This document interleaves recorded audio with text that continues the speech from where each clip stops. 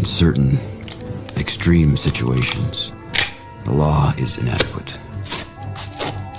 In order to shame its inadequacy, it is necessary to act outside the law, to pursue natural justice. This is not vengeance. Revenge is not a valid motive, it's an emotional response. No, not vengeance. Punishment. Tonight we have a chance to say, yeah, you're right. We're too extreme, we're too wild, we're too out of control, we're too full of our own shit. Or we have a chance to say, hey, fuck you, you're wrong. Fuck you, we're right. Because you have all made it to the dance. Because believe me, this is the dance. Start the show.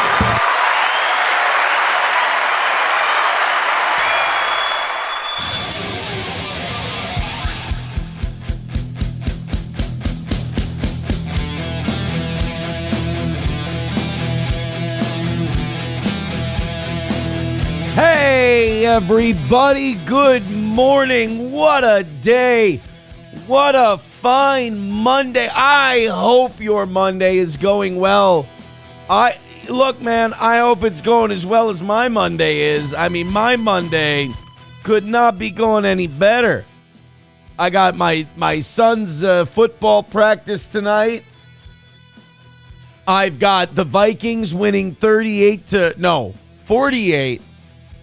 10 over the Bengals. Killing it. And then I find out the stuff we're talking about today. I got at least 5 clips in there. So I'm going to be busy for a Monday. I hope your week is starting out just as well as ours. I've also got some program notes today. We're going to go over a little bit of the Charlie Kirk Memorial stuff, but I don't know. It's like watching a guy's funeral a little bit. I mean, it just kind of feels a little weird. Yeah, it feels a little weird to me. Plus, like, a show that, like, makes jokes about the news. You got any good Charlie Kirk Memorial Service jokes? I mean, I don't want to get fired. Lord knows if you try to approach any of this with anything but sainthood, you're going to get fired. Oh, then you get punished for that too, really. They're kind of smacking everybody. They're getting you coming and going on the Charlie Kirk thing. So just here's what you say, Charlie, which, like, by the way, and nobody, well, I mean, some people are in extreme cases, but, like, nobody's arguing, like, nobody's serious anyway, outside of, like, crazy TikTok lefties and shit like that. Nobody's going, like, he's a terrible piece of shit, he's an awful, like, some people are doing that, but they're not, like, of consequence. Like, even the thing Jimmy Kimmel got, shit for, and it does sound like they're working on a deal to bring him back. It sounds like this suspension will be a temporary thing.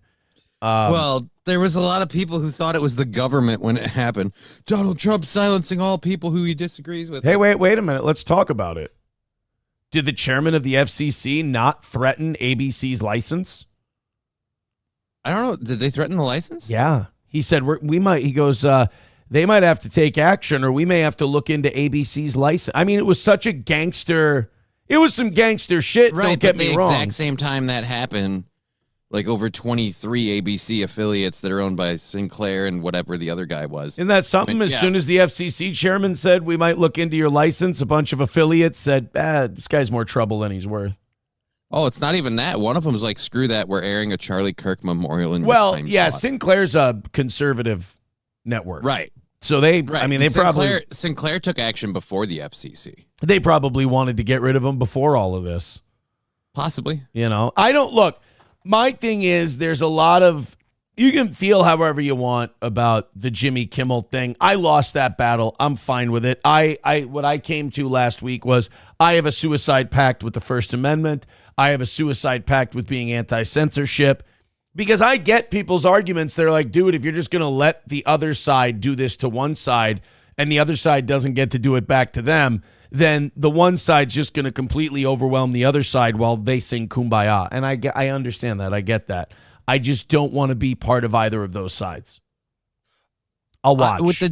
With the Jimmy Kimmel thing, for me, it's that he was blatantly lying about stuff. Like, that was my problem with his, like, he was patently lying. Which is fine. You're allowed to lie. Yeah, I know. I'm just saying that's why, I'm like, Fire him because he's a failure, which, again, people are trying to paint that picture. He's really not. Like Tim Pool, who's completely full of shit, by the way. Never listen to Tim Pool for anything factual. Tim Pool pretends to be a journalist. Tim Pool he's an I'mRight.com guy. People are like, he cites articles. Tim Pool finds one article from a conservative thing that misrepresents some data from one study, reads 2 sentences of the story and goes, I've got it. I've got this here. And then he draws some wild conclusion. He's completely full of shit. He's like, Jimmy Kimmel did 160,000 viewers in the key demo, which is either 18 to 34 or 25 to 54, depending on who you are.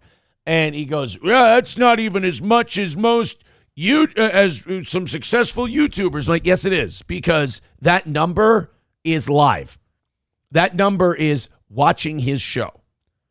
And when you put that number, I don't know many people outside of Candace Owens that are even doing over 100,000 people at one time, let alone in the key demo. I mean, Jimmy Kimmel's still doing 1 million people a night, which is not a lot. It's not great for TV, but for YouTube, it's fucking killing everybody. Like, there's nobody on YouTube doing 1 million people.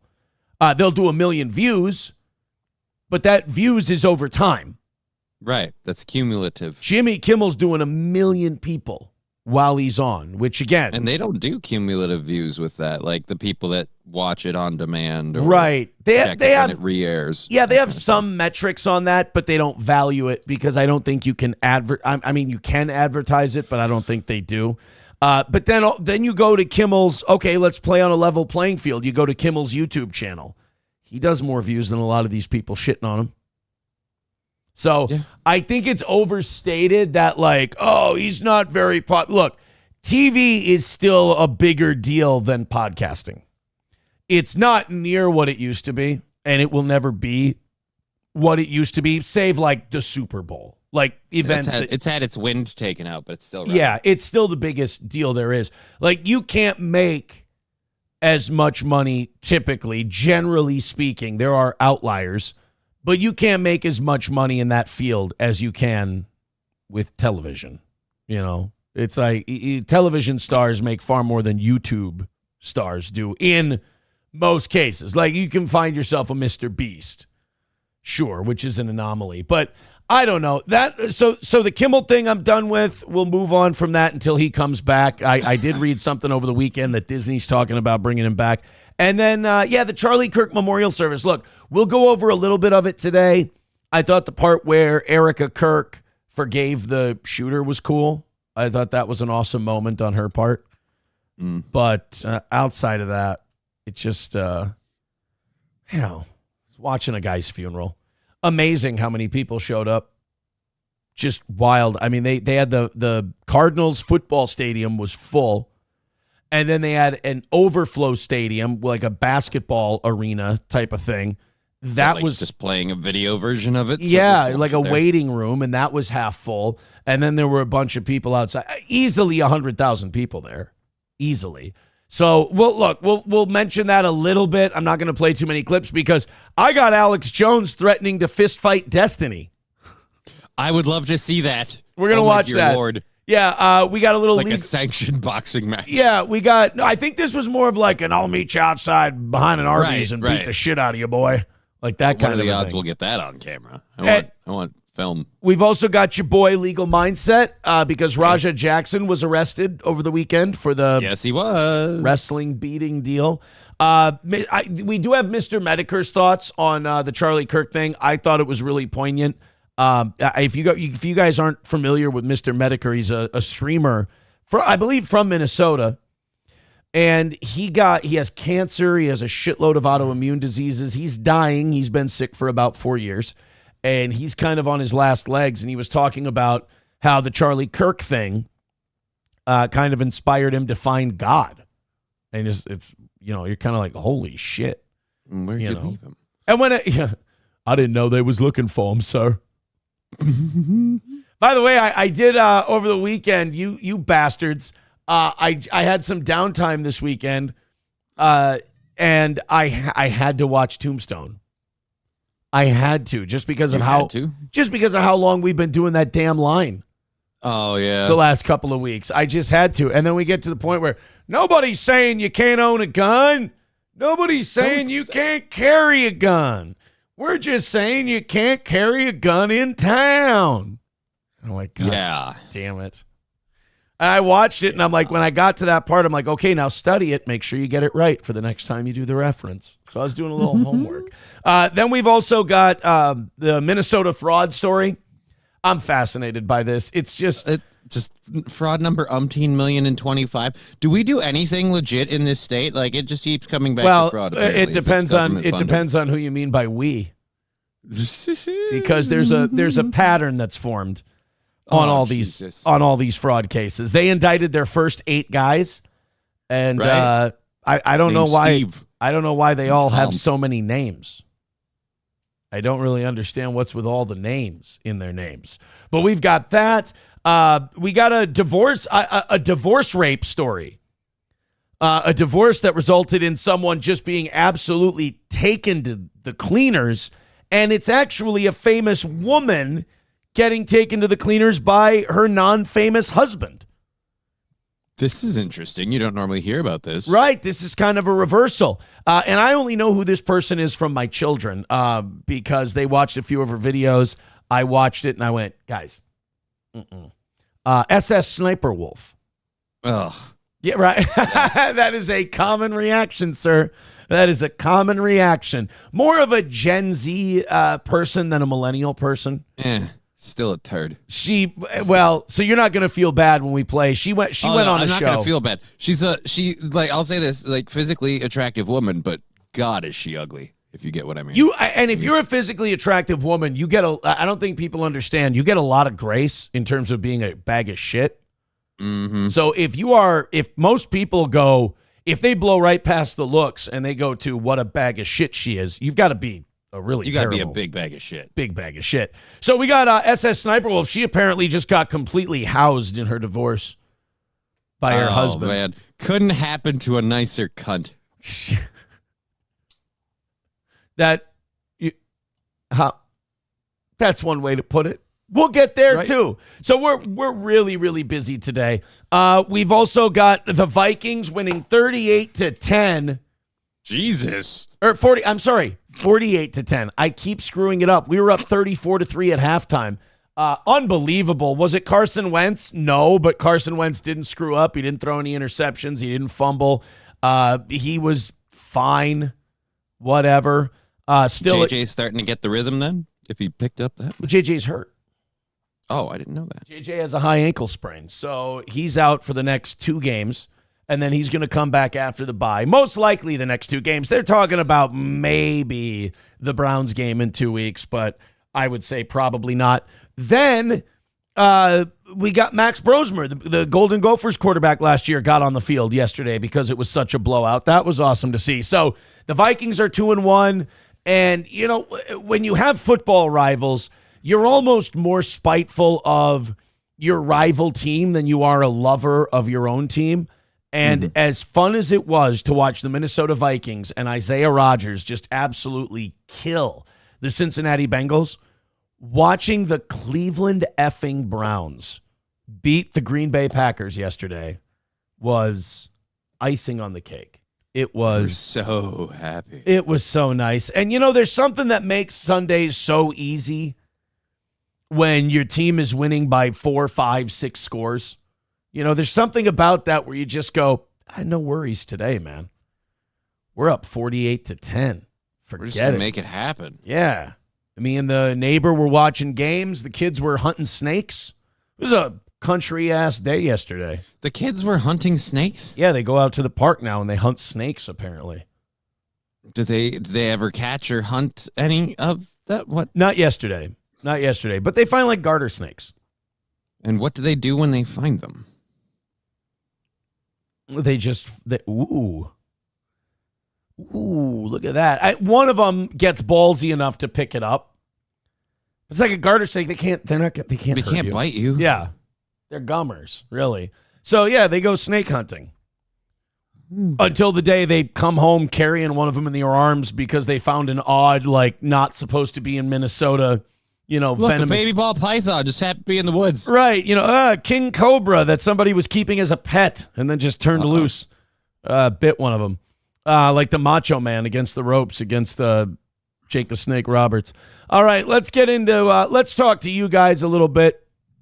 Let's see what we've got here. Los Federales with $1 says, am I the only one that feels the whole Erica speech was carefully constructed? Why did the whole speech feel fake to me? Well, I mean, I'm sure it was written. I mean, it probably felt scripted to you because it was scripted. And Erica herself is probably in a state of utter numbness. She's gotten her rage out. She's, she's been upset. She's been consoling her children and herself this whole time. And now the funeral part and the burial part of it's not going to feel, it's going to be surreal. It's a moment you don't plan for and won't happen again. She is, like, in some circles, though, she's getting a lot of shit. Like, she's not getting a lot of shit in general. People have been very supportive of her. But there are a few circles, and they're not even, like, commie lefty circles. There are a lot of people who are starting to go, something ain't right with this one. And I think what it is she's just, like, a really passionate, super traditional Christian chick. Mm-hmm. And she's, like, got a lot of convictions. So she comes off sometimes as almost like a Latin American dictator, because she's no nonsense. And then she's also mourning, but she's got like her mourning is more like, we're going to get out there and we're going to fucking jam it down their throats. And like, she's mourning her husband. She loves her husband very much, but she's also got like the fiery sword of God. Right. She's kind of Ben Affleck in Dogma. Oh, I see. Yeah. She's got a little more Ben Affleck in her. Veldrain says Jimmy Kimmel isn't allowed to lie. He isn't CNN or Fox News. See, that's it. That's what it is. You got to be in the news. Uncle Lucky with $4.99 says, Aaron, do you or anyone you know watch Jimmy Kimmel? I don't. The spider is on the move. It's moving off your head. Mm-hmm. It's very funny. No, I don't. I don't know anybody that watches Kimmel.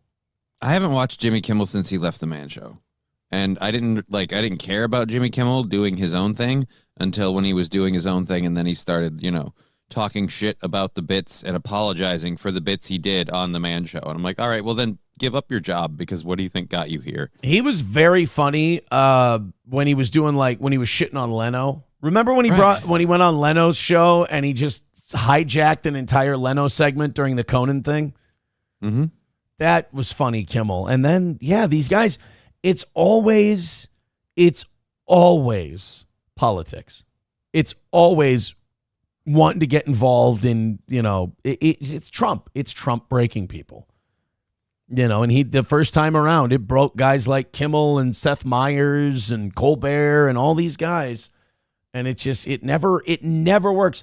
I don't know how many times throughout history politics has to divide an audience and then lose someone's support before people realize, look, man, unless you're in the political commentary business, shut up. Yeah. How is it that Greg Gutfeld, who's on a news channel, does less politics than these guys do? He has more fun with his day and it shows. I just don't get it. I get Colbert for a weird reason, though. Colbert feels kind of responsible for Donald Trump. Yeah. Because before Trump ran the first time, Colbert was shitting on him at that, was it press corps dinner or whatever? Seth Meyers was. I thought it was. And Obama. Colbert. Yeah. Oh, no. Seth Meyers. Obama and Seth Meyers shit on him at the White House Correspondents' Dinner, and Trump was just sitting there staring at him. And they said he decided in that moment that he would run for president. Yeah. Okay, so it's Obama's fault. Kind of, yeah. Sort of. I think we can blame him. People, I'm catching up in the chat, and people are shitting all over Sniper Wolf. You might want to hang in there for that segment today. Rachel says, my oldest watched her too, and I said no. She's kind of she just kind of seems like Like, you just kind of get, some people you look at them and you go, bad. Like, you just, there's a vibe. And she puts out that vibe. Phantom X says, Sniper Wolf deleted her old content and used to be attractive before all of the work. Oh. She's had work done? I haven't seen her in a while. I haven't either. I just know last time I checked in, the overall review was, a bag of shit with a nice pair of tits.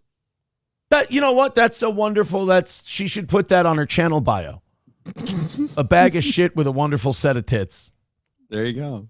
That's all it's going to take for some people to watch, Total bag of shit. That's all it'll take for me to watch for a few minutes, and then I'll be like, accurate, and move on. Right. You'll go, hey, that's a great set of tits.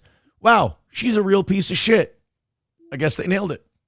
JJ coming back after the bye. How is your Korean boyfriend doing this morning? I did watch 2 on my way home today. I did watch 2 Purple FTW videos, and Andy is doing spectacular. That is good, because you'd hate to see him like freaking out over this. But if you're now, this is the thing. Now, is JJ going to be a problem coming back? Because we did all right. Carson Wentz didn't do anything to win that game for us. He just didn't do anything to make us lose it. What happened was Christian Darrisaw came back. Our stud left tackle came back. It anchored the entire offense. We were able to run the ball. From the very first play of the game, the difference was noticeable with Christian Darrisaw in there. So that's what happened with the Vikings was Darrisaw came back. And then on the defensive side, God damn it. Harrison Smith from InfoWars and Andrew Van Ginkel were back, and they absolutely killed it. $1 from Aaron's Box. Oh, my God. That's April's old name. Oh, dear Lord. Yeah, I don't think she goes by that anymore. 235 away from today. What's the short? What's the short we've got here? Give it a second. Oh, it's an AI April. No, we're not going to do AI April. Leave her alone. Leave her alone, for God's sake. Like, why? Do you know how insane and obsessive you have to be like, I'm going to, like you didn't know her. You weren't like a close family confidant or anything. Very clearly, she wants to be away from everything. Like, she has disappeared completely for good reason. She wants to just hit the reset button. Right? Mistakes were made. Lessons were learned. Moving on. That's what she's doing. 191 Redbird with $1 says, I know you're not this dumb. You don't get to host anything without signing away your soul to toe the company line when told to. Well, no, of course not. Of course not. Clippers Unite. I'm sorry. I know this hurts your feelings, buddy, with $1. He's going on this long screed about how I've seen things. I don't see these things. I'm sorry, buddy. This is going to hurt, but I have a life. I do my show. I leave. I know.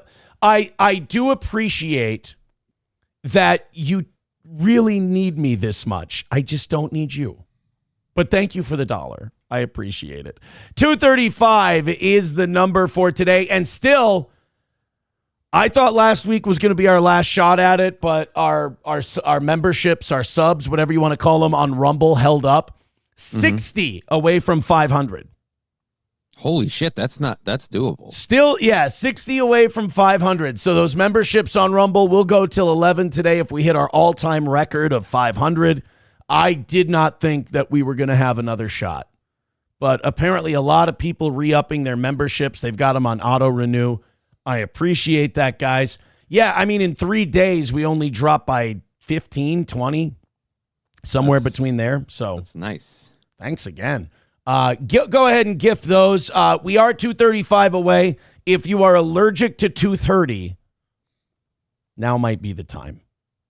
Might be the time. Oh, we also have to put, who was it? Scary Larry? What was his name? Uncle Lucky. I don't know. I don't know why. Wow. Wait a minute. What was his name? Scary Larry? Lester the Molester? I mean, I wasn't that far off. Redbird is in third with $6. Uncle Lucky in fourth with 5. The Cuck chair is wide open. We got Aaron S. in first with $10. Numero uno in second with 5. Redbird with 6. And Uncle Lucky in fourth with $5. Somebody says, Scary Larry, what the fuck? I'm sorry. Right. Dude. Uncle Lucky, Scary Larry, whatever. Potato. Redbird, thank you for gifting that membership. I appreciate it. And guess where that puts us today? Please say it's past 2:30. It's time to go to the dentist. Fuck. Because it is indeed 2:30. Damn it. 2:30. 2:30. You see, I don't think you get it. 230. Moments like these, I wish I could walk. 230. The fuck you gonna do? I'd leave. Some people would say 230. Now, if you say it quickly, it sounds like tooth hurty, which means your tooth hurts. And when your tooth hurts, now if you're an adult, you sit at home. You don't do fucking anything about it until it's way too late and it hurts really bad and you have to go in. But typically, if it's tooth hurty, what you're supposed to do is go to the dentist. Right. So therefore, our goal at the moment is 230, tooth hurty, and thus. So now, do you think if dental care wasn't something you had to pay out of pocket for everything, do you think you'd go more often? No, people are terrified of the dentist. It has nothing to do with that. I have bravissimo dental coverage. I'm scared to go. You just don't want them fucking with your teeth? I don't want them touching my mouth. I don't want them fucking with my teeth. They find shit all the time. It's like taking your car in. That's a you thing, though. Yeah, that's true. I mean, shitty teeth. But it's like taking your car in. They've always got something they can do. Like every time I go to the dentist, they're like, I can change your cabin air filter. I'm like, my cabin air filter is fine in my teeth. I don't need it replaced. I go to get an oil change. They're like, we can fill a cavity for you. It's fine. So I don't want to deal with the aggravation. That's all. Don't want to go to the dentist. Did you know that dentists are so hated and so disliked that they actually commit more than I think any other profession? I did not know that. You did? Okay, here. I'm going to look that up. Dentist. Here. For decades, there has been a persistent belief that dentists have a higher rate than the general population. Oh, but recent studies suggest this is inaccurate. Older reports indicating higher S rates were often based on flawed methodologies or anecdotal evidence. I just Tim Pooled myself. Yeah. But unlike Tim Pool, I'm able to get the facts out there. And more reliable data has since challenged this conclusion. However, this does not mean the dental profession is free from mental health concerns. While they may not have a disproportionately high S rate, dental professionals experience significant stress, anxiety, and depression, which can increase the risk of suicidal ideation. So they are one of the most mental health struggles They just don't any win. workplace. Right. They just People don't hate them doing their job. They just don't finish themselves off. And they get that one oddball that really likes it, and that's also like weird and wrong for them. Like, yeah, get in there, get my teeth, get it, yeah. And they're just like, all right, this, whoa. And they can't win. Well, and also, like, imagine every day you go to work, another person comes in and they're terrified of you. And they don't want to be around you. And they're just the last thing, you are the last person they want to see on this earth. The worst part is it's all them criticizing themselves. They don't want this man to find a flaw in their teeth. And it's like, well, then do better. I mean, technically, yeah. I mean, it is. If you would brush these fault. things properly, I wouldn't fucking be here. Coltrane with $2 says 228. Move on. No, well, we go in fives. I mean, your 2 is definitely being counted. It's helping, but it's a cumulative thing to take over. I can't just sit here all day and be computing as everything comes in. I've learned that too. I take it in $5 chunks. So thank you for the $2, but we are still at 230. We're just on the 225 side of 230. That's all. So still 230. Thank you, though. You contributing made me able to say 230 again, and I appreciate that. Lucky Larry. Or no, what did I call him? You called him What was it? Scary Larry. Scary Larry, that's right. Scary Larry with $4.99. No, Uncle Lucky says, so the Steel Toe Morning Show is full support of Jimmy Kimmel being canned. You seemed like you were on the fence. I didn't think I gave that vibe today at all. He's against it, and I'm for it. Yeah. So I guess that technically makes the screen divide right here, the fence. Yeah, yes, the screen is the dividing line. That's the 38th parallel of the Jimmy Kimmel opinions on this show. So here's what we have. We have $10 from Aaron S., $10 from, I'm putting him up there as Uncle Lucky and Scary Larry. Okay. He is now at 10. Numero uno is at 5, and Redbird is at 6. So that would put him up. God damn it, this is Monday. This is Monday for me, is getting these standings all ready to go. There we go. Square. Redbird at 6, numero uno at 5, and the cuck chair is wide open. And now we're 225 away from today. Okay, now there we go. 59 memberships away from 500 and our all-time record as well. Veldrain with $1 says, if someone was a cop, a rap artist, and then a dentist, do they beat their wife, leave her when she gets knocked up, and then unalive themselves? Well, I mean, police officers, they have a fair amount of eating their own gun. So it's not like... Well, yeah. I mean, cops can... I mean, outside of the leaving the kid, they can do 2 out of those 3 things. Pretty quickly. They can also shoot an unarmed black man. Hey, pluses and minuses, buddy. We're just it's not, no. I'm not saying plus or minus. I'm just giving you all the data so that you can make your own decisions. That's what we do here on the Tim Pool Show. Thank you very much. All right, let's get into the Minnesota fraud thing. I've been sitting here dicking around, half-assing it with you guys in the chat for long enough. Thank you for a great run to start the show. 225 is the number. Keep it going. Another nice and easy Monday. We did start lower than usual today. Rumble Friday went insanely well, and I didn't feel right keeping it all.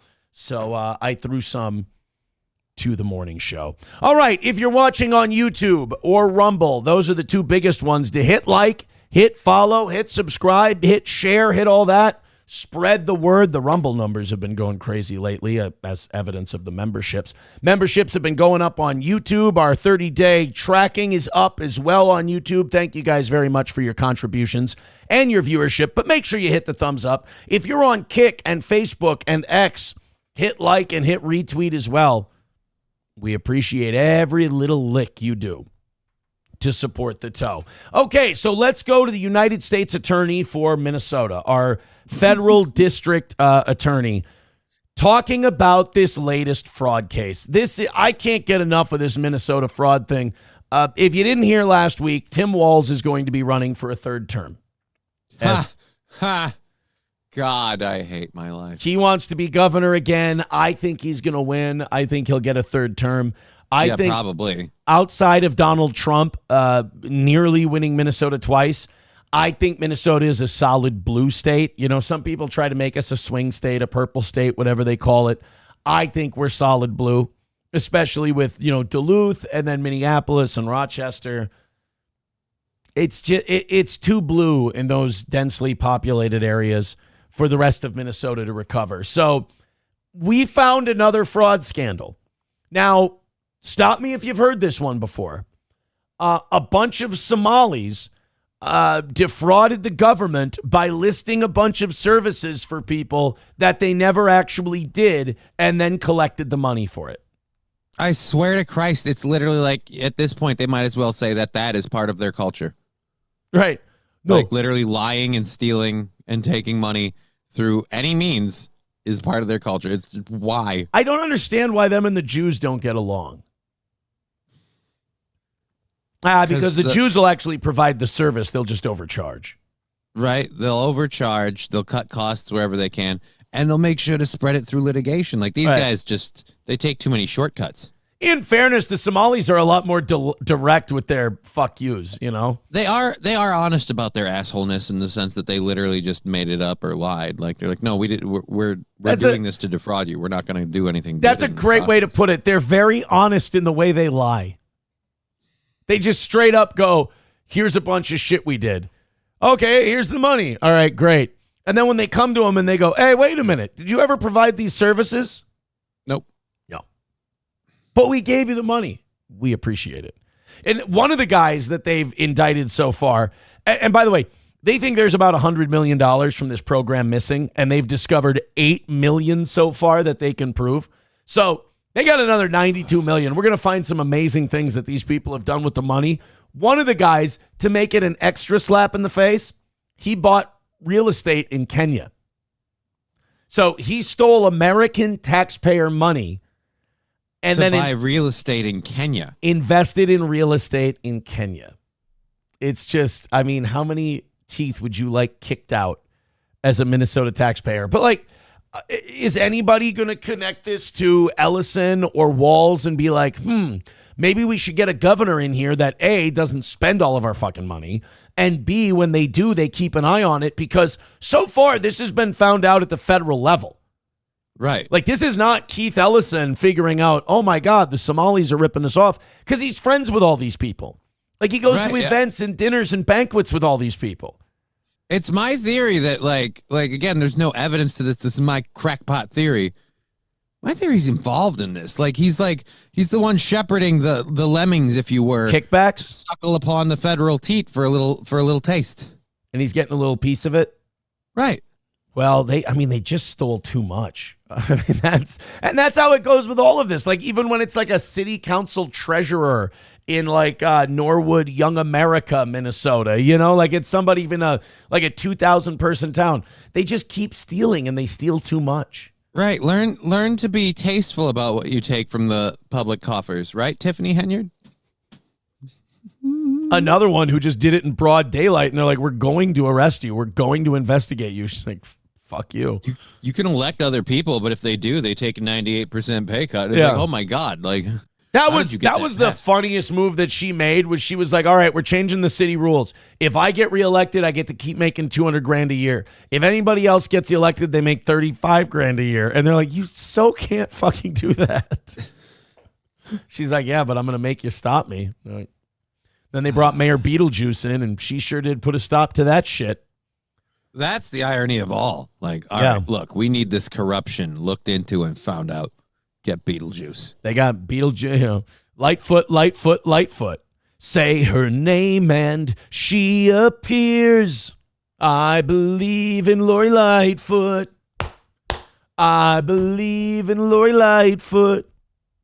All right, that reminds me, Halloween's around the corner. I got to get my Lori Lightfoot pictures up. She does have kind of a shrunken head look. Right? I just have random, like her smiling photos in places you won't see, and then you step the right place, it lights up, and you catch it, and like one of those creepy clowns at Spirit Halloween, you know? Yeah. All right, here's the Minnesota, the federal attorney for Minnesota talking about this latest Somali stealing money from Minnesotan scandal. I mean, welfare scandal. By the way, I drove through the east side of St. Cloud the other day, and I actually kept my head up this time instead of just putting my head down and driving through. And it's just like, God damn, it's like driving through the ruins of a once great civilization. Everything but Boudreaux's is closed. I know. A pawn shop couldn't make it. Right? The pawn shop is gone. Yeah, the pawn shop. They tore down an entire gas station that used to be Little Duke's, and it was extremely... I mean, dude, my grandma grew up in that neighborhood. My mother and her family grew up in that neighborhood when they were kids. And like, we used to go there on the weekends, and we would walk from my grandma's to Little Duke's, and we'd get some snacks. I had a cousin who worked at GW Coffee and Tobacco, which that's gone. Knotty Pine Liquor is gone because it's all Muslims living there. Your liquor store ain't going to make it. And we would just, I mean, you could walk around that whole area. There was Dutch Maid Bakery. There was the dentist's office. I never went. The Ace Bar and Grill, like all of this shit. And everything I just named you is gone. Fucking gone. It's out of there. And the buildings look like piss and shit. Nobody's doing anything. It's a fucking Culligan Depot. and a Somali grocery store where I'm sure they're committing all kinds of food stamp fraud, and dog shit empty buildings. That's there was all it is. I don't know if it's still there doing well, but almost by like Val's and the train tracks side of the east side, there was a craft brewery thing. Oh, no, it's not a brewery, distillery.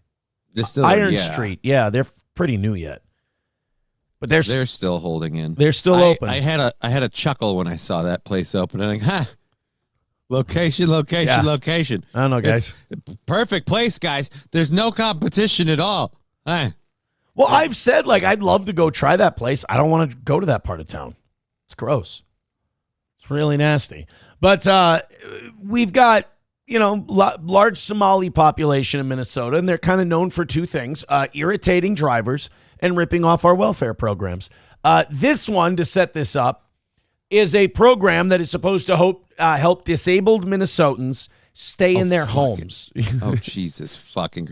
You just want to piss me off today. Well, it's a program that, these companies provide services, like they go grocery shopping for people. They give them PCA stuff. They give them rides, places, stuff like that. So they get grants from the government for helping people who are infirmed or injured or disabled, whatever. And what they've been doing, again, stop me if you've heard this before, these Somalis running these businesses have just been writing down names and claiming they did shit. Writing down services, turning them in, getting the money. Meanwhile, they never did a damn thing. Nothing. Right. Good morning.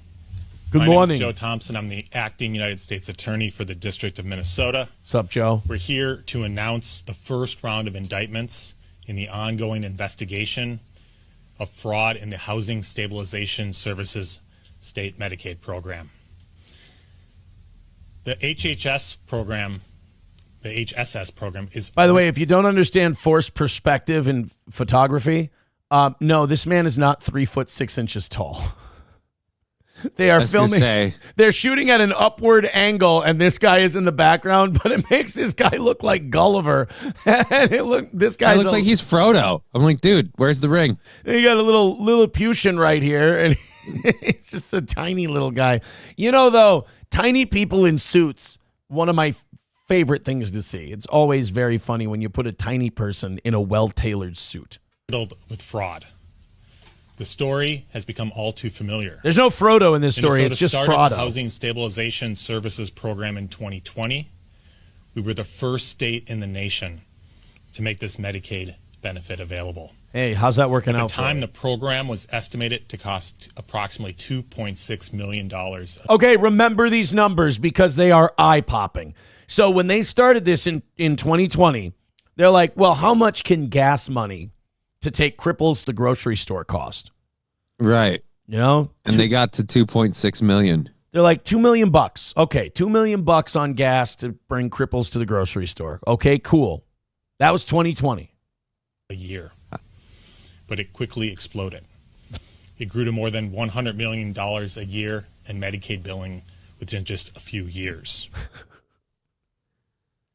$2 million blew up to, by 2023, 2024, 3 or 4 years, over $100 million.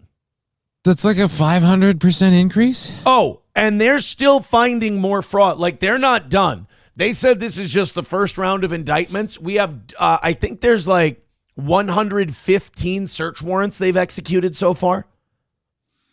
So they're investigating a lot more companies than just what they've uncovered. Thank you so much, Minnesota. You have, in one foul swoop, delightfully proven just how fucked up these Medicare program things will be, where they'll just this money just goes out. We couldn't do it. You know what you couldn't do? You couldn't give that money to the disabled people so they could hire the services themselves and pay the people for doing the fucking job. Instead, you paid these asshats who literally just went, no, I helped those guys. Give me a couple $100 million. Well, yeah, I'd much rather give it to you guys, like the disabled themselves, so you guys can get ripped off by Somalis, and I don't feel so bad. Me. I ordered that ivermectin, and it can't get here fast enough. I want these legs to work. Did you order the ivermectin? I went. Here's the I know the horse paste is the same. You went to the horsey store? No, I did not. I you can order it off of the internet. Yeah. I don't know why. I don't know why you have to have a prescription to get it from a pharmacy. Are you Minnesota. implicating yourself in something illegal on my channel? Because I'd rather you didn't. Oh, okay. You breaking the law? No. You're damn right. I'm going to go get Johnny. He's breaking the law. Nobody's saying you can't carry. Nobody's saying you can't have ivermectin. We're not even saying you can't buy ivermectin. We're just saying you can't buy ivermectin without a prescription. No, from a pharmacy, like, sure, in Minnesota, like, and have it covered by insurance. No.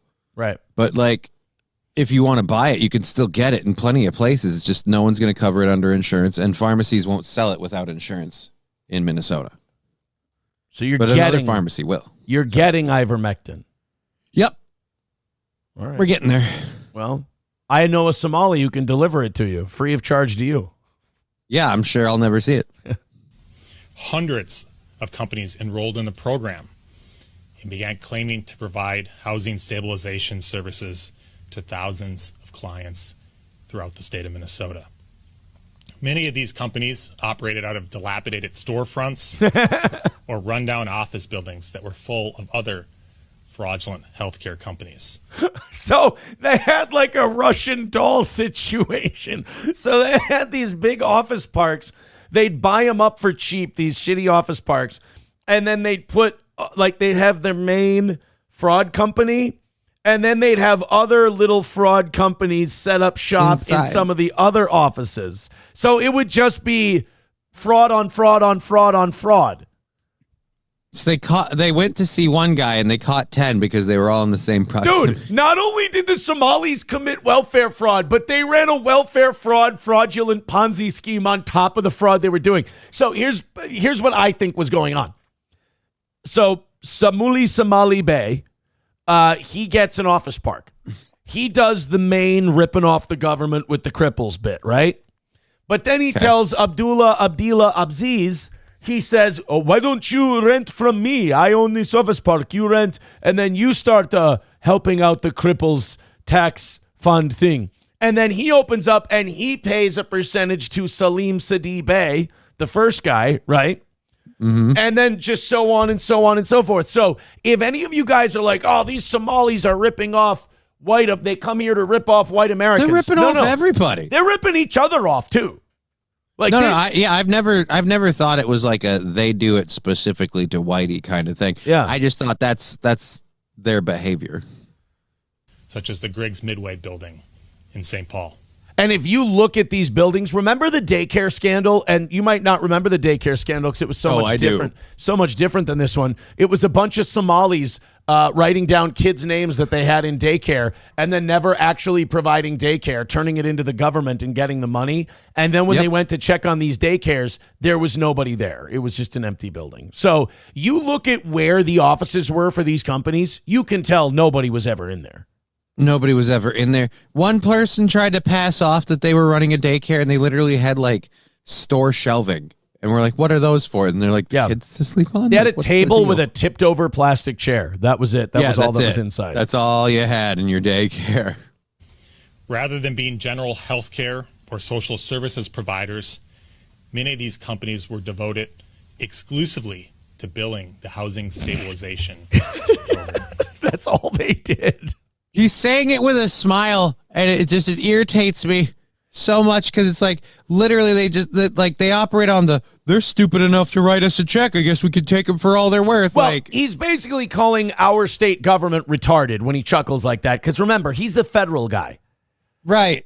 He came from the federal government and went, wait a minute, Minnesota, we're giving you money out of the Medicare and Medicaid program to run this deal. What the fuck are you doing with our money? You asked us for $2 million to start this thing. Now you're asking us for $100 million every year. We got to come and look at what you're doing.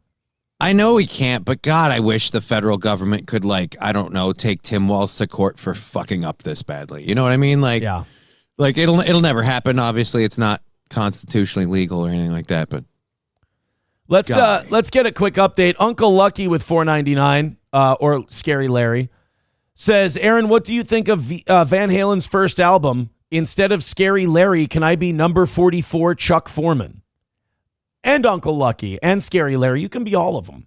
Another $4.99 from Uncle Lucky says, I just came out of a 3-year coma. Did the cute blonde host transition? Yep. She decided to go the other way. It's fine. Today, we are charging 8 Still got the defendants for tits, their though. role in this fraud scheme. They're bigger than I remember. Congratulations. 4 defendants, Mokhtar Hassan Aden, Mustafa Ali, Khalid Daib, and Abdi Fattah Mohammed are charged for their role in carrying out a fraud in a company called Brilliant Minds Services, LLC, which is a housing stabilization services company run out of the Griggs Midway building in St. Paul. So they're not these companies. It's important to note this. These companies weren't like providing legit services and then also ripping off Medicaid and Medicare. They were just ripping off. They were solely dedicated to just billing this Medicare program. That was it. Brilliant Minds and its owners received more than $2 million in Medicaid billings based on their fraudulent claims to providing housing stabilization services. $2 million. Defendants Christopher and Emmanuel Falade are being charged for their role in operating another fraudulent housing stabilization company called Falade Care. Together, they Sounds like flawed care. Who knew? It does. received more than $2 million in Medicaid billing, purportedly for providing housing stabilization services. 2 additional defendants are being charged by information today. This guy, you're right. This guy is smiling because he's like, I can't believe how retarded this is and that I'm the one, like, we had to come in and find this for you. Like, how stupid can you be? Jason Sudeikis is so happy to be here on his day off. Ed Adow, the owner of Leo Human Services, is being charged for his role in the scheme. His company received more than $2.7 million Jesus. in housing stabilization services payments. His brother, Anwar Ahmed Adow, the owner of Liberty Plus LLC, Who would have thought? is also being charged here by information. He and his company received more than $1 million in Medicaid payments for fraudulent housing stabilization services claims. All of these defendants and the others that we are investigating followed a similar scheme. They identified vulnerable individuals, Medicaid eligible individuals, many of whom were being released from drug or alcohol rehab facilities. Oh, extra pieces of shit. They signed them up to receive housing stabilization services Wow. to help them, purportedly to help them find stable housing. And then they billed them for services that they did not, or they billed Medicaid for services they did not actually provide. Despite the So they basically, as a parasite, found their host, which was a crippled drug addict, being released from a Probably treatment offered program. him a fix or something. Bought him No. off quick for his info. Probably didn't give them shit. Just used them to suck off of, basically saying, well, we have a name, we have a guy. So if you check in the name and the guy, he's in the program. So that checks out on surface level. And that's all the state of Minnesota was looking. Does the guy exist? Not did you provide the service? Because what kind of virulent piece of shit would not provide a service to a crippled addict that they claimed that, I mean, who would Apparently- do such a thing? Apparently some Somalians were those pieces of shit. Our lovely, beautiful, vibrant Somali community that's provided so much diversity and decency to Minnesota. We love our Somalis. Oh, they're so good. Oh, they're hundreds so of sweet. millions of dollars in payments that have gone out from the state of Minnesota to housing stabilization services companies. Most of these. Why couldn't it be stabbing fraud or throwing kid off a balcony fraud? How about you not follow through on those ideas and then you maybe give the crippled junkie a ride? You know, pretend you threw the kid off the 3rd floor of the Mall of America. Pretend you stabbed a bunch of people at a mall. And then actually provide the goodwill services. But no, we're going to legitimately throw the child off the balcony, and then we'll legitimately stab a shitload of people at a mall, and then also rip you off for millions of dollars, hundreds of millions of dollars. God. By the way, you put this together with the daycare scheme and the Feeding Our Future scheme, which Feeding Our Future scheme, we haven't talked about that yet today. That's the one where a bunch of Somalis said they fed a bunch of poor people, turned it into the government for the benefits, and then never actually fed a fucking soul. Right. Yeah. Individuals. Cut and verse the same as this. The other question I have, how much of this is like Minnesota's actual money? Now, is this all federal money that they took? No, some of this is Minnesota money, but a lot of it's federal. A lot of it's through Medicare and Medicaid. I'm just curious because I know we had that amazing surplus that went, bye-bye. I'm wondering how much of this got cut. Oh, yeah, no, we no, basically what happened was Walls got a bunch of federal government COVID money that gave us that $17 billion surplus, and he spent it. Fuck. That's all. Did not receive the stable housing they so desperately needed. The money was just simply stolen. Yeah. Now, this is just the first round of indictments in this case. Yeah, guys, don't worry. This is where... More's coming. But wait, there's more. Unlike in similar cases, such as Feeding Our Future, we're going to charge this case in waves as we develop the evidence for individual defendants and companies. The plan is to charge groups of defendants and companies as their cases are ready for indictment. This investigation is ongoing, and it's being conducted by agents from the FBI, Health and Human Services, OIG, and the IRS, along with the assistance of many other Erwin law R. enforcement Shyster. agencies, including... Pretty soon the $1 Million Man's going to get involved, and then you're going to see the shit really hit the fan. Yeah, then we'll have a problem. Yeah. Inspection Don't make Service Virgil get and the involved. Minnesota Bureau of Criminal Apprehension. As I said, the investigation is ongoing, and we expect additional charges to be brought in the coming weeks and months. Do you know why this guy's smiling, by the way, as he does this? Why? Because this is his second or third time busting one of these fraud programs in Minnesota. And he's like... it's getting no, comical in the just cut too. No, it's so good for his career. Like, this is high-profile shit.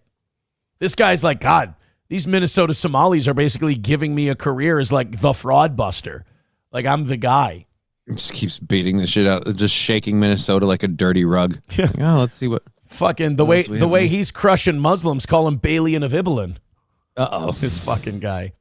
Hunter with $5 says, if I did this, provided the service, and just added 15% on top to put in my pocket, I would die behind bars. Well, here's the deal. One thing about these Somalis when they get busted for this fraud stuff. They leave the country. Well, no, I was going to say they roll on each other.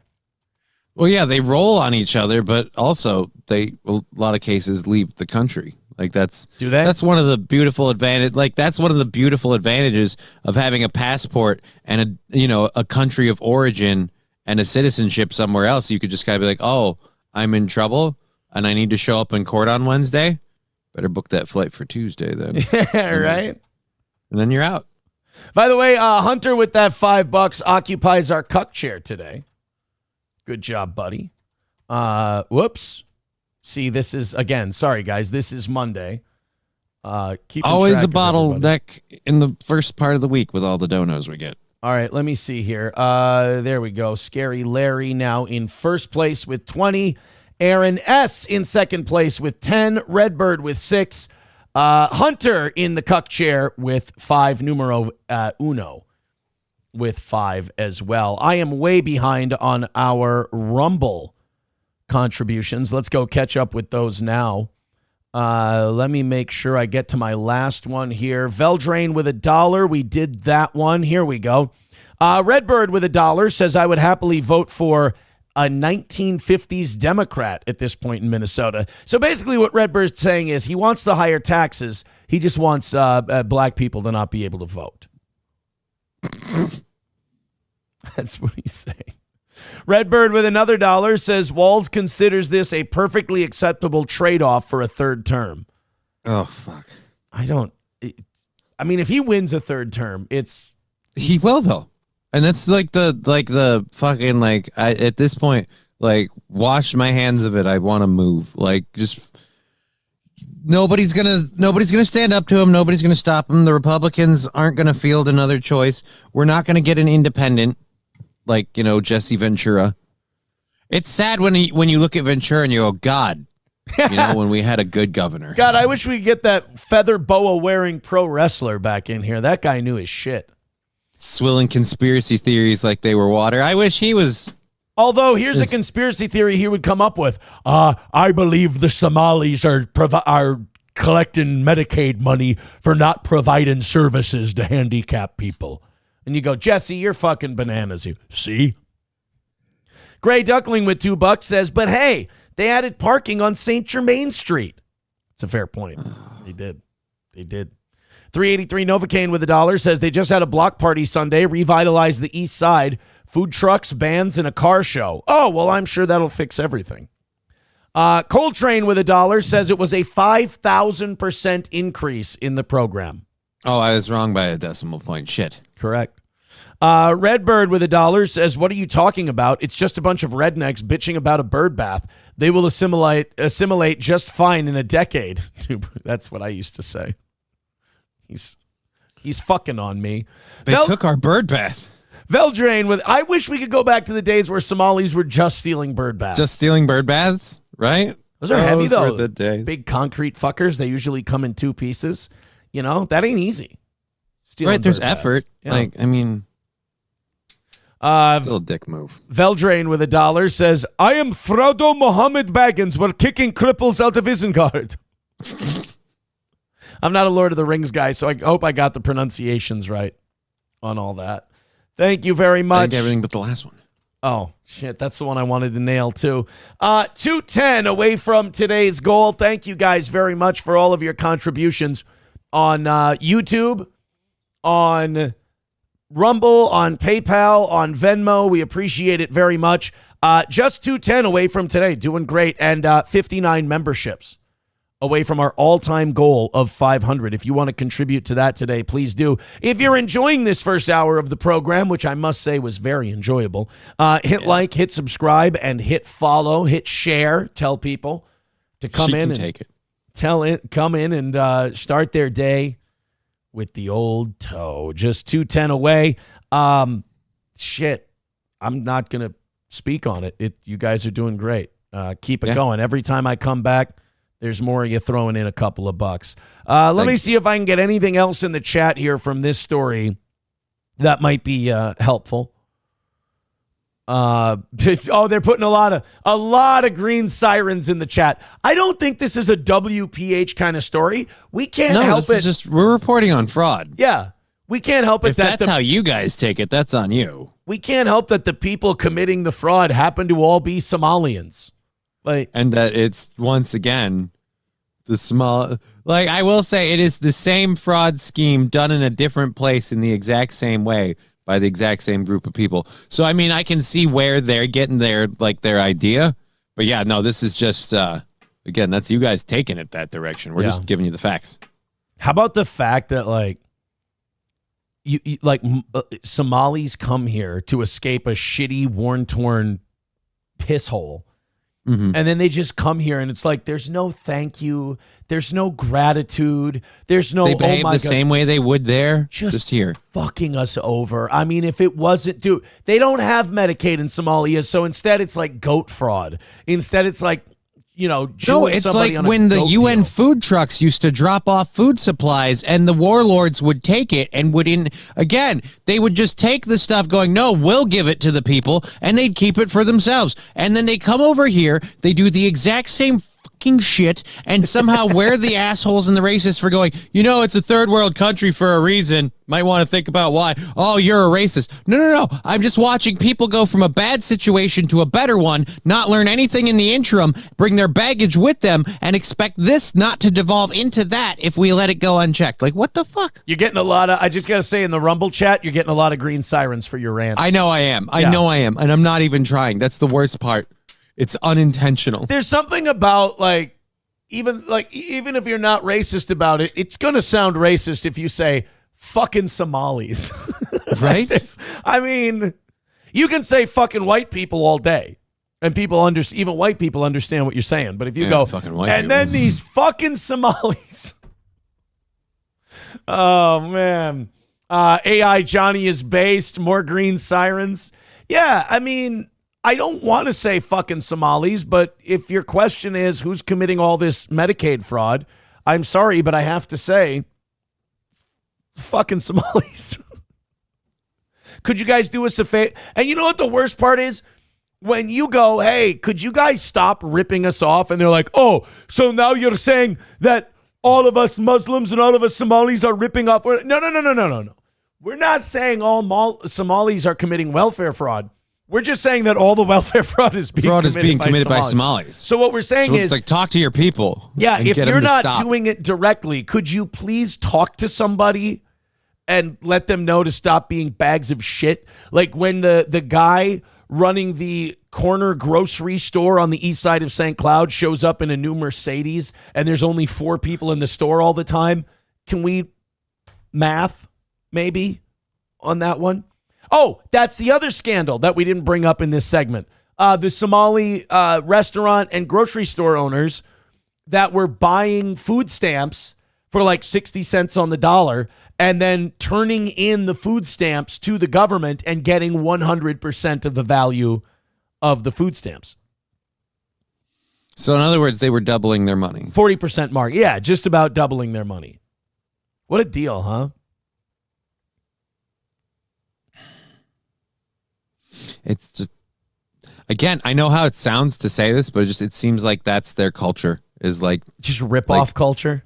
Just an underhanded whatever I can do to in fairness, it's what's the name of the guy in the founder? Shit. Ray Kroc? Ray Kroc, yeah. Yeah. It's like a Ray Kroc mentality that their whole world has. Am I going to help that guy if I see him drowning? No, I'm going to push him under. No, what Ray Kroc said, he goes, if my opponent was drowning, I would walk over and stick a hose in his mouth. Would you say the same? And then Mac McDonald went, no. And I would never want to. He was horrified. He's like, who the fuck did I start doing business with? Right? A fucking lunatic. Oh, man. We're not... Satan's Mechanic says, we're not saying you can't rip off the system. You just can't rip off the system in town. $1 from Veldrain. He says, I have a very important question for the Somalis in Minnesota. Are you 7-Eleven or 9-11? See, now that's a green siren, in my opinion. All right, so that's about it. There's another 2 minutes left. I mean, do you want to listen to the rest of this guy talk about the fraud either thing? Way. All right, we can go. People seem to be jumping in on this. Hit like, hit subscribe, hit follow. Here's the rest of what's his name, Joe, the prosecutor, United States Attorney of Minnesota. I thought his name was Joe something. It doesn't say in this story here, but here he is. Now, before I open it up for questions, let me just say this. Fucking Somalis, right? No. As many of you know, Minnesota is drowning in fraud. Oh, that hurts. All right, I got to say, that one stung. Minnesota. And by the way, if you're the guy running for governor for a third term, if you have a smart electorate, you don't reelect that guy for a third term. Guys, this is how you get Illinois. This is how you get Chicago, is you have a guy look you right in the eye and go, your state is a piss cesspool drowning in fraud and immigration. And you go, well, we might as well vote for the same people. After all, why would we change anything? And by the way, this is a brilliant advertisement for all of the immigration we brought in, because almost all of the fraud came with it. In Illinois, they have a corruption problem. So who did they elect governor? A Nepo baby slumlord. A guy who bought up houses on his block and demolished that, took out all the toilets, because if you take out all the toilets, they're not livable homes. And so the property taxes went in the shitter because the housing values in that neighborhood went in the shitter. So then he got to pay less property taxes.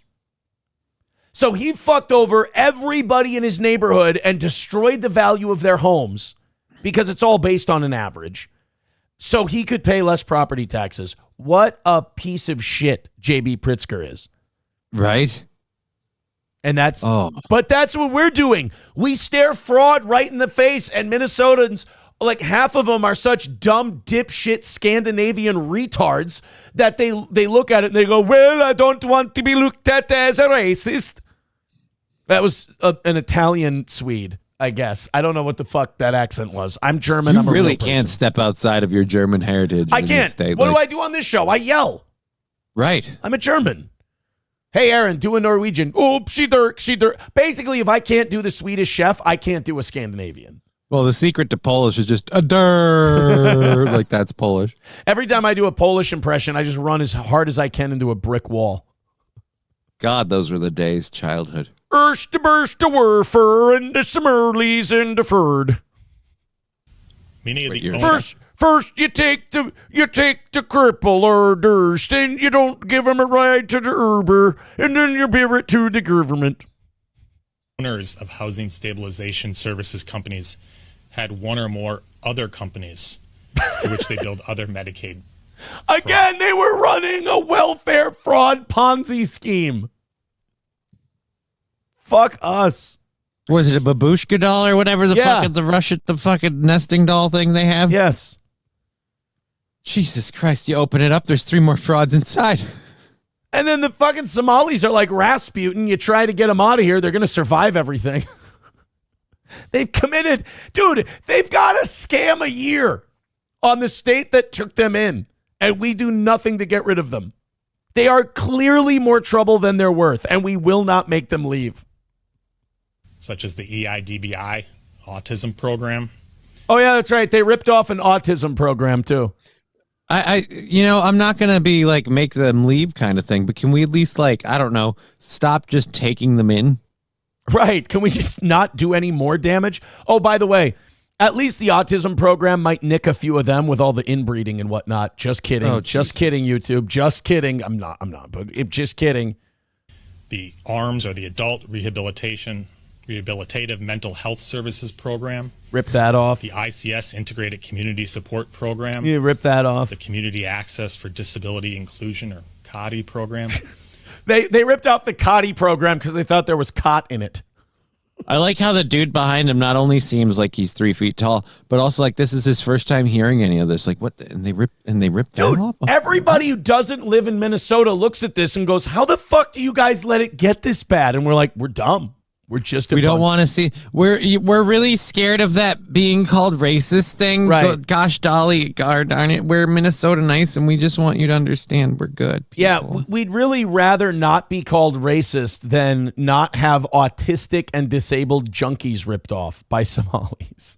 PCA services, and other Medicaid waivered services. The level of fraud in these programs is staggering. Unfortunately, our system of trust but verify no longer works.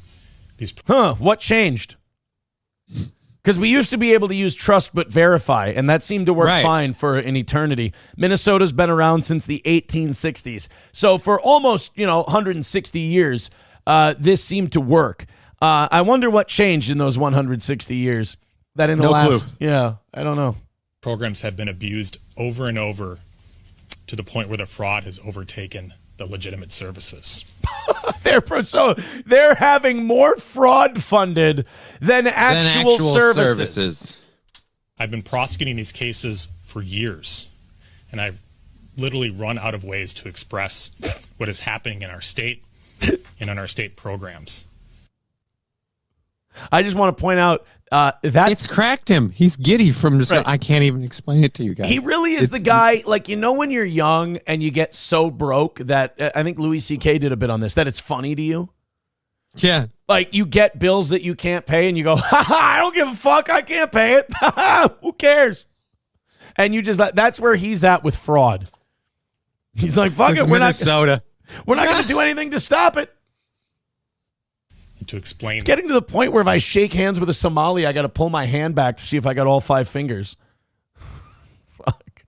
the coming iceberg. Now I see why these people bow to each other all the time. They're afraid to touch each other.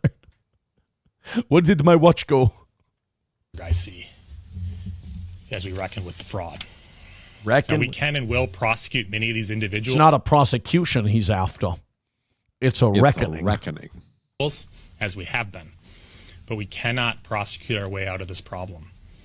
We must do more at the front end to stop the outflow. So here he brings up a chart. He brings up drawings. He goes, here I've drawn up a few ideas. Here's a camp. And it's like, whoa. Take it easy. Everyone needs to pick up a shovel. Whoa. Well, wait, what? I feel like we got something out of context there. Can we go back?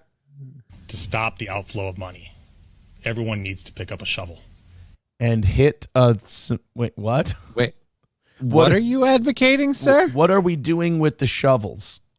The agents and prosecutors in this room have been doing extraordinary work to investigate and prosecute these cases. They're like, I'm tired, boss. Dog tired.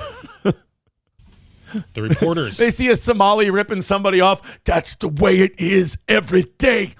That's the way it is all over the state. In this room have been asking the right questions and doing their own investigative reporting to identify fraudulent companies and schemes.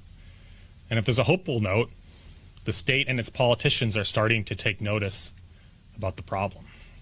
Because a re-election's coming and he really wants to win a third term. Well, it's the same reason why Mayor Frey is busting up homeless encampments all of a sudden. And guys, the state's finally doing something about it. They're refusing to allow a Somalian take the white Democrat guy's job. Right. That's the other thing we're doing. We're fighting back. Time for everyone to speak up and stand up to confront the problem in the state. You ready to be called a racist, buddy? Here, you ready for this every time you try to make an arrest? There you go. There's your green siren. Before it is too late. I'll now take questions. What's your estimate of the total loss with housing stabilization? It's over $100 million a year in the program, and most of it's fraud as far as I can tell. Most of the program is fraud. Most of the program, $100 million a year in fraudulent charges. And most of it's fraud. Crushing it, boys. Crushing it. Let's go to Switchblade Proper with $1. Says, Aaron, it's funny and all, and I appreciate the levity, but they are literally stealing from the mouths of yours and mine's children. Yes, and I'm fucking upset about it, but what are we going to do? If I don't... Just calling it out. You're racist. If I don't joke about it, I'm going to just sit here and scream all day. So therefore, I cope. And I cope with tombstone quotes. And I cope with Green Mile quotes. And I cope with a little green siren or a green flashing light. I understand, Switchblade Proper, and you are 1,000% correct. But God damn it. And I cope with not voting for Tim Walz. Right. But, again, some copes work better than others, What's the old saying? Vote harder? Yeah. It'll fix it. This person texting in, dumb Somalis, I butt food stamps at 50%. I eat like a king, and the drug addict can go butt his drugs. I think you meant to, you know what? Send that back in, because when you're calling people dumb, you got to make sure you run that shit through a spell check. That's all I'm saying. Cockdiff says, still leaning left, Aaron. I'm not leaning left. I just watch Sam Cedar videos as he makes fun of Tim Pool. Like, I find Sam Cedar's program funny when he points out how stupid Tim Pool is. And I know some of you liked or like Tim Pool, so it's hard for you to hear that he's an idiot who's full of shit. But he's an idiot who's full of shit. If you need a right-wing guy who's going to tell you like it is and has actually studied shit, watch like a Tucker Carlson. Don't watch Tim Pool. Tim Pool is an idiot, retard grifter who used to be a lefty. Stop trusting these former lefty guys. They still do lefty shit, like not reading stuff beyond the title, beyond the headline, or reading what they want to hear. Stop trusting Dave Rubin, who's just a gay dude buying babies. Stop trusting Ben Shapiro, who's just an agent of the Israeli government. And stop trusting Tim Pool, who's a beanie-wearing, skateboarding, retarded lefty. Trust me. JH says, Aaron, Sam Cedar is full of shit. Sam Cedar is at least honest about where he's coming from. I watch Sam Cedar and I go, I know what I'm getting with Sam Cedar. I understand what I'm getting with the guy. With I don't know. I don't watch Sam Cedar, so. Well, with Tim Pool, I watch him and I'm like, you're just a fucking hack. Right? Just show like Tim Pool. Anytime anyone even says his name, I just think of the White House press corps thing, where it's like, yeah, you're a podcaster or whatever, and you're being treated like part of the press corps. This like a chance to legitimize what you do and all that shit. Nope, gotta still keep the fucking beanie on, lest anyone see that I have a fucking bald head like half the room. Fucking hey, Dan Bongino is running kind of a dome. He makes it work. What's your fucking problem? Well, and Dan Bongino's a man, a dude. I'm gonna read this $2 in a second, but that's fucking terrible. That is a horrible thing to say. Well, let's just do it now. The Cleaner with $2 says Aaron is leaning left harder than Kirk. Oh, Jesus, dude! I got invited to do a game stream with some other streamers yesterday, so I was doing that while the Kirk thing, like the funeral, was going on. Yeah, and someone in my chat made a really dude. They're like, oh man, the people are stream sniping Kirk's funeral, and they're like the worst sniping to have happened since the first one. But it's like, dude, that's not okay. Like, come on, what are we doing? Right? What are we doing here? No, I think the worst look for Tim Pool was when he was debating this Gen Z liberal guy named Luke Beasley. And I've only watched Luke Beasley a little bit, but he's just like, he's a classic young guy. Like, you're a young liberal. You think everybody should share and everything else. You don't, he's not difficult to debate. And he just cleaned Tim Pool's clock on January 6th because Tim Pool has never read anything about January 6th. So he was like, Enrique Tarrio, you're a fascist because you think Enrique Tarrio of the Proud Boys should be locked up. And he's like, what did Enrique Tarrio even do? He wasn't even there. And Luke Beasley's like, oh, it was found in his communications by the prosecutors that he was planning to overthrow the government and take over several federal buildings. Tim Pool's like, where did that come from? He goes, the prosecutors, the case, he had a trial, and the jury found him guilty. What, you're a fascist. You just think he should be locked up because he's a fascist. And then Tim Pool on his show had to look it up. And he looks it up and he finds it. Wrong. And when he finds out he was wrong, he goes, let's find a secondary source on this. It's like, what, because you were wrong? So you got to find a secondary source. And then this kid, Luke Beasley, finally goes, so are you going to apologize for the fact that you blew up and yelled at me over literally nothing and I was totally right? And Tim Pool just moved it along. It's just like... That's him. That's your boy. That's Tim Pool right there. All right, let's go to your boy Legal. We get a little Legal Mindset today. I love Legal Mindset. He is except when he's talking about who's the one he hates and he talks like he'll kind of break off of his Hassan Piker. Hassan, that's right. Because that's where he got all gossipy about, you got to understand, like the first world elites, like they have each other's phone numbers. They talk to each other. So Elon Musk is talking to Bezos and saying he never does. He never gets into the like what would you call it? Like speculation, coffee break room gossip or whatever. Yeah. He doesn't speculate ever, but when it's Hassan Piker, he's like, I bet you Elon's on the phone going, hey, Jeff, you should get this guy. And then Jeff's on the other line going, that sounds like a good idea, Elon. Maybe I'll do something about that. It's like, that's not something that Andrew does. It's not Andrew Esquire. So now we have Andrew Esquire, a.k.a. Legal Mindset, talking about the Raja Jackson thing. And, I know that we probably don't need a guy to break down why Raja Jackson is facing 6 years in prison. What? Why would he be? But I think it's probably for the best that we have an expert explain it, kind of like we did with that last segment. We'll provide the commentary while a guy tells us the facts of the deal. So if you remember Raja Jackson, he's the MMA fighter. He's Rampage Jackson's kid, and he was invited to some Bush League indie wrestling deal, and he beat the living shit out of an Army veteran wrestler and almost killed him. The guy was in the hospital for a week or two. He had his fucking orbital bone busted. His jaw broke. I mean, he really went through it. Raja Jackson threw like 15 to 20 unguarded punches at an unconscious, what is it, Psycho Stu. which, by the way, not his legal name. Nope. Psycho Stu. But he's just playing a character. So he finally got arrested because it does take some time. They got to build a case. You know, you arrest him. You got to make sure you got something that'll stick. And here's what we found out about the Raja Jackson thing. Let's play a little legal mindset. Go ahead and follow, subscribe to Andrew. Oh, like a little Law and Order from the 70s kind of thing. Yep. It's his style.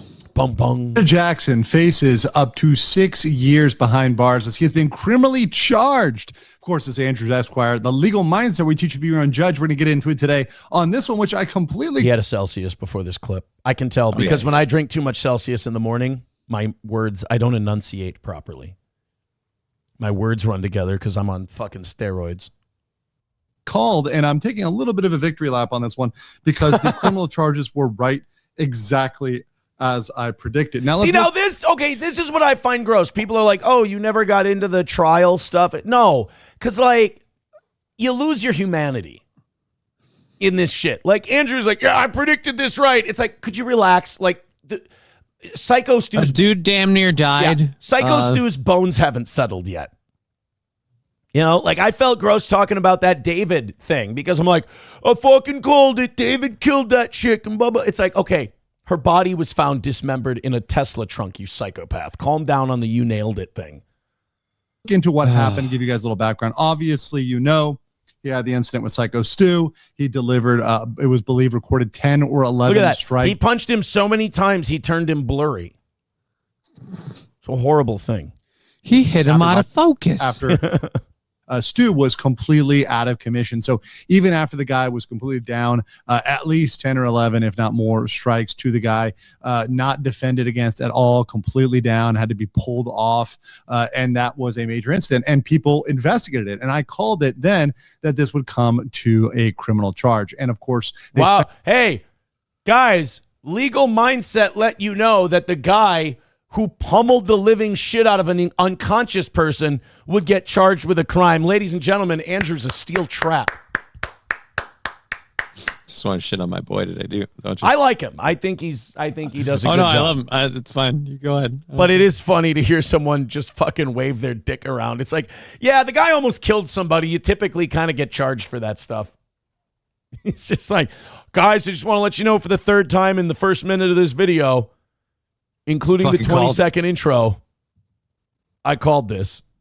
And some time to as opposed to those retard lawyers like fat, stupid Sean from Potentially Criminal who said that Raja Jackson should walk, which nobody said he's going to walk. Nobody said that. Debate this, but we now have what went down. So here's his arrest. Here's the arrest photo over here. Not going to play the video, so it's not copy claimed. But I'll say this: TMZ doesn't typically copy claim videos. They let you use it as newsworthy, transformative content, especially if you make it transformative content. Yeah. A photo of him being brought off on the morning of the 19th. So, like I said, he was arrested. Roger was formally arrested on the morning of the 19th. He was charged with felony battery with serious bodily harm, one of the ones that I went through. And we're going to go into detail on this as well as what the penalties are, what the elements are. Does he have a defense? But he has already paid bond, so he's already released. He's already out. And one important thing to remember is that Rampage had previously said that he believes Roger should do some jail time and community service. Now, thanks, Dad. We could have just not talked about it. That would have been cool, but instead going, nah, he should get locked up for a bit. Yeah. That'll help him. Right. I'm not going to play the video. I'll do that on my live version. But if you like these short, fast facts, make sure you like the video and you comment below. Loving the fast facts version. But even Rampage, his dad. God, when nerds get famous, it's awful. Really? Yeah. I nailed it. I called it. It's like, all right, a guy got fucking brain damage. Let's take it easy. Hey, you know, I'm going to go through this on my live stream, but these short fast facts videos, aren't these like, hey, you were just getting into the Rampage thing and all that. Could we? Pick a lane. So Yeah. finish. most people on this want to see him do some jail time. They don't want to see him just walk or get a slap on the wrist. They want to see him do a little bit of time. And let's look at what this would entail. So under the statute, the California statute, under California Penal Code 243, there's battery with serious bodily harm. It's also called aggravated battery. So for brevity, for shortness, we're going to just call it aggravated battery. So this can either be a misdemeanor or a felony. Now, in this case, they have charged him with the felony version. So don't think it's the lightest version. They could have gone even lighter with the charges. Now, what does this mean? What does serious bodily injury mean? It means serious impairment of someone's physical condition, regardless of whether a medical treatment is necessary. So losing a tooth, loss of consciousness, a cut under the eye, broken teeth, wounds to the eyebrow, lips, bones, bone fractures, broken bones, serious disfigurement. I think old Stu And bone fractures. and bone fractures. Yeah. I think old Stu got all of these. Yeah. I think old Stu. I checks don't all know. the I don't boxes. know if he lost the tooth up to its root. I mean, well, I think if you're 1, 2, 3, 4, 5, I think if you're batting 800 on these charges, I think you're pretty well fucked. We have a lot of those actually in this case. So what are the elements? What is required to prove this crime? Well, the first one is to prove that they will. Ice, wind, fire, water. These elements combined, I become Captain Planet, I believe. The fifth element is love. I don't know. Oh, willfully and unlawfully touch the victim in a harmful and offensive manner. Now, this is really easy to prove because willfully means on purpose. It doesn't mean you have to have evil intent in your heart or whatever. It just means, did you touch them on purpose? A touch is any physical contact. So it doesn't matter if you're punching someone and they're wearing a mask and it's through clothing. That doesn't matter. It can be through clothing. So whether it's to the shirt or whatever else, you punch somebody, you touch them, you're going to get this. So this, we have as that on film. So that's a bingo. Was his name-o. That's a bingo. As it's got serious bodily harm. We've defined that, right? Once again, going back, loss of a tooth, consciousness, cut under the eye, broken tooth, wounds, lips, bone fractures. We have all of that. The last one is you have no defense. Now, that's very, very important. So what are the defenses? Let's talk about that. First is self-defense. So is there any scenario where this could be self-defense? Well, you need to meet all three elements. All right. First, you believe the person has to believe that they are at risk of serious bodily harm. Second, you have to believe the force was necessary to stop the harm. And third, you use no more force than was necessary. So this may have applied. You can make an argument, right? You can make an argument. It's a choreographed wrestling match. Actually, it gets worse than that. There was like a preemptive bit, like to amp up the match. Yeah. And like They did a I guess working beer can shot. Yeah. right. And as a result of that, like Rampage's son, I think on like a Instagram or Twitter, whatever fucking social media, it's like, oh, I'm gonna kill that mother. Like, Yeah. like That's so not good. There's a statement of intent. Whether or not you could say, oh, he was acting, he was faking. Right, but then he got in the ring and that does not look like an act. I don't believe bodily harm. I'm going to fuck him up. It's like, all right, that's... Yeah. In a fight, right? If you're in a fight, that using some force to stop that fight is enough. Here's the problem. He was unconscious. He was knocked out. He was That's usually a good indicator that you're not at risk of serious bodily harm when the other guy's not awake. Right? If this guy was just completely not able to fight back at all. At that point, you have a duty to stop. At that point, your self-defense, even if that would be an argument, it's not. It's not an argument at all. Because so you could argue the spine buster initially, not a crime. Right. The punches afterwards, problematic. Completely a crime.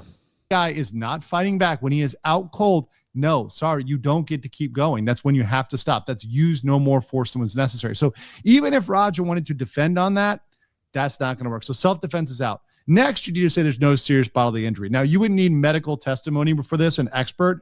This is not going to fly. He definitely has serious injury. And even it's so serious, it might aggravate it up to another level. We'll talk about that. But definitely he's not going to get off on no serious injury, because that's just not, there's no proof that this guy had a minor bump or something like that. No. This is real. The last is if it's an accident. So if you do an accidental touch, like you trip on somebody and then they're harmed, that would not count. So that's Well, you saw how blurry Psycho Stu was. Yeah, I tripped, slipped, and landed on several haymakers to his face after he was out. You see how blurry he is in this shot, Your Honor. I had no idea what I was hitting. See, I was falling forward and I was trying to stop myself by punching him in the face. It's the willful part, right? Not on purpose. So if you have an accident, it's not on purpose. So that's where we get that. So yes, this was not an accident. He didn't trip and fall on his face 10 to 11 times. No, he punched him in the face 10 or 11 times after he was clearly not able to fight back. So yeah, that's clearly what happened there. Very brutal. This is the sentencing. I gotta say, I appreciate Andrew's analysis of this because he's still going down the road and breaking it down for us like we're apes, because we are. Because like, if we were to make a video on this, like, why could Raja Jackson be found guilty and why could our response would be like, but just look at the thing. It's like this guy, but he said, look at his face. Andrew's like, well, see, here's the statute and here's the thing. And it's just like, but he beat the fuck out of him. As a misdemeanor, it would be only up to 1 year or $1,000, which is really nothing. That's really a nothing burger. But that's not what they charged him with. They charged him with a felony. A felony is up to 4 years in jail and a maximum fine of $10,000. Now, I know what you're saying. Andrew, I see the title. It says up to 6 years in jail. Is this clickbait? No, it's not. Let's talk about this. Mostly because 6 years in jail wouldn't be good clickbait. Life, that's a clickbait. Yeah. Talk about this. Because the sentencing depends on the severity and criminal history. And there's an exception. If there's what they call great bodily harm, it can go up to 6 years. So that's where we get this. Andrew would be, if you watch that little dot in this video, he would be a great like karaoke ball bounce guy. He does great bouncing the ball over the words as he reads them. He's had a lot of practice with his PowerPoints. It's unrelated to the topic of the video, but still a skill nonetheless that deserves to be announced. Yeah, great bodily harm. Recognized and acknowledged. Yeah, great bodily harm definitely applies here. I mean, the guy was fucked up. They said he was wasn't he close to unconscious death. in the hospital for several days? Yeah, and they said he was close to death in the ring as well. Right. So concussion, broken bones, contusion is guaranteed at that point. Great bodily harm. They can tag on an extra 2 years to the maximum of the felony. So it can go up to 6. What's required for that? Well, a concussion, broken bones, or contusions count. So we have a chance. I'm not 100% on whether any bones were broken. I know they were fractured. But with the concussion and the contusions, that is very much possible. We got to look at the injuries, but that's very much possible here. So yes, it is possible for up to 6 years. So with this, what do I think is going to happen? What's the reality of what's going to happen? I'm going to give my prediction. This is California, right? I think so, yeah. I bet you he gets mental health treatment. I bet you he doesn't go to jail. That would be disappointing. I bet they stay a prison sentence and he gets some kind of mental health treatment verdict or a settlement. They'll do a guilty plea and he'll have to go get some kind of mental health treatment and anger management and shit. It's California. They ain't throwing anybody in jail.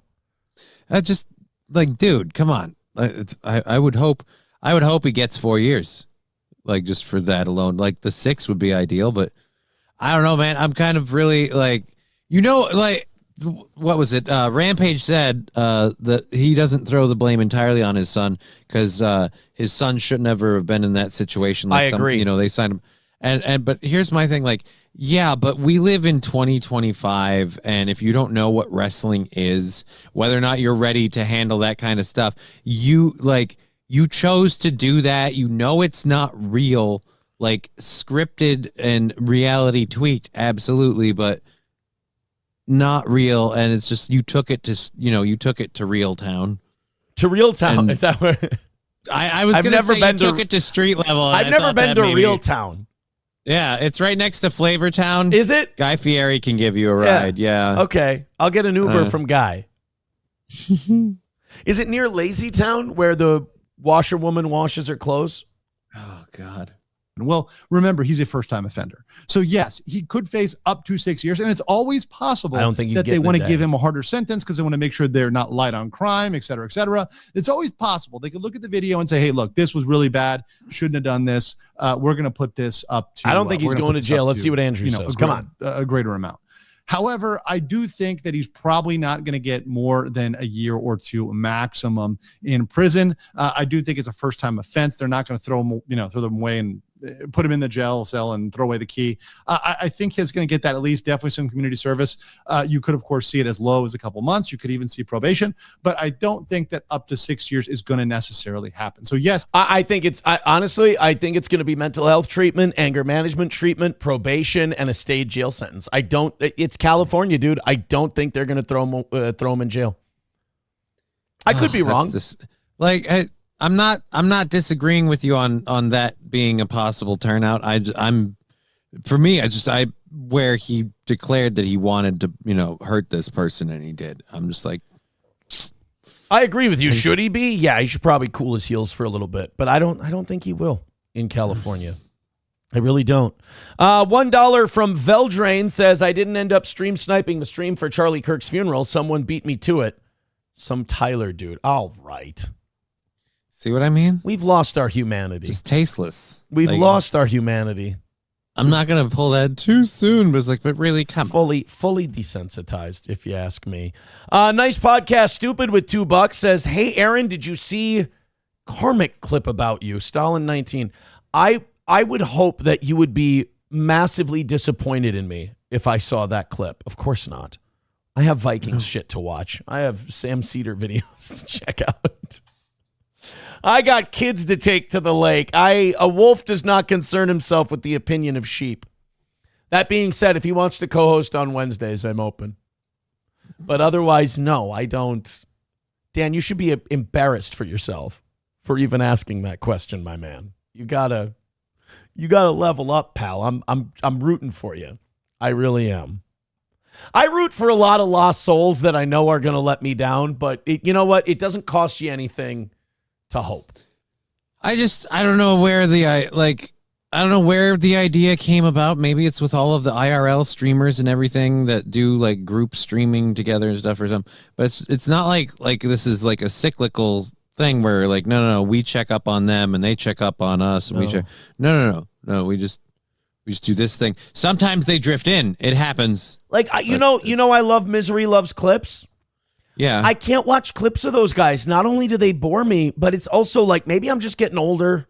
Maybe I hope I'm not maturing. That would be terrible. But I watch it and I'm like, this is just mean. Like, I don't think you can be a happy, well-adjusted person and enjoy that kind of content. I think you've got to have something broken up here that fills that brokenness. And it's like, I'm fucked up, but watching this makes me feel like I'm less fucked up. And that's dangerous too, because you have to understand, you're still fucked up. Right. You're now normalizing your psychosis, which is actually in some ways worse. That's exactly what it is. I get like 2 minutes into all those clips and I'm like, this is just mean. Like Kevin Brennan had 3 drunks arguing each other on Friday night. And I love Kevin. But right. I'm watching it and it's just like, it's 3 freak show fuck ups all trying to convince themselves that they're not freak show fuck ups because the other freak show fuck up is a bigger freak show fuck up. And it's like, I watched a couple minutes fully intending to watch the whole thing. And I'm like, not only is this boring, not only is this clearly porn for crazy people, but it's just shitty. Like, it's not quality broadcasting, number one. I don't think it's intended to be, which is fine. But it's also like, guys, this is just mean and low effort. No offense. You know what? They be more like Andrew. He got a PowerPoint together. Fill your time with like better things. It'll reflect nicer on your soul. Like here, we're gonna watch the UK falling apart. You ready? Yeah. It's still falling apart. My Vikings are headed to the UK to play a couple games. One in Ireland, one in London, back-to-back weeks. And this started as a joke. This is another one of those things that started as a conspiracy theory. Those crazy conspiracy theorists, coming up with their wild ideas that somehow the UK is going to arrest you for Facebook posts or the police are going to knock at your door because of something you wrote on social media. No, I mean, this is some Brave New World shit that we're about to show you. Not only are the police showing up at a young girl's door because of something she put on social media, but it is the 2 least intimidating police officers you've ever seen in your life. This should honestly be a comedy show sketch. What we're about. The fact that this isn't a comedy show sketch is maybe the most embarrassing thing in the world. It's an unintentional comedy sketch, which is better but worse. Right. These are the police officers. Holy Jesus. Right. You got OnlyFans here and Habibi here showing up at this door. First of all, if you're going to run a jackbooted fascist government that bullies people, at least send some intimidating cops to the door. I mean, do it right. Instead, you send subscribe to my OnlyFans and Halala over here to be like, hi, look, just to be passive aggressive as fuck. I know that your daughter probably thinks it's fine to put stuff on social media, but yuck. Does she really want to do that? That can't be. What are you two going to do? Use your super cop powers of gaslighting to make these people feel shitty about themselves? Because I know you're not could you see any of them subduing a suspect? No, and the weird part is, for me, especially police in particular, you're wearing garb that says you're a believer of a particular faith. That faith believes you're subservient to men. Why are you in an authoritative role? Well, let's see. This is so a girl. I don't believe this girl owns this home. They go to her parents and they talk to her about what she's posting on social media. Here it is. This is so she's not there? Does she live there? She lives there. Ladies and gentlemen, this is the UK 2025. Okay, what was it? Sorry, I don't like the camera. You can have my body cam. I can exhibit that to you. I just don't like the camera, really. Okay, well, I'm doing this because this is my own house and I am telling you why I'm doing it. So I just need to know why would she... I'm sorry, but if I open the door, if they knock on the door and say, police, and I open the door and I see this, I can't help but go, hi, guys, what do you need? And they're like, is there a pizza guy coming behind you to complete this bit? Or is this, where do I get double sucked off? Is that what this video is? Where's the camera? Is this an OnlyFans thing? Is this like Hugo from The Girl Next Door doing reality porn shit? Because I'm not ready. I didn't know I was. I thought Bang Bus was scripted. Oh my God. So which Jewish porno company put you up to this? She's basically viewed a post, which is not an arrestable offence. Viewed an offence, that's good. Okay. It happened in May, and you're completely fine. The only thing is, we need to seize the phone at this current moment. The phone needs to get seized from us, otherwise we will escalate this further. So you need to get, your daughter needs to give us her phone because she viewed a Facebook post. They need to. So she didn't even post? I missed that part. She didn't even post? No. Jesus fucking, honestly, and I know that you can't do this in London or UK or whatever, but looking at the two of them, why wouldn't she just be like, all right, the two of you can fuck off? Seriously, they are going to get V for Vendetta in London if they keep going at this rate. Well, isn't that where the original V for Vendetta was? Wasn't that Guy Fawkes? Yeah, it was in London. You know what I love is that wasn't Guy Fawkes a super religious, all these atheist-based people are wearing Guy Fawkes masks. I'm pretty sure Guy Fawkes was a pretty religious He was a religious radical who thought that the government was getting too far away from God. That's what V for Vendetta was. But with a voluntary interview. So have you seized anyone else? Is she the only child you're picking on? Voluntary interview, you'd be able to come. Have you spoken to anyone else? No, we'll come to the station now. Do you mind letting her finish her sentence before? You know what? You know why? I figured it out. Do you know why it's female cops coming to the door and why there might be more female cops in the UK? Because only women would be so attracted to power and being able to tell people what to do that they would enforce bullshit like this. I think I have to say a guy would be like, this is a waste of our fucking, who fucking cares? If you get young women and you tell them, hey, go to these people's house, be catty, be bitchy, be shitty, and tell them they have to give you your phone or you can escalate it. People with very little power outside of the badge would love to have the power to just take somebody's phone. So they get amped for this kind of stuff. And they're convinced that they're helping their community. Hey, Toots, you know that gossip and hen shit you'll have to do? Get yourself a gun and a badge. Right. Yeah. It does have to get further escalation, unfortunately. That's fine. We'll come to the No, station now. the phone isn't seized right now, and we're not able to basically get the phone. We have to escalate this further, which means your daughter will get arrested. For what? And Viewing a social media post? Is that? I need to go with that in order to. No, absolutely not. What can we do to prevent destruction of evidence? Dude, you could never do this in the United States, could you? Can't just walk I would into think there. not. You have no warrant. You have no. Please tell me they can't. I mean, I'm sure they could. The police can do whatever the fuck they want. You have but on paper, you can't do this in the United States. On paper, you can't do this in the United States.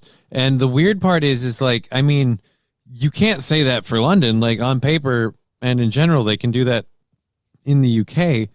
But up until now, it's been one of those kind of like trust but verify things. In we've never needed to actually go this far before. I'm sorry. Lisa. That's fine. I would like you to leave now. I'd like you to leave. This is why you're Okay, I have nothing more to say to you. A social media post. I've got nothing more to say. I'd like you to leave. You've harassed this child enough. I'd like you to leave.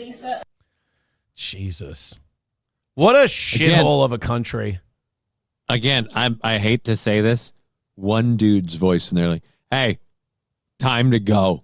And those ladies are gone. You gotta get out of here. This is enough. No, I mean, it's remarkable. I can't believe I found something more disgusting than the comedian dude that we covered before. The one that happened, his post got him arrested. He went to court with the sandwich board, the whole nine. Yeah. Oh, shit. I can't remember that guy's name. I thought it was like Garrett something. I could be wrong. Mitch Hedburn. No, way off. Patrice O'Neal. No, that wasn't it. That was somebody else. But it's like that country, like at no point have they gone, hey, why don't we walk back this whole showing up at people's houses for social media post thing? It's like, imagine the politics in the UK that there's not enough popular support to reverse that.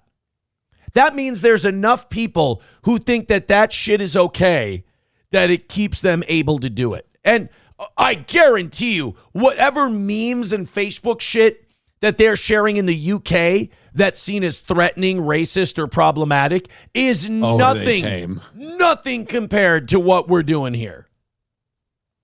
So, but it's weird. Again, it's a country and a government that want to lock down a group of people because they haven't had the right to openly protest stuff. And now that government has been doing stuff that a lot of the natural citizens openly have started protesting. And, you know, I do want to say this. I want to put a disclaimer on this. It did look like this woman clipped some shit. So I want to find out what she clipped. I'm sure there's stuff in there that makes her look worse. But at the same time, you're still going to have to show me a lot more. She's going to have to be a real bag of shit before I'm switching teams.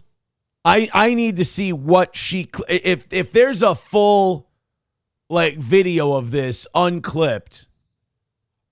that's a weird thing to say, but you know what I mean.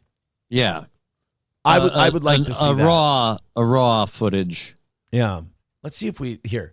UK Facebook post phone. Raw uncut. Raw and uncut. Yeah. Two blonde and hijab wearing officer uncut. What am I going to get with that? This is the same 1 minute and 23 second clip. Okay, it did get context posted on Twitter. Okay. Context. The police has clarified that they are investigating a teenager accused of creating a fake social media profile account, impersonating another teenager, and using it to send indecent or grossly offensive messages, not because she viewed a social media post. Let's check it out. I mean, at the very least, that sounds like maybe, they need to show that I'm human. Uh-oh. Well, who gives a shit if a robot views it? Well, I mean, I'm just saying you human is being a bit generous. Right. I'm a bag of shit, but I am technically scientifically human. We are investigating after a complaint from a member of the public that a fake social media account had been created in their name and had been used to send indecent messages. The offense being investigated is one of malicious communications, sending indecent or grossly offensive communication to cause distress or anxiety. So basically cyberbullying. Officers made a number of attempts to speak to a suspect, a teenage girl, at her home address as part of the investigation. On September 13th, we spoke to the girl's mother at her home and explained we needed to speak to her daughter and recover her mobile phone as part of the investigation. The following day, the girl attended a police station for a voluntary interview, and the investigation continues. So wait a minute. The mom here is a piece of shit who's doing that thing where she goes, oh, my baby didn't do nothing. Kind of that millennial. It started a little bit with the baby boomers, but it was still in the minority. Now this is kind of the millennials have kind of made it worse with, oh, no, my child didn't do nothing. I don't know where people get this idea of like, my child is just a perfect, like a lot of people need to be a lot more like Rampage Jackson. Like, nah, he's a piece of shit. Lock him up. Yeah, right. We need more rampages when it comes to parents. Maybe not in the actual raising of the child. Yeah.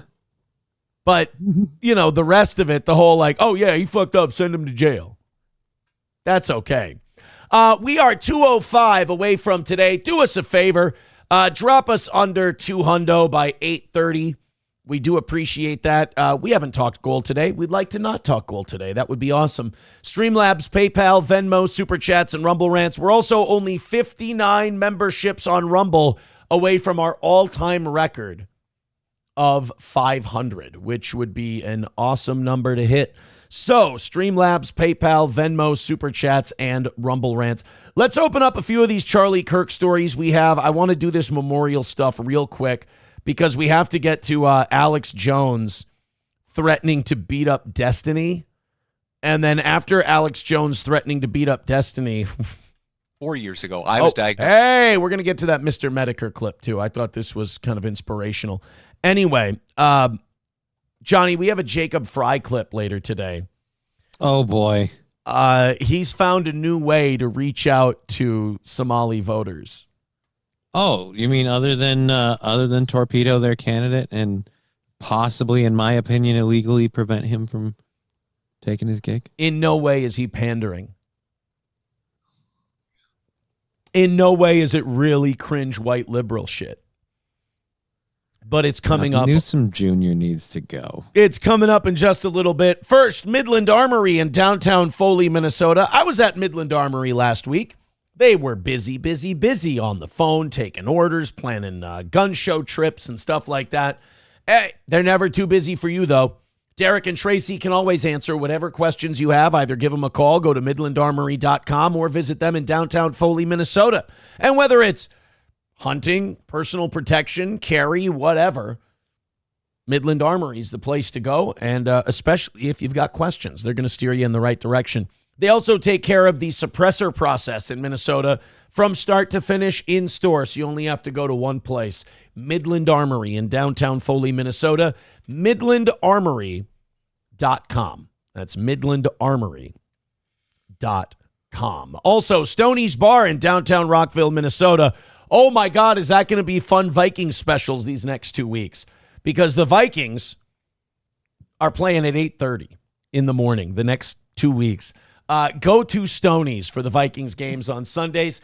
Go there for live music on the weekends. And the weather is still going to be nice. We're blessed. Go enjoy the patio and Stoney's Garage. That's Stoney's in downtown Rockville in right there on Broadway. Stoney's Bar. Go see him today. And, of course, if something bad happens to your car, if you stall, if you go in the ditch, if you get in an accident, whatever happens, All Care Towing is there to get you. Quicker than anybody else. Quick as a hiccup, as they say.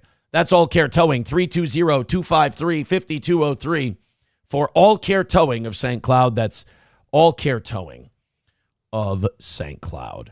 Rabbi Smoothie, I don't have that clip. But that sounds about right. That guy is kind of having an Aaron spiral. That's for sure. So if you're anyone associated with me in any way, they definitely...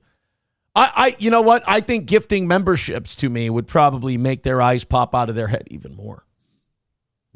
I'm just kidding. I'm just kidding. Streamlabs. He couldn't hate. Streamlabs, PayPal, Venmo, Super Chats, Rumble Rants, etc. Go ahead and knock out our goal today. We appreciate it. So Charlie Kirk's memorial service, I mean, it's just unbelievable. The amount of people that gathered for this, the amount of people that were there to say goodbye to Charlie Kirk. I mean, I was thinking about this. When's the last time we saw somebody who wasn't like a president or an elected official or something, who's just a guy that had this many people showing up for their memorial service? I don't mean this to sound like it is. I don't think George Floyd even landed this. I mean, George Floyd did get his own colorful send-off, in fairness. Right. There were definitely nationwide protests. Yes. But like, I don't think like the actual funeral service itself. They lit a lot of funeral pyres.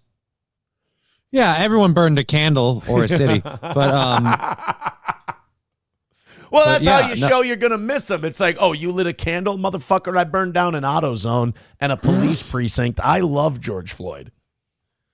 What'd you do? I stayed in the suburbs where it was safe. But yeah, you're right. You can light up a candle or you can light up a city. I mean, how down for the cause are you?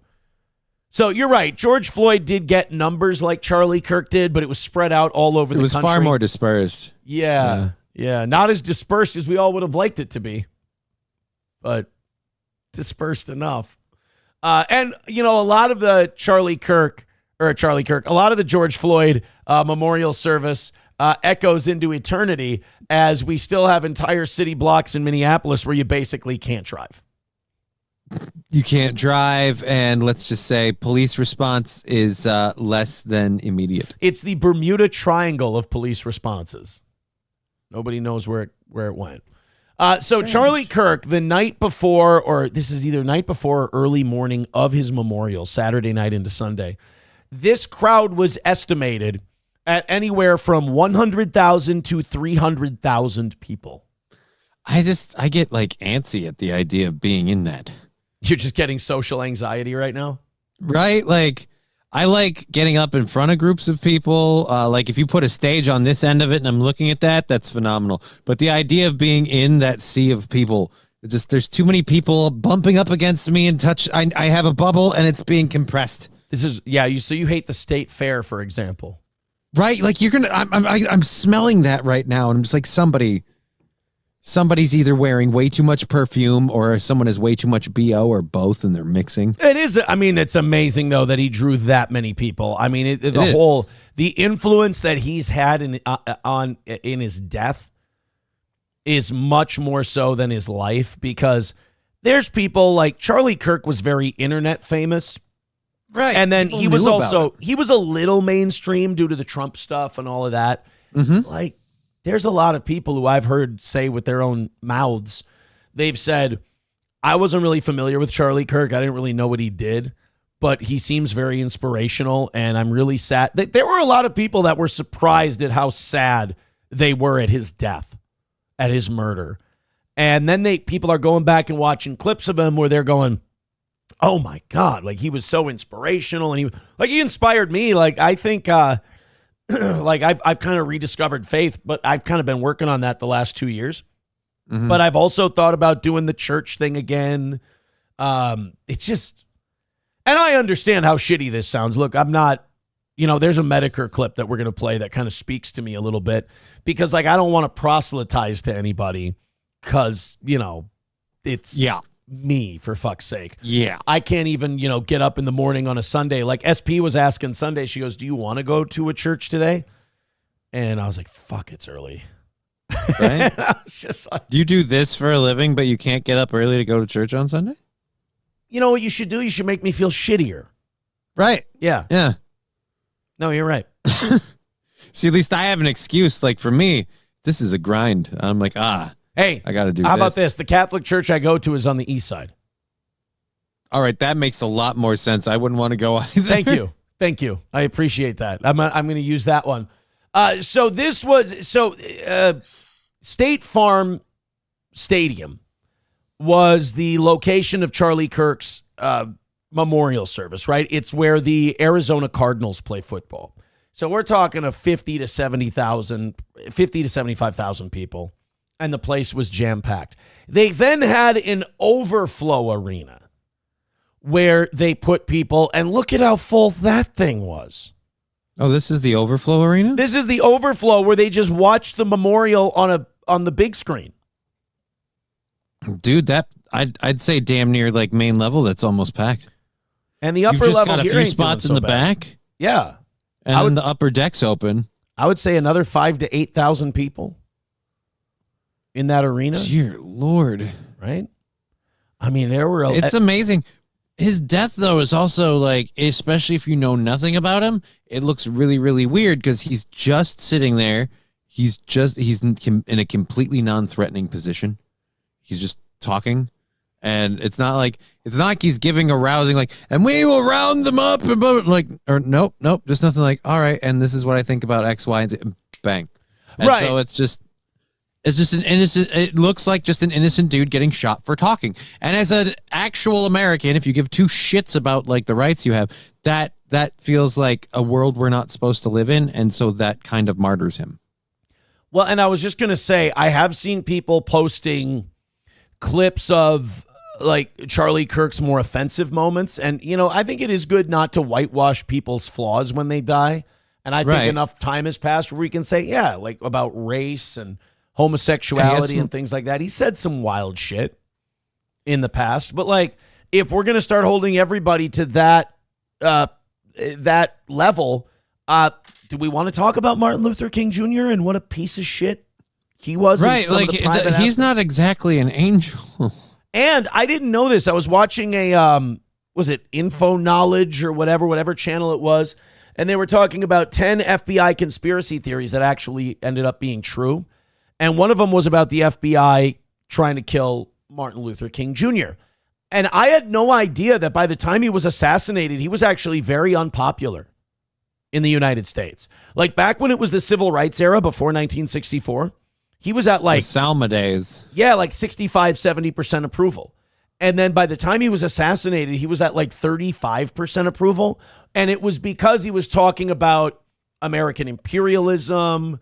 He was kind of getting a little communist-y about workers' rights, about capitalism being awful. And he was kind of like, he went from shitting on the treatment of black people, which people were like, yeah, right on, to like shitting on America itself. And people were kind of getting sick of it. So like to sit there and be like, well, Charlie Kirk said all these things. It's like, well, MLK had fucking bisexual orgies and like cheated on his wife constantly and was a complete communist. That doesn't mean that people shouldn't have gathered for his memorial service. Right. I mean, two things can be true. He could have said shitty things about Martin Luther King Jr. Martin Luther King could have been a piece of shit. Right. Well, and that's what I mean. Same with Charlie Kirk. Sure. But I think the stuff Charlie said about gay people was probably based on his religion, which that's one where I'm like, you can't fault him for that. When in this whole, like, we should accept people and their religions, we should accept these cultures and their religions and all that stuff. Right. Well, his religion, that's the one that I'm always weirded out by with the LGBTQ community. Like, we need to be able to be in the Catholic Church. Like, no, you don't understand. You're fundamentally something they don't believe in. Right. Like, that's just, it's one thing that's always been weird to me, like religious, like homosexuality and religion. Like, you have to understand that's like being like, hey, why? I'm just the devil. Why do these people hate me? Like, because you're playing the part, my friend. You're the devil to them. It's like wearing a 3-piece suit to a toga party and wondering why they won't let you in. Why am I the odd man out? I got a really nice tie here. Like, yeah, fuck off. Yeah, we're wearing togas, dude. And we're going to start jacking each other off later. Oh, Jesus, that's what I signed up for. Well, check, please. I mean, why else would you have that attire on? Let's be honest. It's going to get gay. It's all easy access. That's the point. Everybody's going to be grabbing cocks. That's why Rome went down. They were all fucking. Exactly. Skirts. Inflation and homosexual gangbangs. That's the end of the empire, my friend. All right. I want to play this clip from Donald Trump from the Turning Point USA Charlie Kirk Memorial. I thought, like, there's always that one guy at the funeral who's going to crack a couple of jokes to kind of test the room and see if we can like add a little levity. And that was President Trump at the... Oh, Jesus, really? Charlie. Oh, yeah. This is... The Commander-in-Chief is like, hey, how about I throw a zinger in here? Dude, I watched this clip and I was like, right on. That's pretty good. It's a very self-aware moment from Donald Trump. Here it is. In that private moment on his dying day, we find everything we need to know about who Charlie Kirk truly was. He was a missionary with a noble spirit and a great, great purpose. He did not hate his opponents. He wanted the best for them. That's where I disagreed with Charlie. I hate my opponent. And I don't want the best for them. I'm sorry. I am sorry, Erica. Come on. It's the life of the party. Like, Don doesn't drink, he doesn't do drugs, but he's still... I'll put a hose in his mouth. Yeah, he's Ray Kroc. Yeah, I'm telling you right now that if my opponents were drowning, I would walk over and stick a hose right in their mouth. I would do that. I would help them drown. I'd kill them. Charlie was different. Charlie, he loved his opponents. He wanted to debate them. I want to murder mine with an axe. Sorry, I apologize. Sorry, Erica. I apologize to you, Erica. But Charlie loved his opponents. I would, if we're being honest and it was legal, I'd shoot mine in the neck. Jeez, Don, shh. Don. It's a bit early, buddy. Why there? Charlie, much better person than I was. He would tell me, Don, we have to love our opponents, and I would call him a pussy, and I'm sorry I did that. Charlie was probably right. But fuck him, you know? Like, he just goes on wait. He forgets he's at a memorial service, and he puts a forearm on the podium, and he goes, you know, I don't like my opponents. Quite frankly, fuck them all in the mouth, ass, and face. But Charlie was different. We're going to miss you, Charlie. You loved even your opponents, even the ones... I offered to drone bomb many of them. He said no. I told him I'll drop a Hellfire missile on their house. He said, don't do it, Don. I told him I think it would have scared away certain people, and maybe, he'd still be here today, but he was a better man than that. I said, Charlie, I will kill Sam Cedar, and you can wear his ears from your dog tags. And he told me no. He didn't want Sam Cedar's ears. I would wear Sam Cedar's ears. Like, he just starts talking about it. I told him I would cut the fat off of Cenk Uygur's back myself and let him keep it. And he said no. I told him, Hassan Piker, I'm coming to your house. In Los Angeles, and I'm going to kill you. And they asked me, they said, Don, in the ring? I said, no, in real life. IRL, I would kill him for Charlie. But we're not going to do that.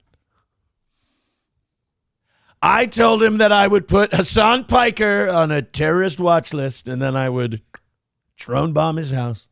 Charlie said no. He wanted to debate him. I said, sounds gay. But now Erica can talk to me and the whole group, and maybe they can convince me that that's not right, but I can't stand my opponent. He's still on about Charlie's angry. Looking down, he's angry at me now. He wasn't interested in demonizing anyone. He was interested in persuading everyone to... As Don reads this, he's like, not even sure I really like the guy now. Soft. I wonder if at the end of like Don's teleprompter segments, it has the pre-scripted bit and the Don, you're seriously still going. We know you're reading this, but you're ad-libbing everything. Don, for the love of God, just move on. Like Don Jr. is standing like, stage left right behind the curtain. And like people are like Stephen Miller's out there going, I'm going to go stop him. And Don puts his arm out and goes, he's on a fucking roll right now. You do not stop him.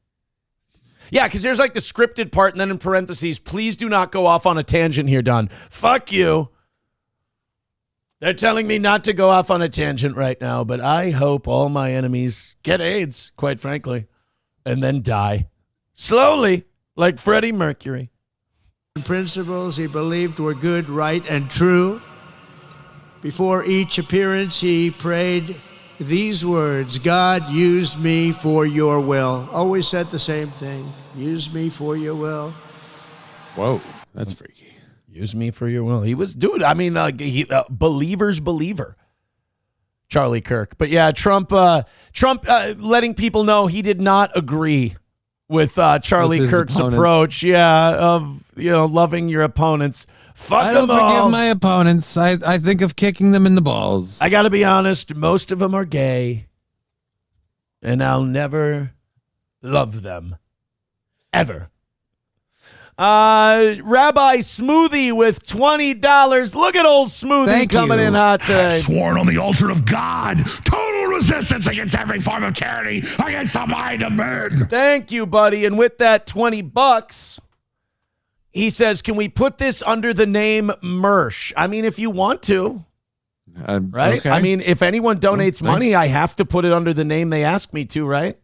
Unless it's some reason horribly offensive and you don't want it on the screen. I mean, as long as it's not a violation. It's show host's discretion, but yes, absolutely. It is my, as Jeff Jarrett would say, my world. Time to leave my mark. My world. Numero uno is now in the cuck chair, and Hunter has fallen out of it. Mersh is now in second place with $20, tied with Uncle Lucky or Scary Larry, as I'm calling him today. That poor unfortunate bastard. Yes. $1 from Chips and Diff says, Aaron, that is just the staging area for Bonnie Blue's next porno. Oh, I got it wrong. I apologize. That is totally on me. My bad. A lot of people there for that. A lot of people. So Hunter is off the board at $5. Joey Caravello with $2 says toward Johnny's Thai massage fund. You got a Thai massage fund, you freaky fuck? I've never even been to a massage parlor. What's a Thai massage? It's like, I'm glad they spelled it on the screen, because for a minute I was thinking like a necktie, and I'm like, what do you do with a necktie? It's a massage where they offer to jack you up for money. Oh, good massage. Just make sure they don't have a dick. Unforgivable. Lab Glass gifting 5 memberships. Thank you, buddy. Sworn on the altar of God, total resistance against every form of tyranny, against the mind of men. There we go. And that's going to not only put us at 155 away from today, so you guys are ahead still. Thank you very much. But also, it means that we are 54 away from our all-time record of 500 gifted memberships. So now that puts Lab Glass in first at 25, Uncle Lucky / Scary Larry at 20, Mersh at 20, Aaron S. at 10, and now Redbird is in the cuck chair at 6. Numero uno, falling out of said cuck chair. All right, we're good to go. Professor Tie-Dye with $1. Boy, you guys liked that last segment there. Has Johnny told you the business idea I shared on Twitch of combining the two things you both love, pasta buckets and strippers, and open a pasta bar strip club called Uh-Oh Spaghetti Hose? No, I haven't shared the idea. I don't hate it. I mean, it's like, it's not the worst idea I've heard, but this idea that I love strip clubs. No, I just thought it was a great way to make money when you've got like a DJ business and you DJ. It's a pretty nice way to just like make a fat payday on. There's a lot of money there. You don't need to explain yourself to me. I didn't even have to and that's the best part. I just sat in a chair playing music all day. Right. What? No, I get it. What do I got it? I feel you, buddy. Also, you need me more with $5 over on the PayPal end of things. Thank you so much. So kind of you. This person writes in, the beginning of Don Jr.'s remarks were funny too. I mean, if you guys want to hang out in the Charlie Kirk Memorial for a little bit, we can. We've got time today. We do have a couple things I really do want to get to, especially Alex Jones offering to fight Destiny. You need me more with the $5, says Aaron. Landers said there's $1 beers at Stoney's during WPH. Bring the green siren light. No, there's not. That's not an actual None of thing. that is true. None of that is true. Hey, guys, thank you very much. What is it? 155 away from today. Thank you so much. Keep gifting those memberships. I really appreciate those. All right, let's look at... I want to get to Erica Kirk's remarks, but those are very serious, and I thought they were very poignant. You know, she forgave Charlie Kirk's assassin. I thought that was pretty huge because I'm more like Donald Trump. Like if somebody shot somebody I loved publicly, I would want to kill that person back myself. B, I would wish for nothing but bad things to happen to them and for it to happen slowly. Like I might be able to forgive them after a while. But it ain't happening in the first month. Week and a half, was it? Yeah, like a week and a half after his death, she's like, I forgive you. I think that's what that God and Christianity gives you, though. I really do. Well, I mean, I will say it might be easier for her to forgive if she believes he's in this, exalted, better place. I mean, she's not happy he's there, but at the same rate, there's no suffering. He's in, peace with his creator. So, sure. I mean, yeah. They said that Don Jr. had some levity, too. He did an impression of his dad. I'm in. Let's check it out. Let's find out. I'm not widely known for being a sentimental guy. Anyone who's seen He's kind of a prick. me on social media knows I'm far more likely to crack a joke or get myself in trouble for posting some grossly inappropriate memes than I am to shed a tear. I'm really, honestly, an immature prick is what I'm trying to say. I'm a fucking asshole. It is like the Trump family at a funeral. They seem fun, but also wildly inappropriate. Right? Like making the memorial about themselves, like both of them, father and son. They're like, I would never forgive my opponents the way Charlie does. It's amazing thing. And then Don Jr. going, I'm a fucking dick on social media. Everyone who knows me knows I'd never say anything nice about anybody. I'm an asshole. Okay. It's kind of weird. They're both going up on stage and be like, look, we've all gathered here to mourn the loss of a great person, but let's spend a minute to talk about me. And the fact that I'm a dick. In a way, it does make Charlie look better, though. Fair enough. Yeah. It's like, Charlie These are the proverbial fat chick wingman? Yeah. Charlie was way better than me. He loved his opponent. I hope mine rot in hell. Unrealistically, like I'm probably meaner than I should be. I know this because I've even gotten the call from that guy a couple times. His dad. Don,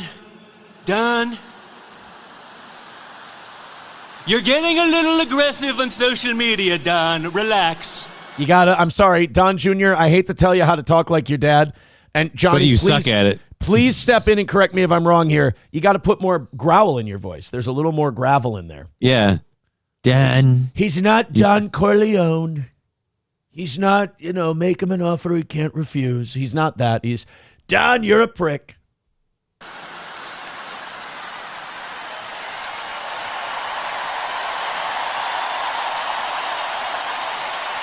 Right. Charlie Kirk's dead, just so we're all clear. Bro, Charlie Kirk's dead. I hate to make this a right-left thing. It does suck, and we do it way too much in this country. But I also can't help but notice things. Conservatives, people on the right, seem to have such a better attitude when it comes to people dying and shit like that. They're not murdering. They're not setting things on fire. In fact, they're being jovial. And I hate to do this because I'm new to the game. I've returned to the game, I guess you could say. I think it's got to be that faith in God thing. I think it's got to be the religion that puts him in a better mood when somebody dies. Because, perhaps we didn't see this with George Floyd. We didn't. I'll give you another example that's political. Do you remember Paul Wellstone? Yeah. Is that the Minnesota guy plane crash? Yes. There was a Minnesota senator named Paul Wellstone. He was the only... Very liked. Among liberals. He was a way left-wing guy, but he was respected among conservatives. We didn't have as much of a divide back in 99, 2000, whatever it was. We didn't have as much of a divide back then. Oh, no, this was 2002, just before the midterm elections, because he was running for re-election. And Walter Mondale took his place. Norm Coleman beat him. And the reason Norm Coleman beat him, Walter Mondale would have been a United States senator back in 2002. But they had this memorial service for Paul Wellstone. And the Democrats turned it into a fucking political rally. And they started yelling at Norm Macdonald, you need to drop out of the race. If you care about Paul Wellstone, then you need to drop out and let Walter Mondale win this thing. and we're going to win this election. They were up there going, we're going to win this election for Paul Wellstone. It was so bad. Jesse Ventura, the independent governor of Minnesota at the time, he got up and walked out. Jesse Ventura walked out of Paul Wellstone's memorial service, he said, because it sickened him to see how they handled it. And he thought it was really unprofessional. And it basically, everyone else was so grossed out by it. This was before like the internet streamed shit like this. So we just watched it on like Fox 9. And people were so disgusted by it that Norm Coleman, did I say Norm Macdonald? You did. Did I say Norm Macdonald became senator? I think so. That's a shitty thing to do a memorial there. And you guys were kind of dicks. No, Norm Coleman. Norm Coleman became senator because everyone watched it, like independents and Republicans, and were like, fuck these people. Yeah, you know what? Fuck, we're voting for the other guy. Yeah. And that's essentially how the whole thing went. On a wall with $5. Thank you very much. I gotta start keeping track here for On a Wall. He's at 6. On a wall with $5 with a short. Let's see what kind of short he gave us. Was this memorial related? I hope so, because that's kind of what we're on right now. We got the traditional Thai massage. Oh, there you go, Johnny. Here's your Thai massage. You ready? Okay. Thank you for sending us this On a Wall. A unique and powerful healing art that combines stretching, acupressure, assisted yoga, joint mobilization, and breath work while working the energy lines of the body, also known as Sen lines or Sen Sip. Stimulating Sen Sip helps to clear blockages or stagnation to help balance the body physically and energetically. This style of massage is performed on a floor mat with the client wearing loose, comfortable clothing that allows for full movement. By combining rhythmic rocking... It's gay. No, sorry. It seems incredibly gay. Dude, you're going to need like a freaking like professional like bodybuilder to move. My leg muscles tighten in weird ways on their own when you start moving them. So yeah, no, like these things turn into granite and you can't move them. They lock up pretty hard. Fucking challenge accepted, dude. She's gonna I'm just saying, fucking grandma here is gonna have to, get after it in order to make a dent. With the use of various tools such as thumbs, fingers, where's palms, the massage part, forearms, elbows. This just knees, this and just seems like weird. Like she's playing with you like a giant Ken doll. Stimulating the Sen lines and offer detailed compression work, stretching, and acupressure. Yeah, that's some rich people shit. That's what that is. You got more dollars than cents. That's Nepo money. That's what Thai massage is. No thanks. But it was for you Plus, anyway. I don't know about you. Like I said, it'll be difficult to move my legs. Plus, I also don't see the part where they're gonna jerk me off, and I was really excited for that. So Bloom is I'm off. gonna need that clarification. Bloom is off the rose for you with no jerk off, right? Like if you're like move my legs around, what you want a fucking metal? But like, all right, if we're gonna get a little rub and tug in here, I was starting to be like, all right, so when is she moving in to work the third leg? And nothing. You raise a fair point. I mean, look, you're allowed to want your massages. Like a man who has needs. On a wall with $1 says, I'm quite vengeful, even when I forget what they did. Oh, yeah, I hate him for whatever he did to me in 3rd grade. I'm going to go out on a limb here on a wall. I don't know if Johnny agrees with me or not. I really think that's unhealthy. Yeah, I can hate in the moment, but after that it fades. Yeah. Like I don't hold on to it. I find it's a lot better both for me as a person and just my mental health to be more, jovial and childlike. And I've that's where I believe my youthfulness in my appearance comes from. People are like, yo, you look young for your age. I'm like, it's probably because I act like I'm 7 most of the time. Just kind of hold on to that. See, on a wall, that's what I meant. It can be very unhealthy. Lab Glass with $5. Add another 5 to Lab Glass's lead. He's at 30 for today. Thank you, pal. He says it's easy to have forgiveness when you have a Latin pool boy, a black repairman, and a horse in the stable.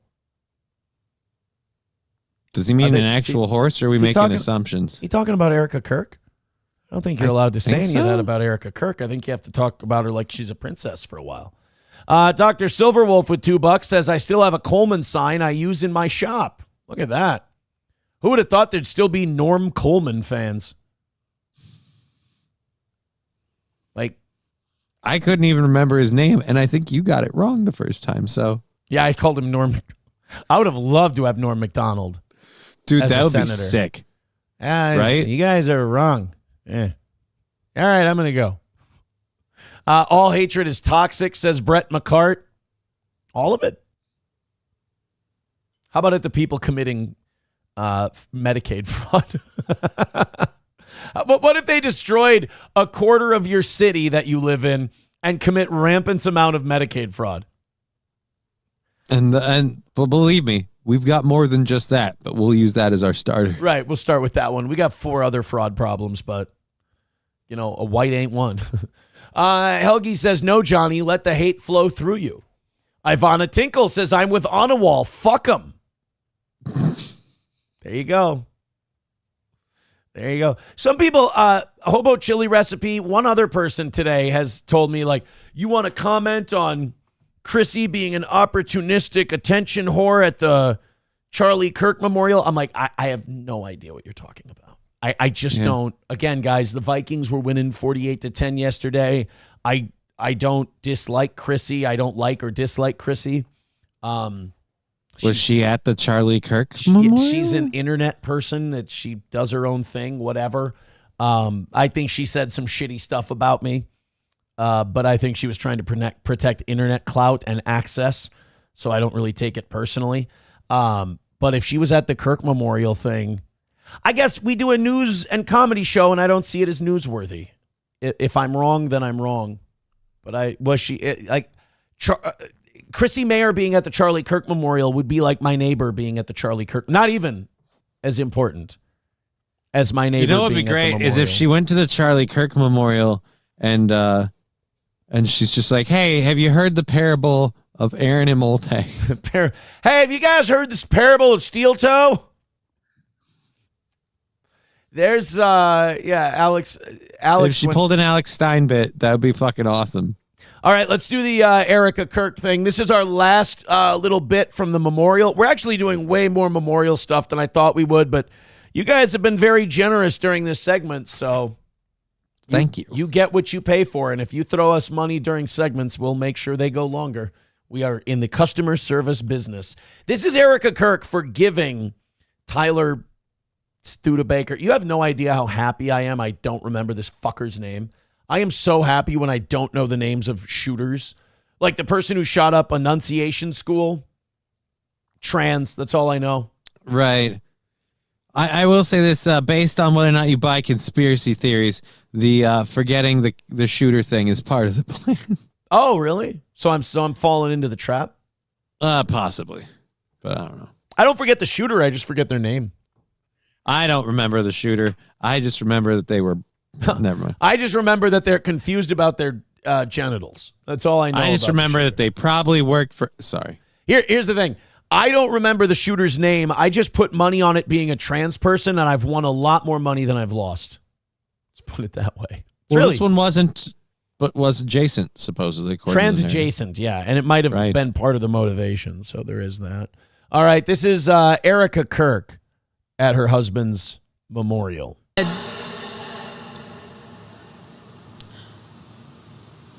Father, forgive them, for they not know what they do. No, not. That's fine. You're mourning. That man, that young man, I forgive him. I don't know if I believe that. You don't think so? I don't know. I mean, you're not. She's crying like she's mourning right now, so it might be completely unrelated, but... I have read a handful of people who have questioned the sincerity of Erica Kirk. Now, I just can't do that. I can't go that far when somebody... I've never lost someone like this. So I can't judge what she's going through. She's also far more religious than I am. And so there's that part of it too. So I can't question her sincerity. I'll say this. I think sometimes when people question other people's sincerity, it's more of a window into the accuser's soul. Right. Than the person they're accusing. People like me wouldn't be able to forgive. No, I'm saying basing this off of having seen the other performance she did immediately after and and everything, and when she was all fire, you were all fire and brimstone. But no, now on this one, when she's saying that, it's with the emotion coming out of her, it doesn't seem quite real. But then again, that emotion could be because, again, she's had her husband's funeral, asshole. Exactly. I love how you interrupt your own point to call yourself an asshole. Right? Yeah, it could be because she's at her fucking husband's funeral, you dick. Like, for a second, I thought you meant me. I'm like, what? I'm on the opposite side of you on this one. Jesus. No, I'm highly self-critical. I call myself an asshole all the time. Also, I don't think you can underestimate how much how much heavier you are into God, the more you might be willing quicker to forgive. Well, oh yeah, and I could completely believe that. Like I said, if she's a fucking full cup drinking tea consumer, then that's literally, he's in a better place right now. Yeah. I mean, shitty for you and your family, yes. Him, whole shot, phenomenal. Plus, depending on what you believe, time is non-existent up there, so you guys are up there with him too. I heard a very interesting... Let's finish this clip, and then I'll share something mildly related. Shuli's in the back. Did you see Shuli back there? I did not. Look at that. Shuli's at the fucking Kirk Memorial. Look at him. Holy balls. This is a Christian event, sir. You get your Christ-killing ass out of here. These guys are all wearing their hats, and you left yours at home? I do believe you should dress nice, even if it's a memorial thing. But keep the beanie, lest you break the bit.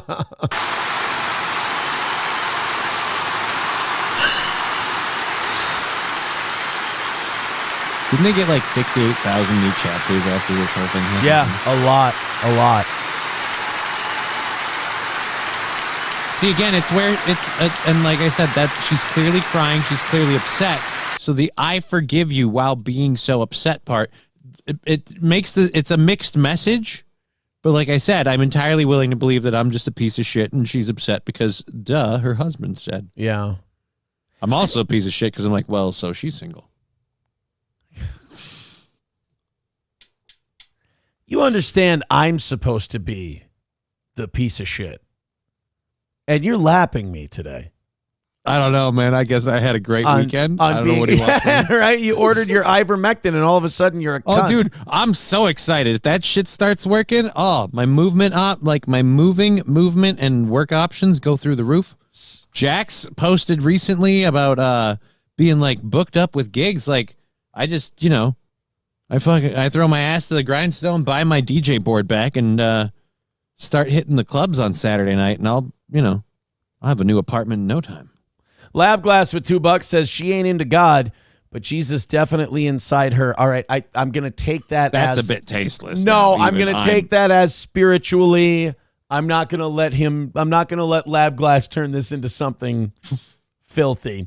I do want to ask the chat, you guys are doing an amazing job today. So I'm going to let you decide. Do you want me to skip this Metokur thing? It's a little inside. I don't know if a lot of people want to hear it, but it might speak to you because it kind of spoke to me. It's Mr. Metokur, who's very sick with cancer and some autoimmune diseases. His life is wrapping up. And he spent a few minutes on his last stream talking about how Charlie Kirk's death, brought him closer to God, and he was never religious, and that this kind of put Jesus into his heart, if you will. Okay. I'm going to let the chat catch up a little bit. We have a little latency, which, by the way, has fixed our OBS issue, so I'm fine with that. Do you guys want us to cover it or skip it? Because, like I said, we have plenty to do today, including the Mayor Frey stuff. Conditioner on my D says, can you skip the rest of this shitty show? No. What? Do you know there's hundreds, if not there's thousands of people who need this shitty show to get through their day every day. So I need to keep doing this shitty show because thousands and thousands, monthly, tens of thousands of people depend on it. And by God, I don't want to let them down. You came here. Why do they come to me to die? Why do they come to me to die? It's like this, guys. Why do they come to me to die? Why do they come to me to die? I'm sorry, Conditioner on my D. I don't mean to upset you, but it's true. I never want to upset people.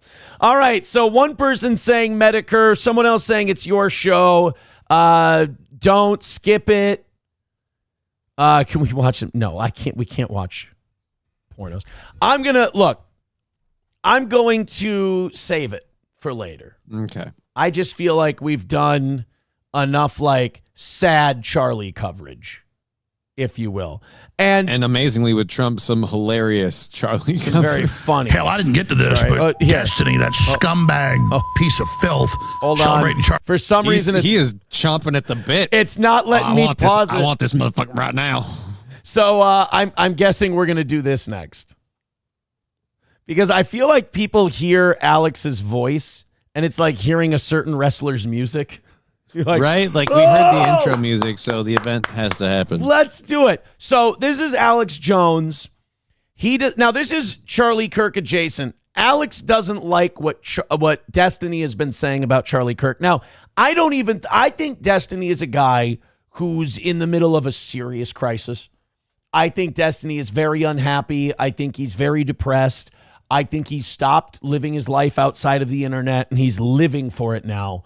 And he's just kind of an angry cunt. And all angry people who do too much internet, all they can do is just hate on shit. They don't have the comfort level. They don't have the security. They're very insecure, and liking stuff is just not something they can do. They're not happy enough to do it. So Destiny has now become this guy who feels instinctively like he has to shit on things. And I cannot tell you, there are so many dumb people who think that's authentic and they think that's real. I'm going to tell you this. Thinking that you have to shit on anything or everything shows that you don't have the confidence to give your honest opinion when something's touching or positive or good. It shows a real deep insecurity in yourself. I hope if you're like that, you try to get that fixed. Although deep down, I don't give a fuck because I don't know you. But if you're like... Been here for years. But if you're like... Well, if people don't want to change, I'm not going to make them. But the thing about Destiny is, like, he hasn't had a good run of it lately, and a lot of it is self-inflicted wounds. And when that happens, you can either admit that you're fucking up and you need to course correct. I've done that. Or you can double down and just go, everything sucks, everything's awful, shut the world around you out, and just build yourself a misery cave. And that's kind of what he's done. Ooh. He's been talking shit about Erica Kirk. He's been talking shit about Charlie Kirk. And it's not even his authentic thoughts. It's just an angry man lashing out. Well, Alex Jones has apparently had it up to here with Destiny. And he's decided. And Alex Jones, I think, was kind of a friend of Charlie Kirk, right? Those two got along. If not friends, he definitely had an affinity for him. He liked him. Because they're both supposed, well, if you believe what Alex says, they're both deeply Christian. Yeah. I'm a Christian. I'm not going to say. There's a whole thing online of Alex Jones like saying horrible shit about people and going, I'm sorry, I'm a Christian. I apologize. Here he is on Destiny. He's apparently had it with this slimy, greasy, I'll say it, stimulant junkie, talking shit about his friends, the Kirks. This is Alex. Hell, I didn't get to this, but Destiny, that scumbag piece of filth. So far, our fact-checking department showed that one checked out. Although more of a dick-sucking piece of filth, if the videos are to be believed. Celebrating Charlie's death and saying more Republicans need to die to intimidate us. That's terrorism. That's calling for terrorism. Elon Musk is calling for his arrest. You got free speech, but you don't have saying we go out and target and kill people to silence them. That's racketeering. That's terrorism. That's terroristic threats. And I'm telling you, I just got a gut feeling that guy's not going to be too happy very soon. People are... Well, he's not going to be happy very soon. I mean, for God's sakes, he shared... images of underage women. Yeah, he's kind of in the whole like stuff he's done without even bringing up the Kirk shit. He's kind of got a snowball of shit coming his way already. And then there's the lawsuits. I mean, he's got lawsuits he's facing now too. I mean, Destiny's an arrogant guy who can never admit he's wrong. He can never admit that he fucked up. So he's just going to keep making mistakes.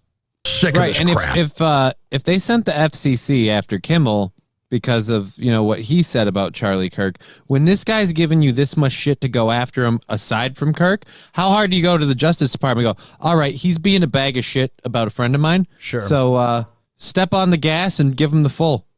And well, Jimmy Kimmel released a statement today. I just saw it. I've got it right here if you'd like me to read it. Right, what is it? The FCC won't let me be, or let me be me, so let me see. They tried to shut me down on ABC, but it feels so empty without me. That's just late night in general. A lot of people don't do it anymore. People are sick of this crap. And he talks about he stalked people and planned to kill them and their family. Why are we playing the music that made the aliens' heads explode in Mars attacks behind this? I don't get it. No idea. And all this other stuff, try to act all scary and tough. Those little wild, beady eyes reminds me of the serial killer in Dirty Harry. I love how Alex stays on topic while going off topic. You know, he's like, yeah, listen, this piece of shit's making fun of Charlie Kirk, and he's got stupid beady eyes. He looks like a serial killer in a movie. But where Alex is a professional broadcaster is he always brings it back around. He's got dark eyes, like black eyes, like a doll's eyes. Doesn't seem to be looking at you until he bites you. Doesn't seem to be living until he sends you images of an underage girl naked, which you never asked for, and you kind of freak the fuck out. You know, I've thought about that Willie Mac show guy. Like, yeah. I imagine he opened the thing from Destiny and then immediately... Like, hated that he ever contacted this person. This is what he did. He went like this. He goes, all right, I got a message from Destiny. Ah! Fuck! Nope! Wiping down his phone. He's calling 911 immediately. He's like, I got some shit on my phone. It ain't mine. I need you to come wipe it, and I need to show you who sent it to me. The cops are there. He's literally got a bucket of Purell, and he's just rubbing globs of it on him. They're like, dude, first of all, where did you buy it by the bucket? And he's like, dude, Sam's Club. And they're like, oh, yeah, really. I swear it isn't mine. Poor Willie Mac show. They have a tour where they were stalking Kirk around the country and all this crap. I mean, it's just disgusting. And they've taken our kindness for weakness, and it's just not going to go on forever. Not calling for any offensive violence against this guy. But I got a sneaking suspicion. He's already done a lot of stuff to be under investigation. I wonder what's on those hard drives. I got to... we know. Don't worry. He sent most of it to Willie Mac. Yeah. We know. We know what's on the hard drives. Willie Mac let us know, buddy. But he's right. Just got too wrapped up in the internet and started thinking that all the fame whoring and the parasocial relationships were real and didn't want to leave his house. This is what you get. That's the worst part. You live for the internet. You can't go anywhere else. And the internet is, like, no offense, the internet is not a happy place. No, it's not good for your mental health. There is not joy there. I think it was Michael Knowles called your phone. He said it's a portal to hell, and I think that's pretty accurate. I mean, like, you can't go to a park to deconnect from everything and just relax and just breathe for a minute and just kind of de-stress. You can't do that in the internet. It's just built to amp you up. And if you live there, you can't disconnect. If you live in the real world, the internet can be like a thing. You use it, sparingly, like alcohol, Consume, graciously. Good feeling. Something tells me that'd be real informative. So obviously, to me, it looks like he's on methamphetamine. I'm not saying he is. See, there's so many people who are just like... Everybody's saying he looks like he's amped on something. I think he's on Adderall. I think he's abusing Adderall. And then he's dropping those Red Bulls behind it. And then probably not sleeping. Like, his skin is pale. His hair looks scraggly. He's got the weight loss. He's got a lot of telltale signs of stimulant abuse. I got to know what's wrong with me, because I've tried Celsius and Red Bull and all these energy drinks and stuff that get you wiry people all tweaky. I drink it. I'm just like, eh. Really, you've probably been drinking coffee your whole life. You've gotten used to. Yeah, that's true. Yeah. I have been drinking coffee for a while. I do need to, I think, go back to Red Bull, which has a smaller caffeine count, because I'm starting to get headaches now. When you don't in the have mornings, your coffee? On weekends, because I don't drink energy drinks on the weekend. And See, I'm but I don't to get that headaches. part either. Like, I don't get headaches when I don't do it. I'll wait shit, but I have a caffeine boosted energy flavor thing, so maybe that's why. You're a lucky boy. Yep. He's a cowardly piece of filth. I challenge him to bare knuckles boxing match. That's where Alex is the best. You know, Anna Kasparian, Piers Morgan, Andrew Wilson, when they debate him, they're like, your ideas are garbage, Destiny, and you're a piece of shit, blah, blah. Alex Jones is like, I will punch you in the fucking head, and we will make it legal. I'm challenging you to bare knuckle boxing right now, you little bitch.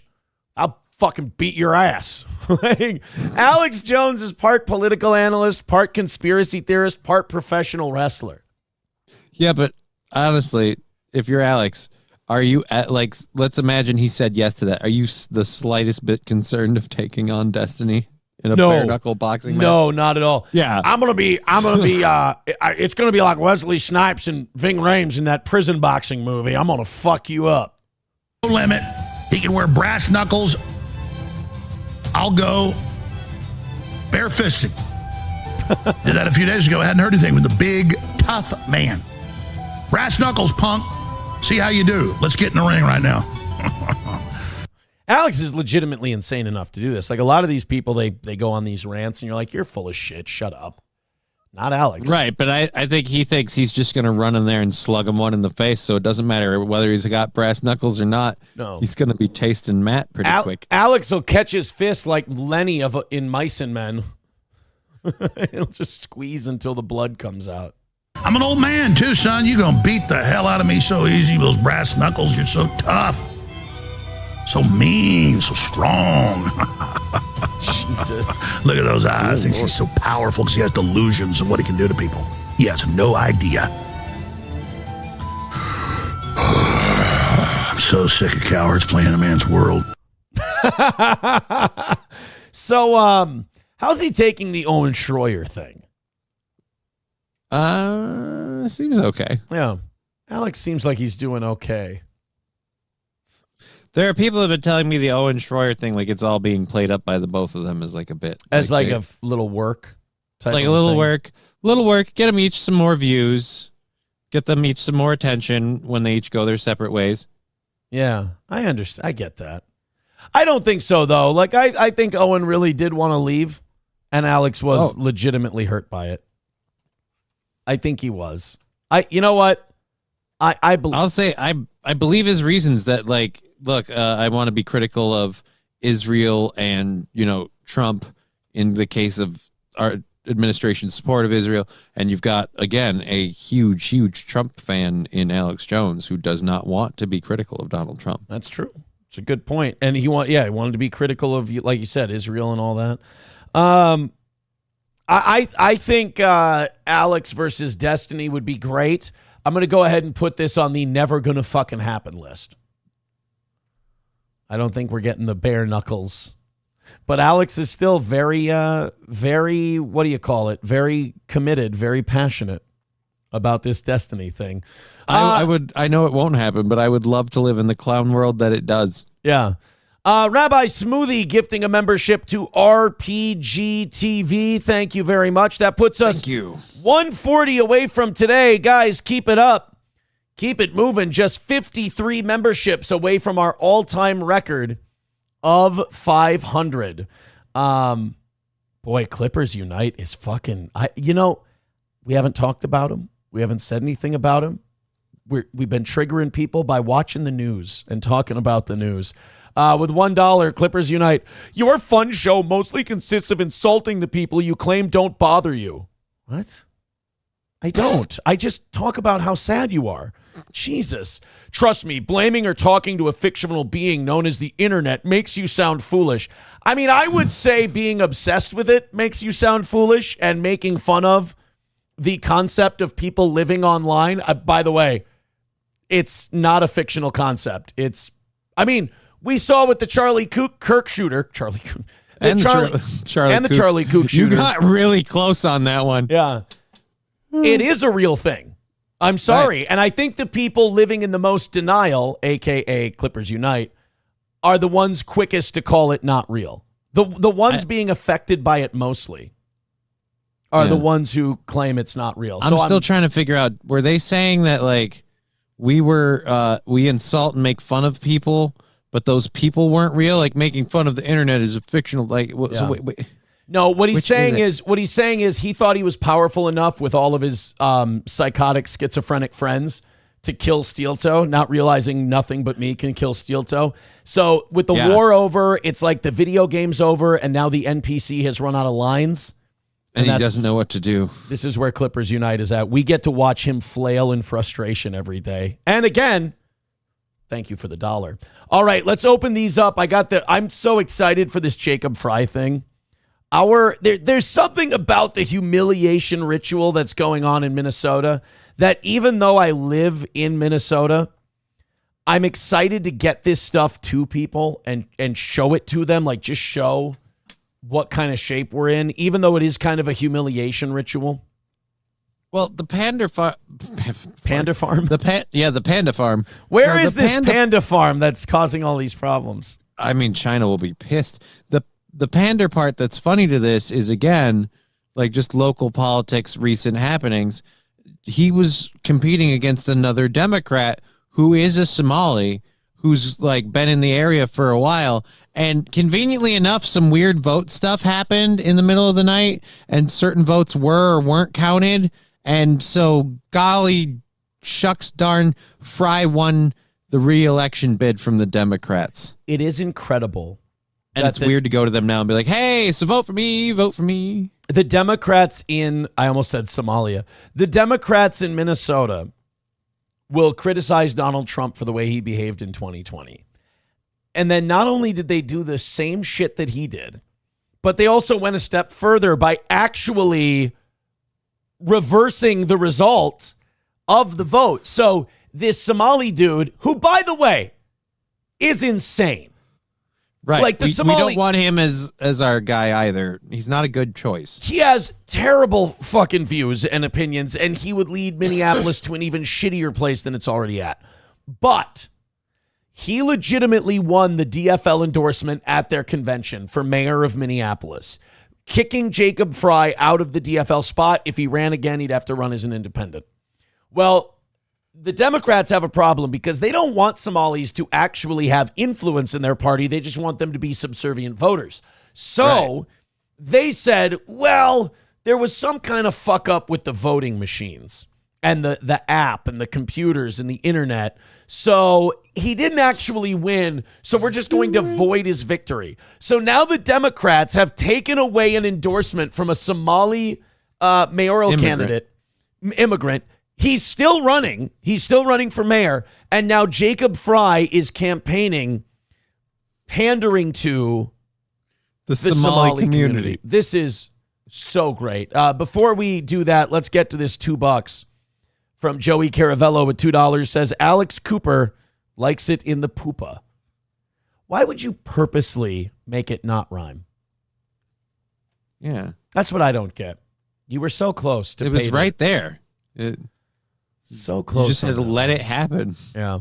This is this is Jacob Frey running for mayor, and this is what he's decided to do for the Somali community after taking out a samurai sword and shoving it in the back of their Somali candidate for mayor.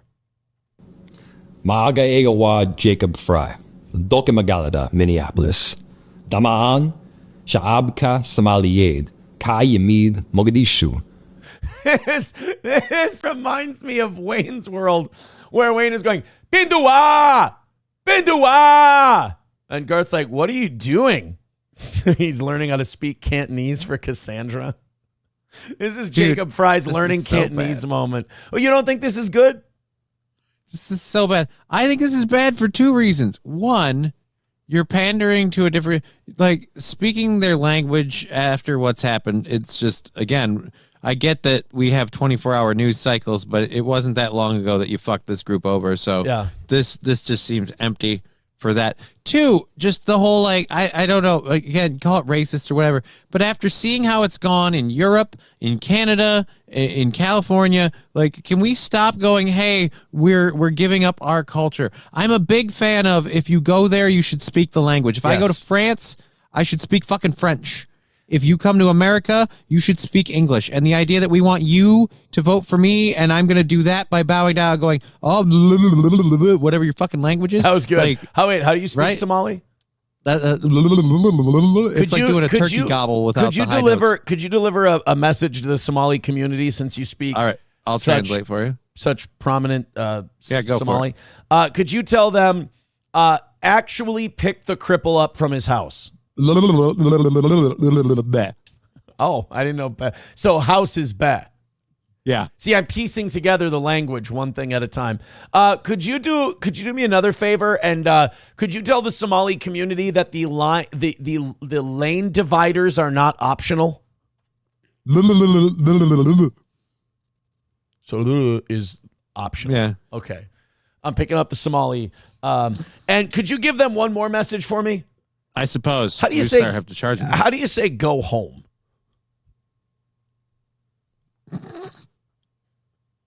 I don't think they have that one. No? Oh, shit. No. Oh, that's too bad. They just kind of migrate and stay wherever they are. Could we play them Little Willie by Sweet and see if they get the fucking hint? I mean, it would be a nice start. All right. Here's, again, Jacob Frey campaigning to the Somali community. Getaway, Hargeisa, Bosaso, Bedabo, Kismayo, Wahanra Ba. Is he doing like the Heart of Rock and Roll by Huey Lewis where he's just listing towns? And like that's how he's going to pander? He's like, New York, maybe L.A., and the Sunset Strip. An Idin Shego, Minneapolis, Wa Magaladina, Wahad Kamid Tihin, Laf Dabarka. All right. Now, Johnny, I haven't told anyone this, but I'm also running for mayor of Minneapolis, and I've run an ad to counter Jacob Frey's Can we see it? Somali address. Yes, this is my new ad. It's a radio ad. Okay. It's audio only.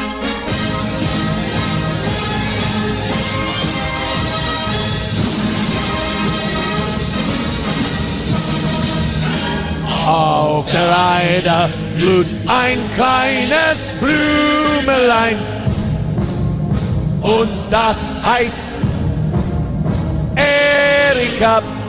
What, Erica Kirk's going to be there? And yeah, she's endorsing me for mayor of Minneapolis. If she runs for anything ever, they have to play that You song. have to use that song. There's They no way have you to. can't. It's actually a beautiful song if you translate it. The problem is the German language just sounds like it's planning to murder you. Right. It sounds mean no matter what. That's why people they play that song and they're like, that's a Nazi song. It's like, it's so not. It is a song about a beautiful woman and flowers and all the Germans just like march into that shit.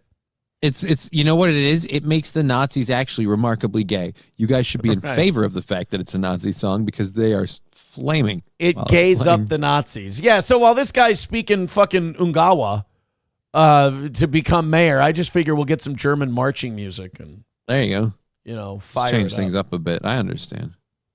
We got a lot of people with their green sirens and dancing bananas in the chat. Everybody they respond to Erica. You play the hits is what you do.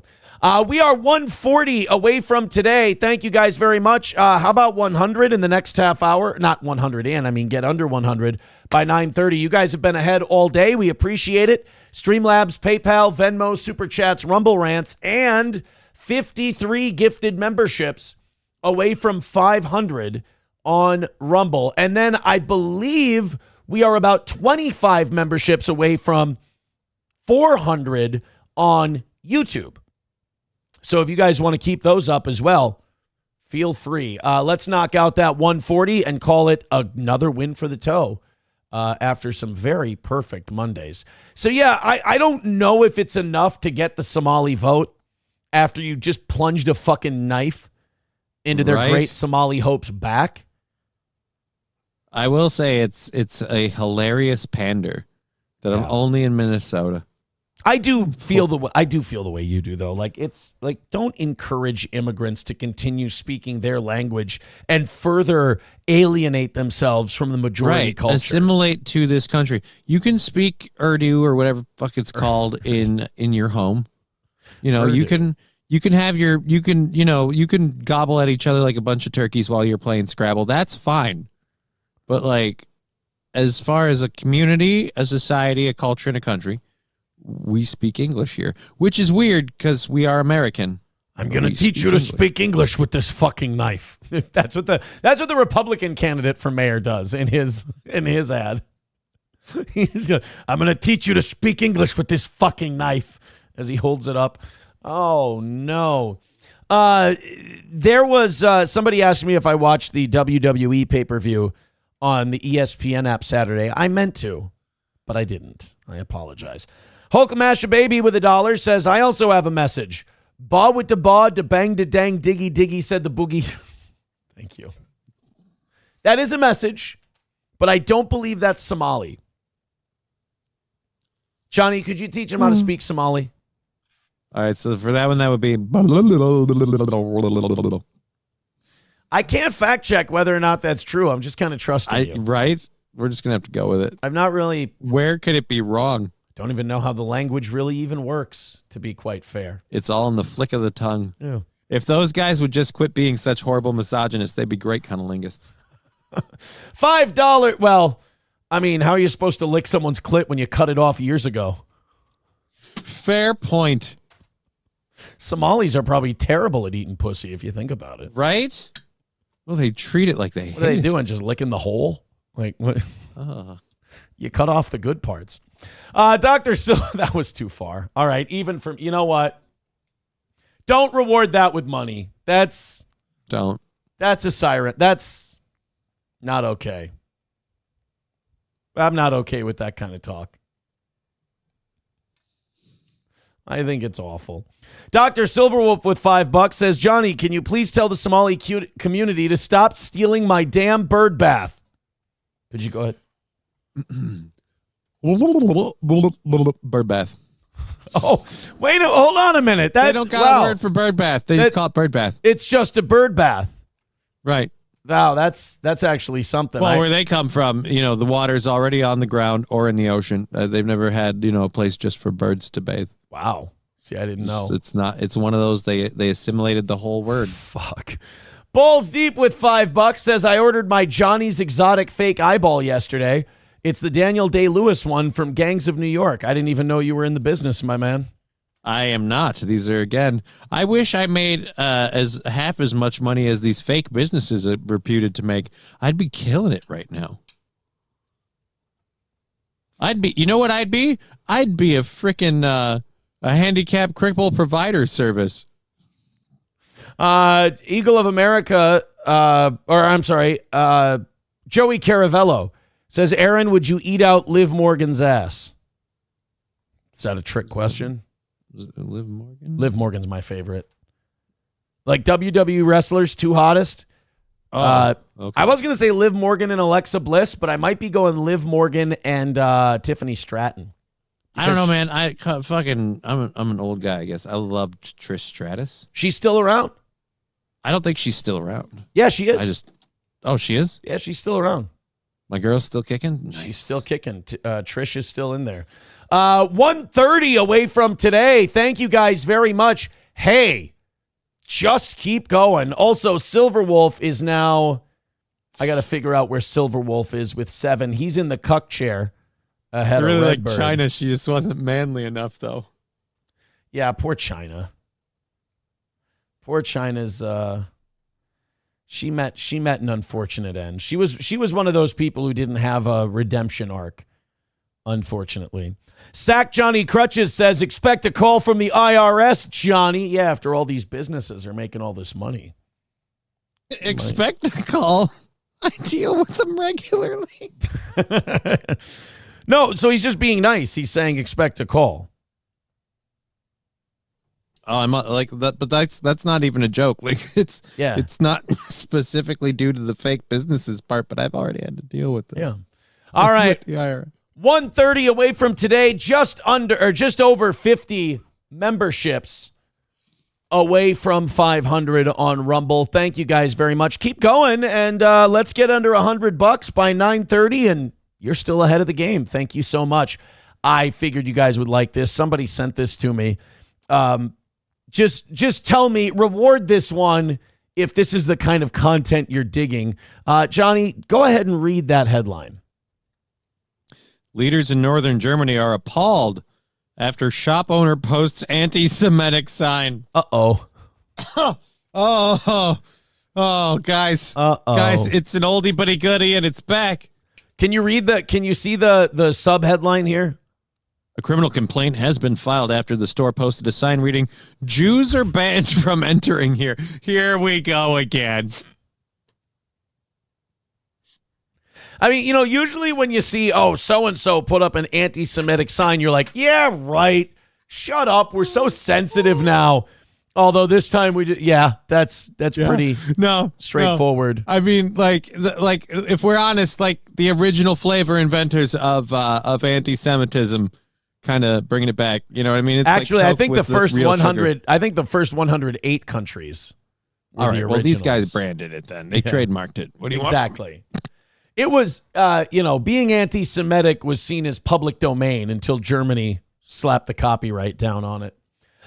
Leaders in northern Germany are appalled after a shop owner posted an anti-Semitic sign banning Jewish people in a store window. Now, in Germany, the punishments for anything Nazi related are crazy strong. Like, they are so terrified of that shit happening again over there that they're like, all right, let's make sure that we really lean in on this. You can't, you don't have the freedom to read like Mein Kampf. You don't have the freedom to post like swastikas or fly swastika so the balls flags. To put this sign up. It takes quite a bit of balls because you could determine that this is a Nazi thing. The sign in the store in Flensburg read, quote, "Jews are banned from entering here," in German, according to a joint statement from the Minister of Culture, Dorit Stenke, and Gerhard Ulrich. You see why Germany isn't a love language? Dorit Stenke. Dorit Stenke and Gerhard Ulrich. There's nothing hot about those names. He's the anti-Semitism commissioner of the state of Schleswig-Holstein. God, this is how worried they are about Nazism, is they have a minister of culture and an anti-Semitism commissioner. I mean, we just cut out the middleman and let Jews run our government. Right. Then you don't have to have an anti-Semitism commissioner. It just all kind of takes care of itself. A sign that denies Jews access to a store is a frightening signal and an attack on the principles of our free coexistence, Stenke said in the statement. We cannot allow such things to continue in our society and must take decisive action against it together. Oh, come on. Where has this ever led to anything bad before in Germany? Right. I mean, it usually stops right about here. You should. Anti-Semitism is a threat to our democracy and must not be tolerated in any form, he said. Ulrich filed a criminal complaint for incitement of hatred against the shop owner. According to the statement, the officials did not identify the business owner or the type of business. Now, to be fair to Germany, we made jokes at their expense. This would probably be illegal here, too. Because in America, you do have the right to deny service to anyone except on the grounds of race, religion, or disability. So you would probably be fucked on this deal. See, the way they could work around it is if they just say made Jews forcibly identify. And so that way you didn't refuse all Jews. It's just when you saw one, you didn't serve them. And you could kind of skate the law that way. But I mean, what would you do? Make them wear like a badge or like a star? Right, like a Star of David or something. Yeah, like how crazy are you going to get? Who would take it that far? But it is like Germany's starting to go right again. And there's a lot of evidence, in my opinion, that they're murdering right-wing politicians in Germany. Like that AfD or whatever it is, that right-wing party in Germany, 7 of their candidates in one area have died under mysterious circumstances during this election campaign. Yeah. We have no idea what's going on. Nobody's saying anything. They're that afraid of the right wing becoming a thing in Germany again because of what happened last time. But I also feel like that people don't realize what happened last time was partially an overcorrection that if the left goes too far, creates that same situation again in ways. That's just it. The tragedy of all this is like, guys, you're only creating sympathy for this party. You're only creating more support. And this is only becoming a self-fulfilling prophecy. Right. So good luck is what we're saying. On a wall with $1 says, see, as a consumer, I want to know if people hate me, so I don't do business with them. That this way, I don't know. That's a good point. Like, you could be doing business with someone who hates your guts and never know. And I'm kind of different than that. I don't care if someone hates me. As long as the money's green and we're doing business, I don't really care how they feel about me. I don't know how I feel about this business, but I saw the sign saying who wasn't welcome, and I just decided it felt safer here. Oh, Papa Shab hasn't figured out who is causing the deaths in this German AfD party, but he's gotten some hints. Would you like the hint he has? I would love the hint he has. He says it starts with an I and ends with a Srael. Oh, so in other words, the same people that got a friend of mine recently. Ibasrael? Inadasrael? Idris Elba? Oh my God, Idris Elba is killing German Holy politicians. crap. Jesus Christ. We've got to find Heimdall and stop him. What is he doing? He's been playing that Luther character, and he's gotten too real. I told him method was not his way. Idris Elba is never going to become the next James Bond if he keeps whacking. Actually, that's probably how you become James Bond. Political assassinations clandestinely performed. I'll be honest, like I'm not against the Idris Elba James Bond. I'm gonna give it a look, like if it's free to view. Thank you, Papa Shab. We appreciate you figuring that out for us. Idris Elba. He was murdering Germans. I didn't know that he was. First of all, that he's murdering German political candidates, and second of all, getting away with it. Well, like I'm not surprised though, because he's already been very political about how we need to ban pointy knives because they're dangerous. That's true. Didn't he want the dummy knives? He wants blunt knives so that way you can't stab people. Dude, that is something someone killing politicians would say to throw people off the trail. Papa Shab says the Hardy Boys cracked the case. Yes, I actually saw that the Hardy Boys cracked the case. Matt Hardy went up to a giraffe that he calls George Washington, and he said, yes, you are my greatest and trusted confidant, George Washington.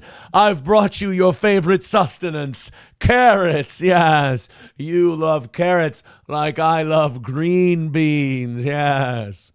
And then George Washington told him that it was Idris Elba. Okay. Murdering all the German politicians. Well, somebody better get him in protective custody. You know, I don't want to jack my own dick here. Oh, why stop now? But sometimes we do segments like that start with an anti-Semitic sign in a German business and ends with a Matt Hardy impression, and I go, you know what? Still fucking got it. Still got it. It's when I can look at the entire podcast internet world and go, I offer something unique. Nobody else can do this. Anybody can turn on someone else's show and piggyback it and make money off it. They can't do what I do. There's no way. 1:30 away from today. Knock it out. Call it a win for the toe. Let's get under 100 in the next 15, 20 minutes so we can still be ahead for the day and see how close we can get to that 500 number. That's exciting. Thank you very much. Indeed. Let's go into this interesting Florida high school fight. Apparently, the school is trying to they're trying to do a little cover up on a fight that broke out in a school. A resource officer had to break up this giant melee that was going on in a Florida school, and now they kind of like there's parts of the community that want to throw this resource officer under the bus, get them fired, get them in trouble, because you've taken pretty much every option away from these people to break up a fight possible. Like, you can't drag the kid off of anybody. You're not supposed to touch them. Can't really restrain them. You can't shoot them in most states. Tasing is straight out. So this one decided, well, look, we got a fucking battle royale going on in the school. I got to do something. So he just started macing people, which I think is one of the last things left on the list that you're still allowed to do to get a little law and order. Well, the community decided he's an asshole. Let's go ahead and watch this one. On the Lake Worth High School campus. The good news is all the injuries are considered to be minor, but the students I talked Yeah, of course. So are the victims. You beat me to it. to tell me the whole ordeal was terrifying. This is around 12:30 Thursday afternoon in the we got a blue cafeteria hair. of I Lake feel Worth no High School. sympathy. Two girls Holy fighting. Jesus. A large crowd of other students gather around, screaming and cheering. Look at that. Nobody helping, nobody pulling it apart, nobody doing a fucking thing. Just two girls yanking at each other's hair, beating the shit out of each other, and a bunch of fucking animals just standing around cheering it on. I mean, right. So, do you want some macing or do you want a murder? Because one of those is going to happen. I mean, really, the only way to stop this, there's only two ways to stop this. You could try mace or, drone strike. Those are really the only two ways that this is breaking up. And I feel like the officer here used what was at his disposal. And that's when a school resource officer steps in. Yeah. And starts spraying pepper spray everywhere, hitting students both involved and not involved in the fight. Well, No, next fuck time. that. Every student there was involved because nobody was doing anything. They were either watching or they were participating. You're fucking involved. Right. That'll teach you a lesson. Either step in and break this shit up or, basically not to use Tombstone again, but they basically said to those kids, fighting's commenced. Either get to fighting or get away. I was just looking for a moment to shoehorn that in there. God damn. We're not saying you can't get in a fight. We're not even saying you can't watch a fight. We're just saying you can't get in a fight in school. It went on my eye, my nose, and my throat, and it kept burning. People were. Oh, look at you, the drunk cafeteria kid, or the pepper sprayed cafeteria kid. You're so pepper sprayed, I bet you're seeing double. Well, I got two fists, one for each of you. Coughing, they were trying to cover their mouths. People were coughing. People were having asthma attacks and stuff. It was really burning. Well, shit, my I have face. asthma attacks all the time. I don't.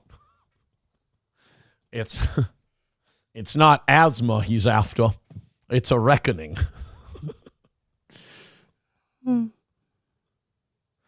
Where's that police officer? Down by the creek, pepper spraying the water. It was really weird because we were all just standing around enjoying a good beatdown, and all of a sudden the resource officer just comes out of the corner. No! No! Oh. Actually, I would have saw the two black kids fighting, and I would have went, maybe we should run it out of them.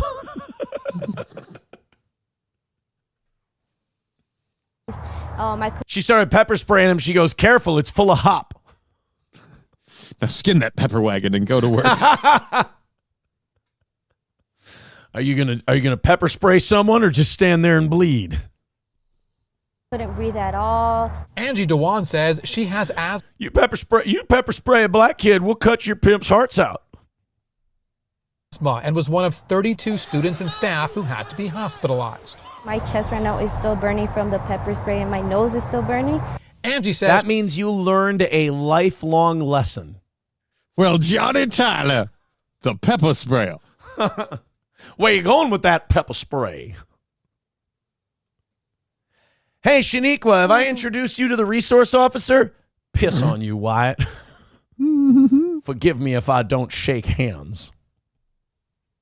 She wasn't sure at first. Hey, is that a taser on your belt? You know, a taser. A cattle prod? A stinking taser. Oh, this one here is an eye irritant. What? You know, pepper fucking spray.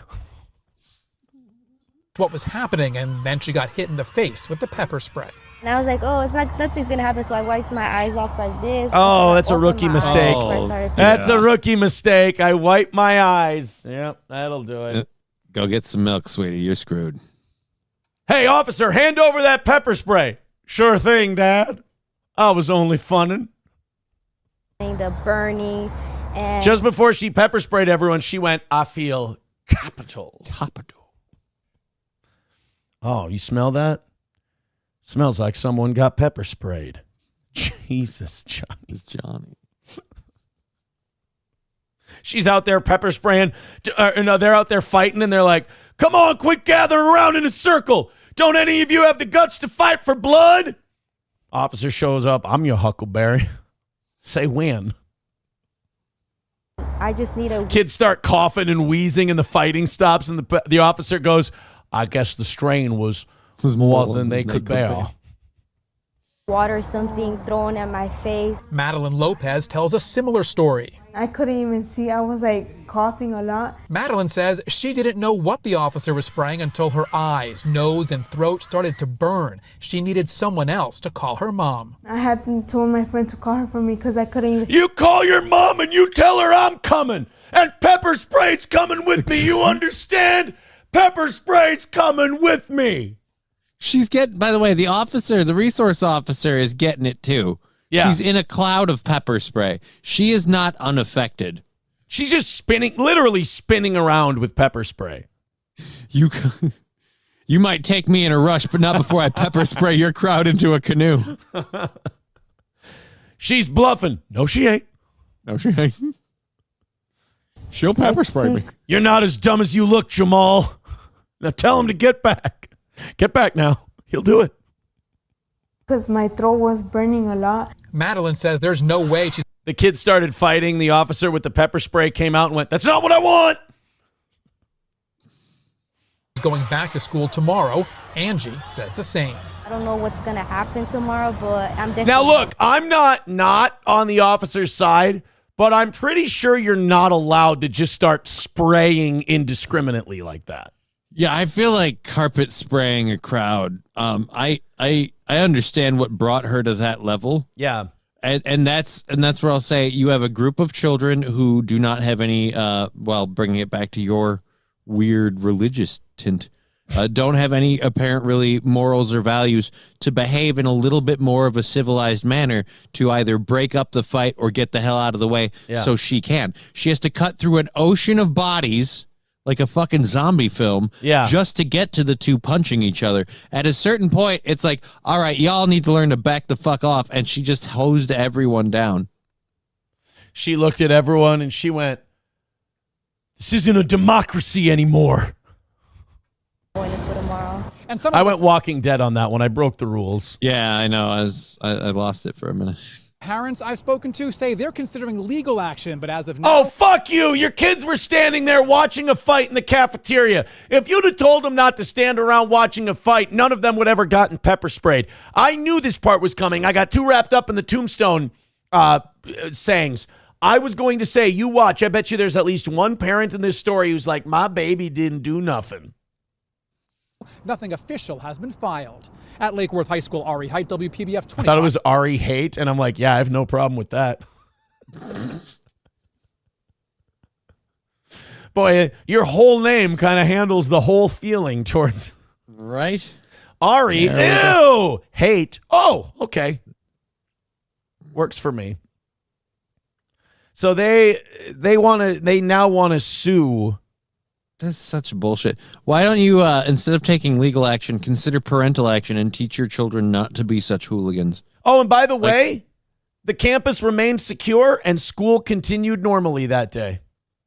Oh. So she restored order. There's just a lot of kids crying next period. Yeah. There was a lot of this.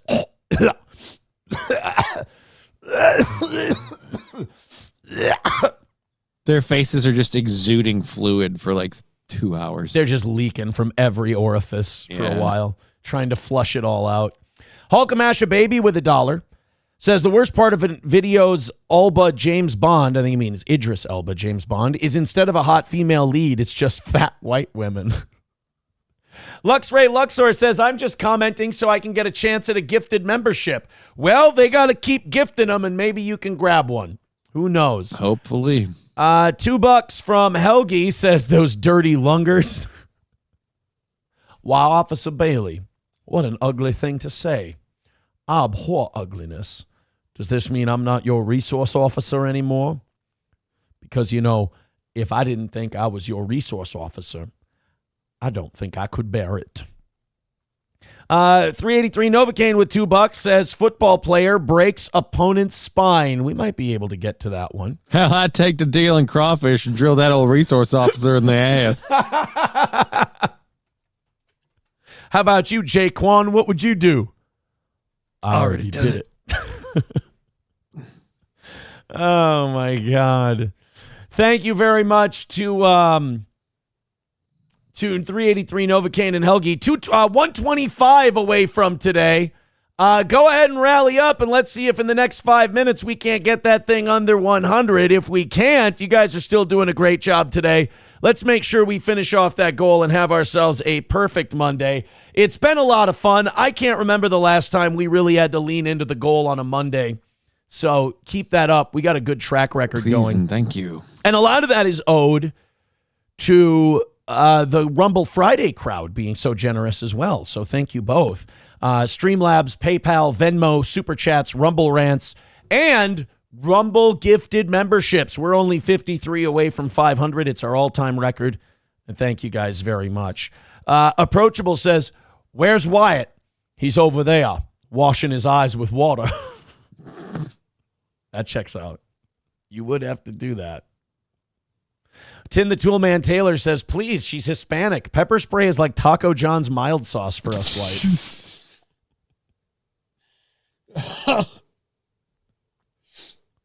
Bapa Shab says, you are so stupid, man. LOL. That means I'm funny. Thank you. All right. That's like when black people say I'm ignorant.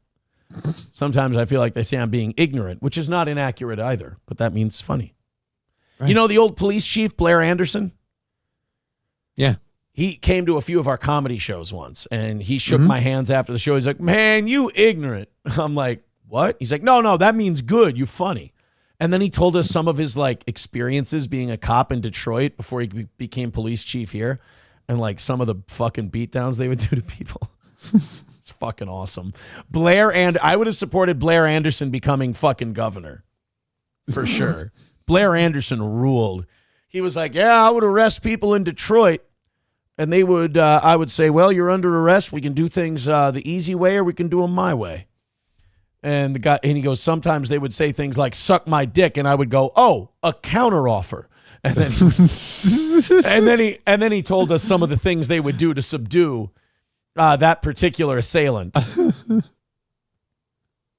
And I just like that. Oh, a counteroffer. So needless to say, I was a Blair Anderson supporter for the rest of my days, It's a shame he's not still the police chief, I don't think. No, he stopped. He got put on some federal advisory board on policing.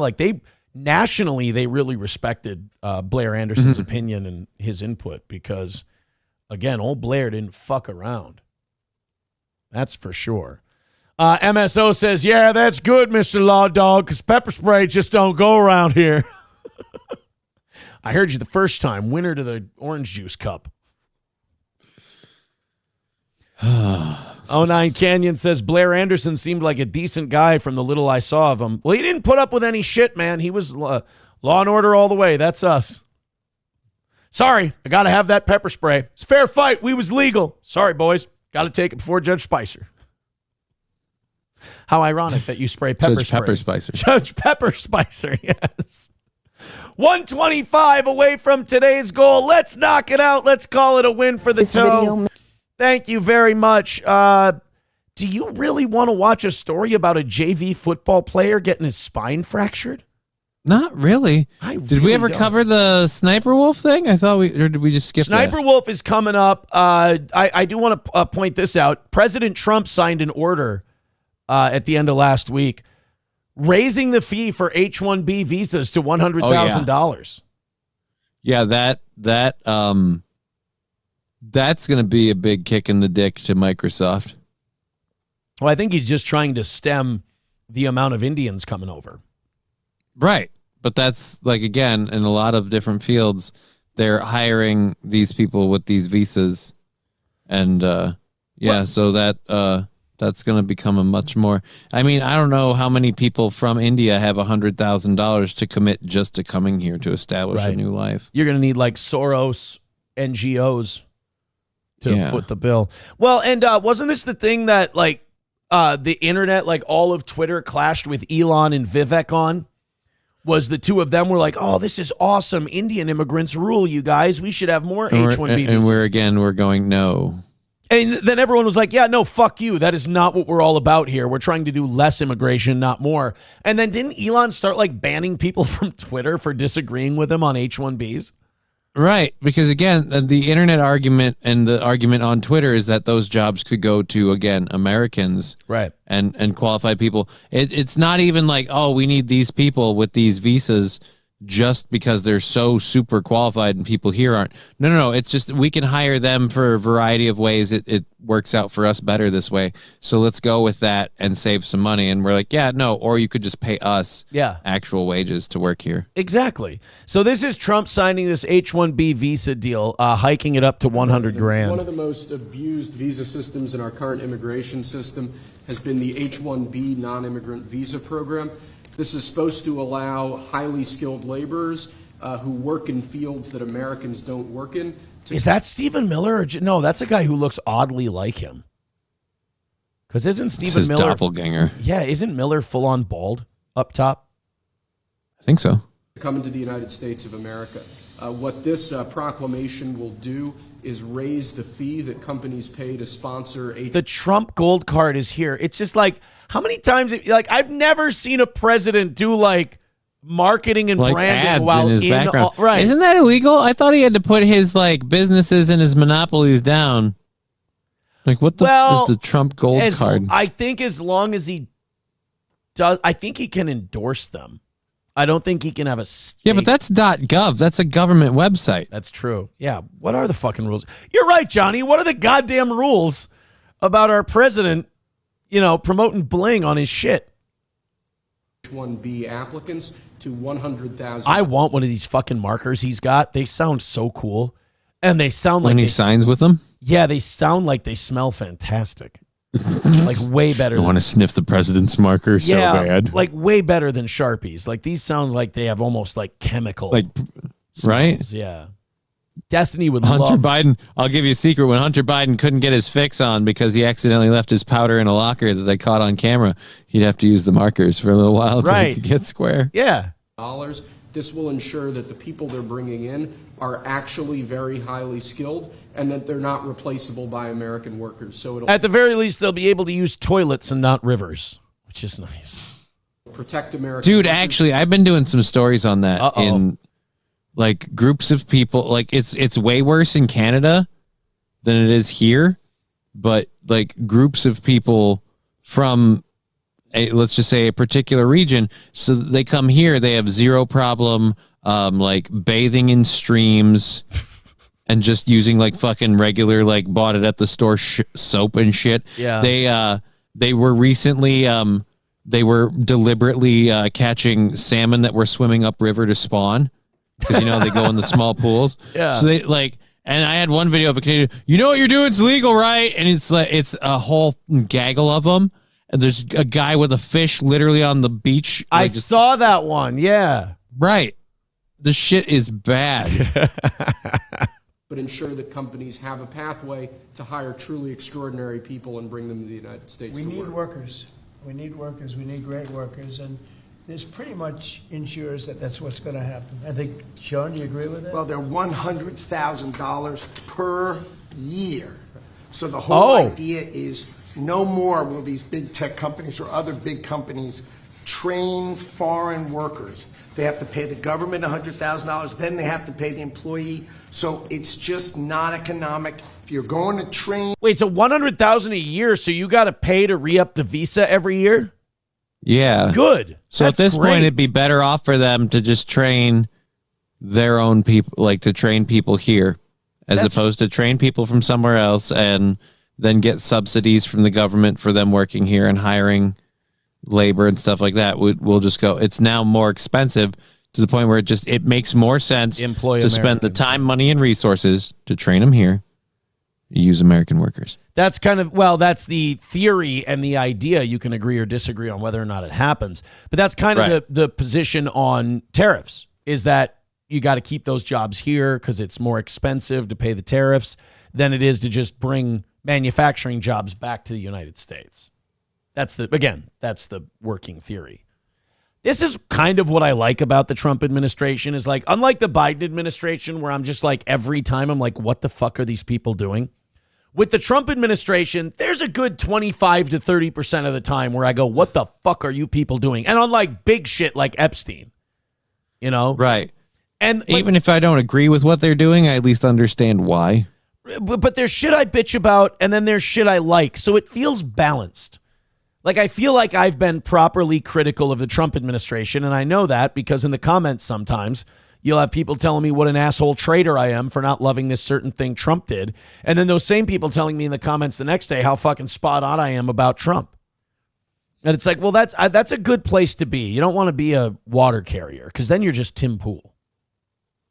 Somebody, you're going to train one of the recent graduates from one of the great universities across our land. Train Americans, stop bringing in people to take our jobs. Boy, this guy really had to stop himself from saying Indians, didn't he? Yeah. Stop bringing in people. That's the policy here. Pudgy people. $100,000 Yeah, a year pudgy people. for H-1B visas. We have American fats. All of the big companies are on board. We've spoken to them about the gold card. They love it. They love it. They really love it. We've spoken to them about the gold card. So we do have an endorsement deal going on here. Apparently. Yeah. We got some kind of endorsement deal in the offing, if you will. Thank you to Redbird for $1. He says, looking back at 2019, it's amazing how well the propaganda works when, despite all the evidence and 2,000 years of history, you still twist yourself into a human pretzel to deny reality on Somalians. Am I to believe that I'm not being hard enough on Somalis today? I guess. I don't know. I don't know what I don't know how we could be harder. Well, I think I know exactly how we could, but I'm not going to do that. I mean, I thought that I was being pretty clear with how I felt on the whole thing. Fuck. I'm sorry. Miss Tay with a couple of gifted memberships. Thank you very much. That's going to put Miss Tay in the cuck chair. Thank you, Miss Tay. At $10. Thank you very much. And bring us a little bit closer. Enjoy your seat. Yes. Enjoy your lovely view of Aaron S., Mersh, Uncle Lucky / Scary Larry, and Lab Glass as they gang fuck each other into oblivion. Also, oh shit, who did that knock out of the cuck chair? Mm-hmm. Fuck, $7. It was somebody with $7. Oh no, not on a wall. Nope, sorry. We'll figure it out and you'll tell me. They always yell at me when I fuck stuff like that up. So now that puts us 115 away from today's goal and only 51 memberships away from 500. You guys get to 40. Or I'm sorry, no. You guys get to 10. I'll do the last 10. Oof. I almost fucked that one up. Yeah. You guys get down to 40. Aaron, the math ain't mathin' on that one. Mommy says, if Indians are so great for the American economy, then why is India's economy so shitty?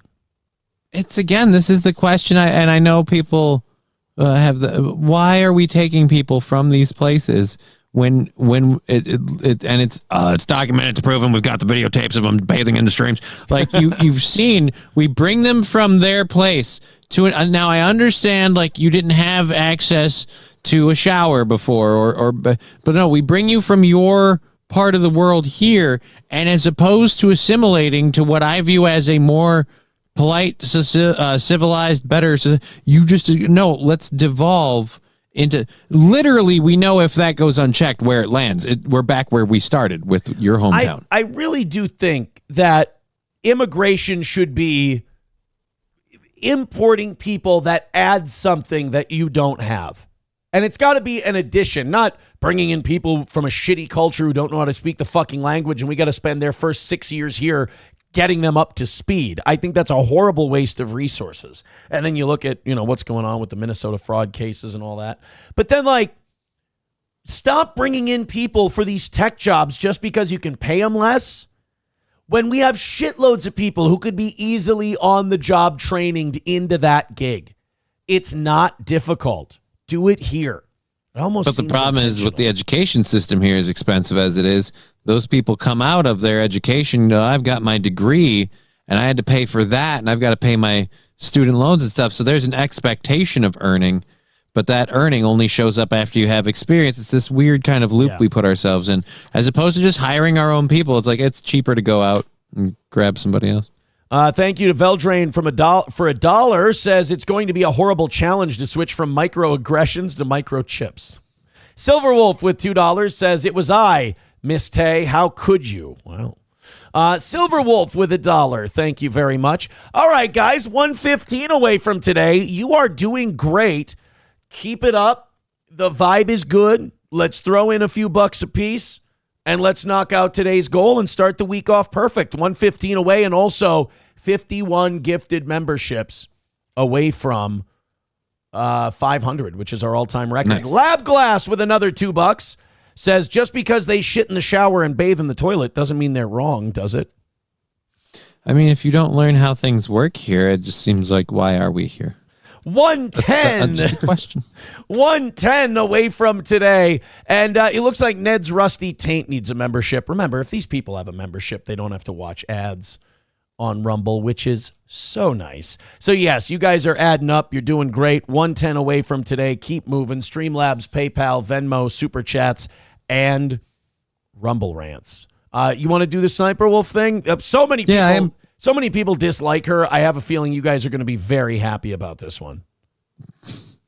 Because this is divorce rape in reverse. This is a woman getting absolutely cleaned out by her husband. And her husband is apparently such a greedy bag of shit. Now, I didn't know she was divorced. Mm-hmm. But her husband is apparently such a greedy bag of dicks that he got a settlement in the divorce. And now he's still after more. And dear Lord, I'll be honest, couldn't happen to a nicer person. You know? Oh, I still like my quote from earlier. Couldn't happen to a nicer cunt. So Silverwolf is this online personality. She became very famous basically watching other people's shit and then just saying, wow, that's crazy. And her tits were hiked up. Well, she started with gaming on Twitch, and she was one of the original I'm playing video games on Twitch, and look, I'm wearing low-cut tops. Okay. And that's where she started getting up, and then she started moving to commenting on people's shit, and that's where she started making noise, if you will. Okay, so that's what it was. So she started with the gaming. Look, I'm not gonna, I'll give her this. Great tits. Right? She got a lot of mileage out of them. I mean, if you can make money just showing your... look, here's the problem. Like, gamers, no offense, guys. And this is where the internet, again, has given people too much power. Sorry, Clippers Unite. I apologize for triggering you. But you guys have been given more influence in the marketplace, and you don't deserve it. You know? It's like, you guys are dumb, and you spend your money on dumb shit. A girl bats her eyes and shows tits, and you just start, fuckload of money. Stop. Like, you started this whole craze. I'm tired of these gamer guys bitching about the theme of women putting their tits out and playing video games. It wasn't guys like me. We had shit to do. We had kids to raise. We had a life. We weren't the ones throwing money at these big-titted bimbos playing your video games. You did that, and now you're bitching about it. Well, it's also, again, it's the younger guys group, but you're not wrong. This is a largely male demographic, regardless of age. Fat, neck-bearded losers who, when they don't get pussy from girls like that, then call them sluts and bitches and whores, and they're ruining gaming and everything else. Look, you gifted her a membership. She doesn't have to blow you. Unless you have a signed contract. She doesn't have to know you. $5 from Lab Glass, who's up to 39 today. Thank you very much. And Miss Tay gifting another membership. Thank you so much. Says, follow-up question. If the top four are plugging each other's stink hole, is number one the caboose or the engine? I like, for the first time, I don't feel qualified to answer. I've never thought of it that way before. Right? 105 away from today's goal, and 50 memberships now away from our all-time record of 500. Keep going. We're almost there. That's something that, never mind. So that's not helping. Now here's Silver Wolf. The setup to this clip is very simple. She reveals that her ex-husband is suing her even after allegedly taking half of her assets in the divorce. He wants all my money. He has taken half, and he still wants half of everything in the future, all my social media accounts. You know, as a guy who had pretty advantageous, especially the second one outside of the theft, divorce settlements, look, I got to, to the first one who gave me 3 beautiful children, I got to, shell out a couple grand a month, but that's, cost of doing business. She put in the work. She put in the work on that one. But like, I don't have the experience that a lot of other guys have where you just get taken to the cleaners and shit on and everything else. But I know a lot of guys who have. And for a woman like this who got famous on the internet, pushing her tits out and watching other people's content and going, that's crazy. Oh my God. Isn't that weird, you guys? It's like, wow. I don't feel sorry for her at all. Now, is the guy a scum-sucking leech piece of shit? Oh, yeah. Is this a total bitch boy move? Yeah. But you know what? He'll plug his ears with $100 bills while he listens to you talk about what a piece of shit he is. That is true. Yeah. So I'm sure that he's going to be just fine. This is SSSniperwolf talking about her divorce. First of all, against it. Let's try to keep these two apart from each other. Oh, wait. No, she's not white, is she? I have no idea. But again, just off of, look at both of these photos here. One of them is like your pose with your boy or whatever. It's just, again, we know where we got and that's why. her husband. That's, the old husband. Yeah, I mean, it's the classic case of she made a shitload of money and had guys drooling over her every single day. So she's like, yeah, I'm going to dump this fat tard. And I'm going to, go with something else. Wait, what happened to you, Mr. Sausage? Well, I know what happened. I know, but that's what. God. So he's suing you. Yeah. Why? Okay, I have to admit something. Is this I Show Speed or Kai Cenat? I can't tell the famous black streamers apart. Or is this neither? I have no idea. Is this neither of them? I've only seen the guy who got speared by Braun Breaker in the Royal Rumble. That's I Show Speed. I know that. But then there's a Kai Cenat, and he does things. But they're both. I don't know. Yeah. He wants all my money. So he owns half that. He has taken half of everything I own, and he still wants half of everything in the future, like all the future earnings. Oh, as Aaron laughs in Dave Foley. By the way, I'm guessing they didn't have any kids. So in Minnesota, I know if you don't have children, there isn't a whole lot that you can get. It's basically split everything up 50, split all your mutual assets and go your separate ways. Because alimony in Minnesota only exists. They call it spousal support, and it's only for a set amount of time. And if you've been married for like 20 years and you dropped out of the workplace and now you have to retrain, it's basically alimony to get you back on your feet. But the idea of alimony in Minnesota is pretty much dead. So for as much shit as Minnesota gets for being a liberal state, in terms of divorce, if you don't have kids, it's going to be It's remarkably conservative. It's going to be pretty easy to figure shit out.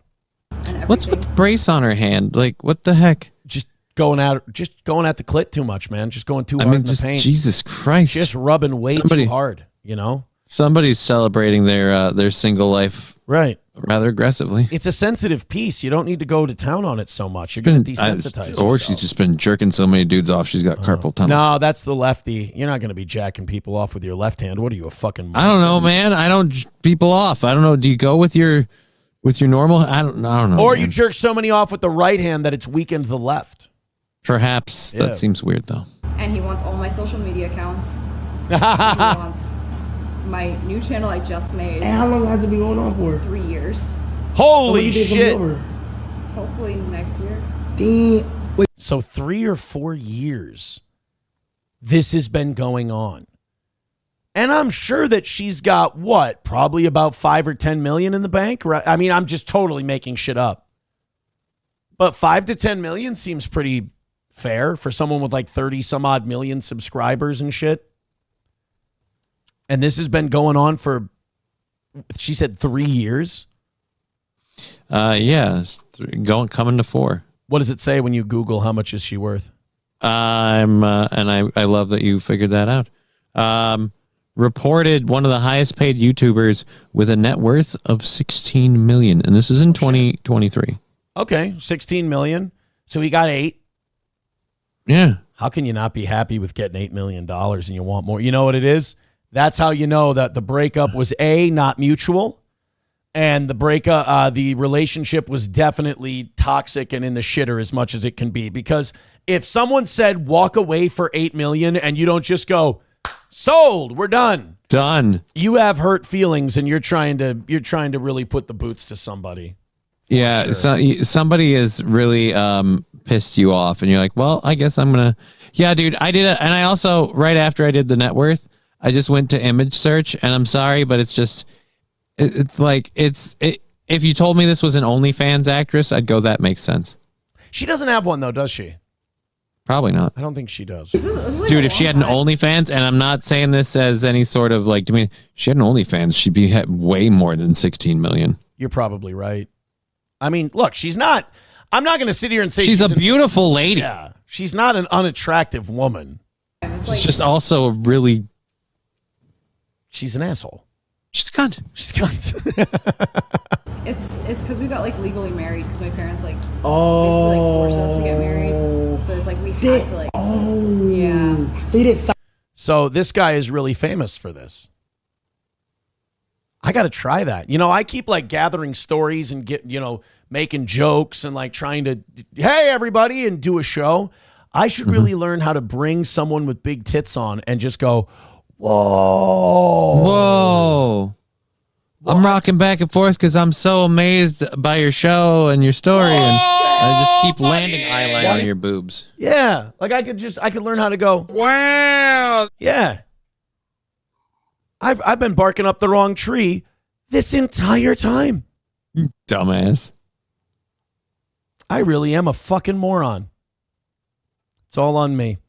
Veldrain with $1 says artists like Beck and Cake who had fans who raised the current generation of men, setting up people like SSSniperwolf to make loads of money. Yeah. You know what? And look, I don't know if that's true or not, but if I get to blame Cake and Beck for our modern problems, could we throw the bare naked ladies in there and call it a deal? I don't know, man. It's only been like 1 week. All right. Chad Boozmog says, you are the big-titted one on the show, 4-4 Ron. Oh, shit, I forgot. Okay. Well, Johnny, you got to get better at your whoa. All right, fine. Jesus. So I just got to dress in blackface. Okay. Put some dreads on. Have someone with tits be like, oh, and everything was crazy. Whoa. And then I'll have a fucking Gen Alpha audience in no time. Just good Lord. It is. That's like this era, fucking... this generation of internet is killing the actual entertainer, the actual broadcaster, it started with reality TV. And what people want to watch, like the standard has gotten lower and lower and lower. It's devolved. I'm almost convinced it's somehow weirdly genetic because, like, I'm very, very strict on what my daughter consumes for online content. Like, I watch her watch it, and I try to steer her away from what I would consider crap programming. But good God, does she jump to it like a fly on shit? I'm just like, why do you want to watch this stuff? Hunter with $5 says there is some acreage on that forehead. If you look close, you really do have a type. Does she have a forehead on her? I don't know, man. I was forehead or not. She's got a great face, a great bod. She's a beautiful woman. If she wasn't such a cunt, it'd be fine. Balls Deep with $2 says just keep John Popper's name out your mouth. Love John Popper. Love Blues Traveler. You know what I found myself listening to when I'm in a really good mood? I don't know why this is a song that I creates a vibe for me. is the Mighty Mighty Boss Tones. That's the impression that I get. Oh. Yeah. I was worried I was going to get shit on for that one, so I was defensive. I was kind of coming. I was really waiting for you to say Dave Matthews. Never in a million years. All right, guys, 100 even away from today's goal. Let's do it. Little over a half hour left. $100 away from the goal. 50 memberships away from 500 and our all-time record. Thank you very much. Somebody writing in saying nobody is talking about this and it's about gun rights. Well, do you want to be the ones to talk about it? Sure. I know very little about gun rights and own 0 guns. Well, then aren't you the perfect guy to address this? Why haven't they asked me? This was sent to me by a guy named AI. It's a very that's a great set of initials in my opinion. He sent me this link on a gun rights ruling. I do want to check it out. It's taking a minute. I apologize to everyone waiting on me now. New gun rules. Yeah, you dick. Streamlabs, PayPal, Venmo, Rumble Rants, and Super Chats. Breaking news that's... It's a 16-minute video, so I'm basically going to get the first minute of this and kind of get the cliff notes. We'll kind of jump around and see what we can find. Sending shockwaves through every gun owner in America. 10 federal court rulings just dropped this September 2025 that completely obliterate everything you thought you knew about your Second Amendment rights. I'm going to say this. I already hate this video for one reason. It does that clickbait thing that I hate. Where it keeps ramping up the story. Just give us the fucking facts. A bunch of shit that just changed everything you know about. It's like that old Hedberg joke where he's like, I was watching a commercial where they said, forget everything you knew about slipcovers. So I did. But then during the rest of the commercial, they tried to tell me about slipcovers, but I had already forgotten what they were. You're not going to believe these 10 things that happen that are going to blow your head out of your asshole. I don't believe it. Rule number 1 is so explosive that anti-gun politicians are calling emergency sessions right now to figure out how to respond. If you're talking about Minnesota, that's not what did it. It was kind of that mass shooting at a church school where little kids were killed while they went to church, but okay. Yeah. If you carry, if you own, or if you're thinking about buying a firearm, what I'm about to reveal could be the difference between exercising your constitutional rights and becoming a felon overnight. And people say I don't get to it when we set shit up. Right, I was about to say, are we going to get to like what I'm about to reveal, like, or we could reveal it? Holy Tim Pool Batman. Hit that subscribe button for All About Survival, because September 2025 just became the most important month in gun rights history. Oh my God, the most important one. Like, fuck the Second Amendment getting ratified. This is the biggest month in gun rights history, Johnny. Since the advent of the black powder musket, never has there been a more important month. Ever since the invention of semi-automatic weaponry, never has. All right. Oh, by the way, guys, I'll copy this guy. Hit like, hit subscribe. Gun. Gun porn. We do gun porn. All about survival. Rule number 10. The digital privacy bombshell. Jesus Christ, is right, everything coded? I'm losing. Yeah. It's a bombshell.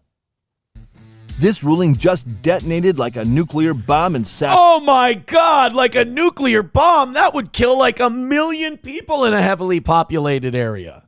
Is that Minnesota? No, not even close. Well, fuck. I don't know. Something about the bridge. Fucking weird. Sacramento. And if you live in any state with a gun registry, your entire world just changed forever. Holy shit. The 9th Circuit just ruled this September that digital gun registries violate the 4th Amendment when combined with real-time location tracking. Here's what happened. California was using cell phone data to track when registered gun owners entered sensitive places, like schools or government buildings, automatically flagging them for investigation. The judge wrote in the majority opinion that the government cannot transform the exercise of a constitutional right into perpetual surveillance. Oh, I'm sorry. I was expecting him to put an explosion sound effect in the background of that. I thought, yeah, it's weird that we're going down like the aisles of a church. I thought any moment now we were about to watch like, a helicopter come flying down and blow up right now. This is the biggest thing that's ever happened since Jesus was crucified. God damn it.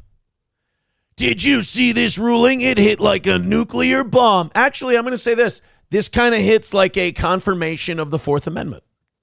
Yeah. I don't think that's really a nuclear bomb, to be honest with you. It's kind of a... Here's the sad part. That's a great thing, and it'll go so unnoticed because that's the way it should be. You're not going to believe what we found out. This is fucking insane. The Fourth Amendment was upheld. Oh.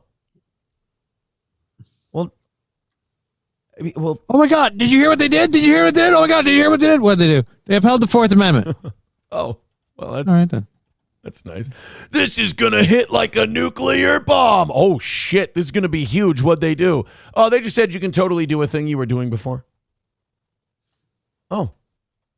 Well, then fucking aces for us, right? Yeah, it's pretty cool. Carry on, then. Yeah. Where's the nuclear bomb? Where's the fire? Yeah. You're not going to believe the gun rights ruling they just made. Holy shit, what happened? They said guns are all right. Oh. Goody for us, then. All right, then. This one is going to hit you in the ass like you've been raped by a vibrating black dildo. Oh, my God. Lord. What did they say? Concealed carry is cool. Oh. Oh. I don't feel like... Again, I feel like you oversold the... I don't feel like how intrusive the fact would be. I don't feel like I've been sodomized by a large, oblong, vibrating object. Now you're gaslighting me into thinking my asshole is too wide. This is going to leave you gaping. Jesus. I don't think this is really appropriate. I mean, you're just going over gun legislation. You're not going to believe it. This news story, this gun rights story is going to make you think you've been bukkakied by black dudes. Oh my God, what happened? Whoa, now we're just trying to trigger here. What's going on? What happened? What's the deal? The Minnesota government said they want to look at gun rules after children got shot. Well, that just sounds remarkably reasonable. Yeah, I mean, we should probably just check in, see if we can do anything to make sure that doesn't... I don't know that it's a solution, but it's certainly worth a try. We can discuss it, right? You're not going to believe this. You're going to feel like you've been smoking crack out of a Windex bottle, motherfucker. Holy shit, what happened? They just made sure that hunting season stays the same. This is what happens when monster truck rally promoters start a podcast, and that's just where they go. You're gonna buy the whole shotgun, but you'll only need the shell. It's like, hold on. Hey, thank you very much to Sanford Son, knocking out today's goal, gifting 20 memberships. Thank you. On Rumble. Give it to him. And I just want to say thank you for making it happen. Thank you. I'm telling you, brother, these Mondays have been, we've been spoiled. Yeah, they've been fun. We've been spoiled on Mondays. And thank you so much, Sanford Son, for gifting so many. So now that puts us 30 away from our all-time record of 500. So this is now something that's become very doable for the evening show tonight. Well, I mean, I will do, I'll go till noon today if we get to 500 on the morning show, because that will have been like 60 or 70 gifted memberships. I can't say no when you guys come up that big. But thank you very much. And it also means the goal is knocked out for today. So that means... But I'm afraid I've got some bad news. Another win for the toe.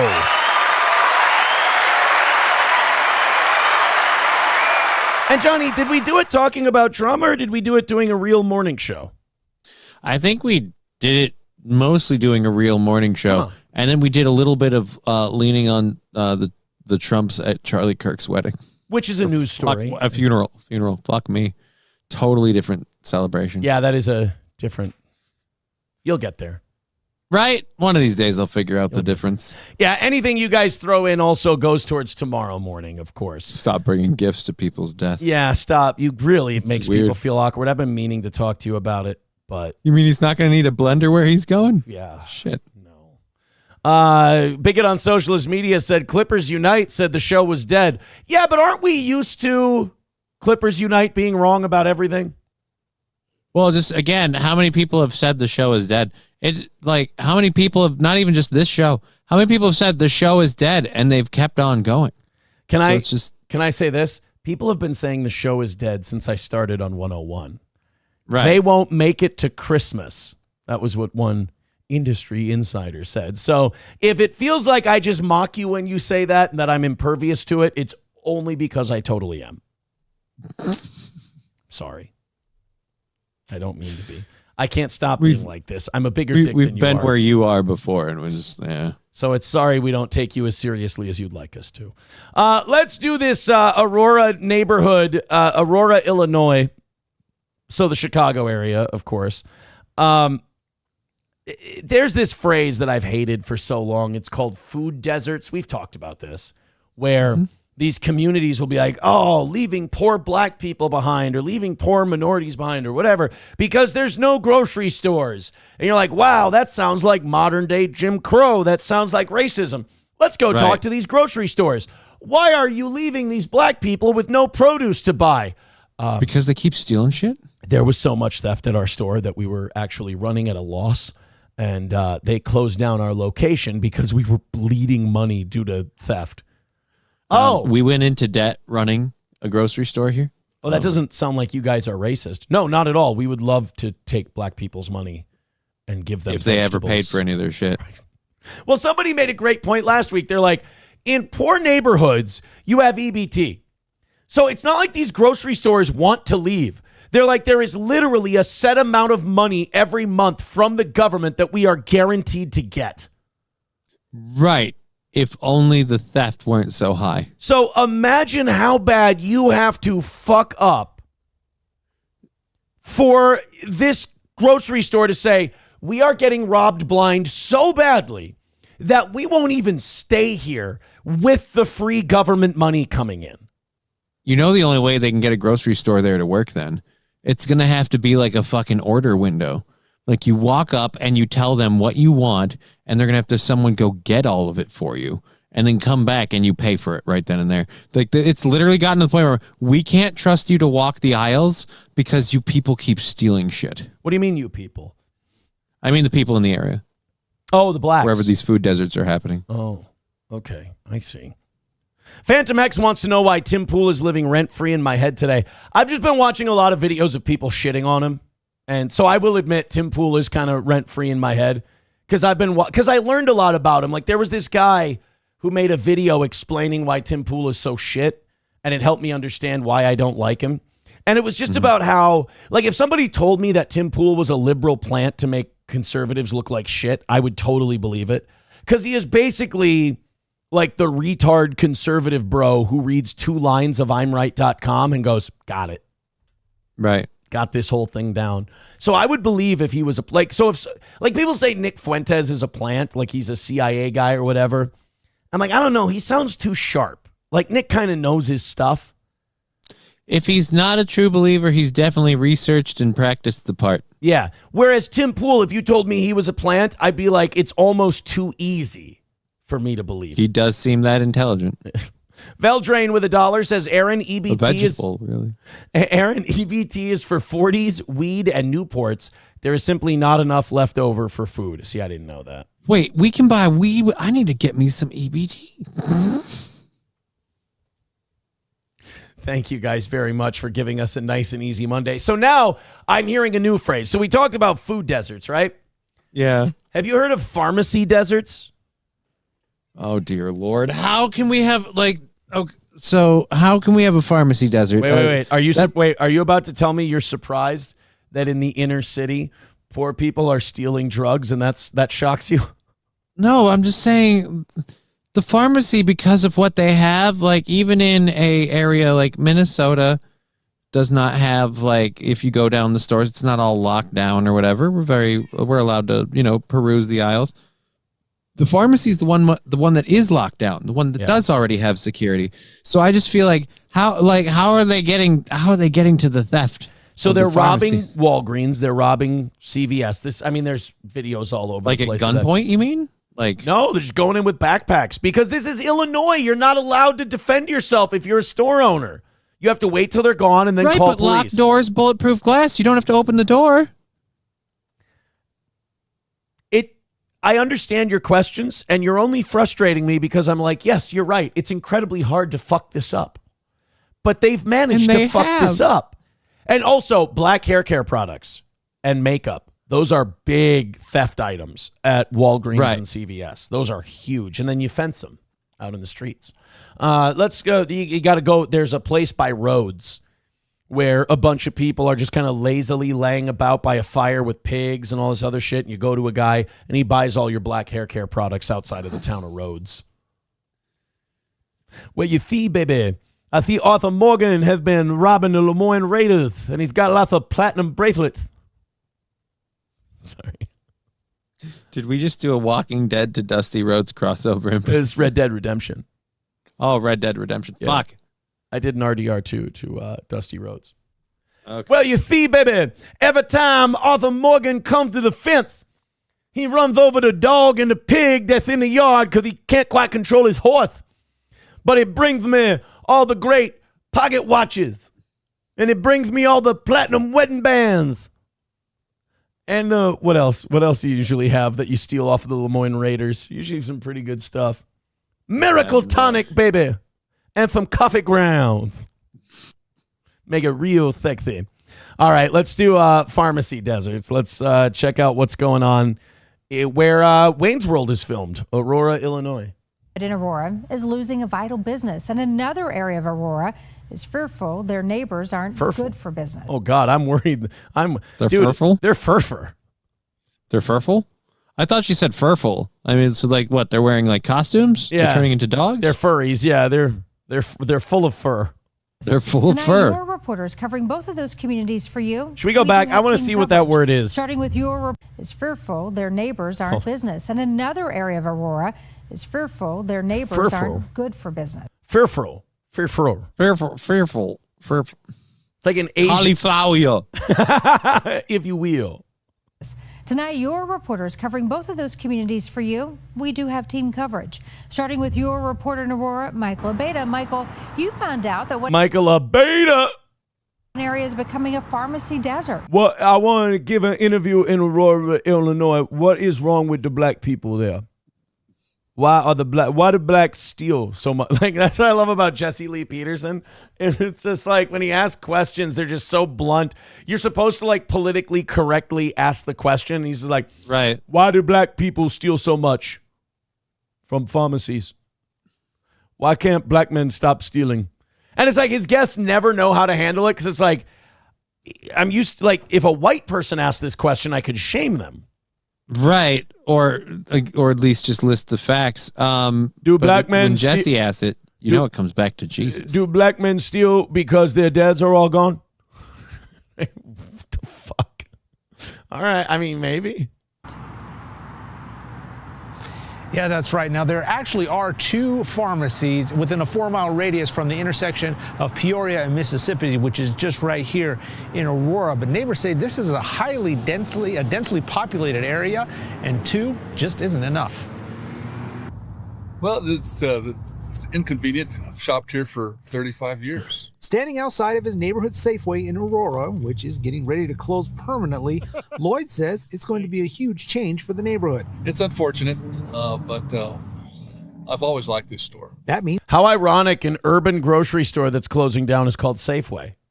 It's wonderful. Inventory blowout also doesn't seem like we have Cub Foods here in Minnesota. I love Cub Foods, but I think it would be great if their largest group of clientele were large, burly gay men.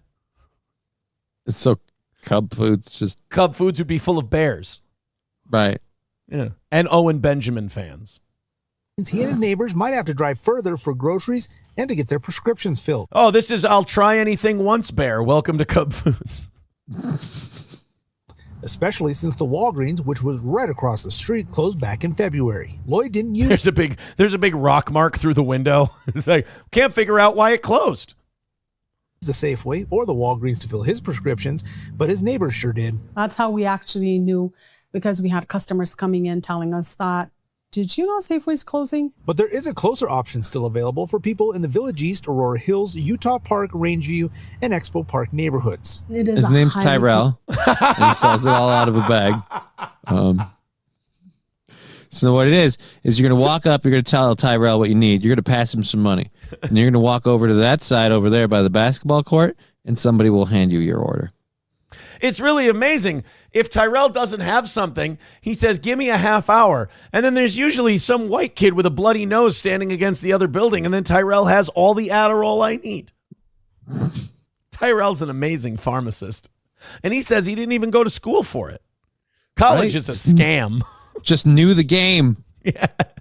Condensed area here. He also told me that if I need boner pills or women to have sex with, I can see him for both of those things. What a guy. Just a problem solver. What is he, some kind of hookup guru? Tell you what he won't do. He won't say that he's helping a bunch of handicapped people, charge the government for it, and then not do a goddamn thing, because Tyrell's a problem solver. I go to Tyrell and we just bitch about Somalis together. He's really great. And then I tell him, do you need to see my prescription? And he always says the same thing. It's like his catchphrase. Nah, man, we cool. We good. I love Tyrell. He's such a community. He's such a pillar of the community. I keep telling him, why don't you get a storefront? He's like, I like this place right behind the grocery store.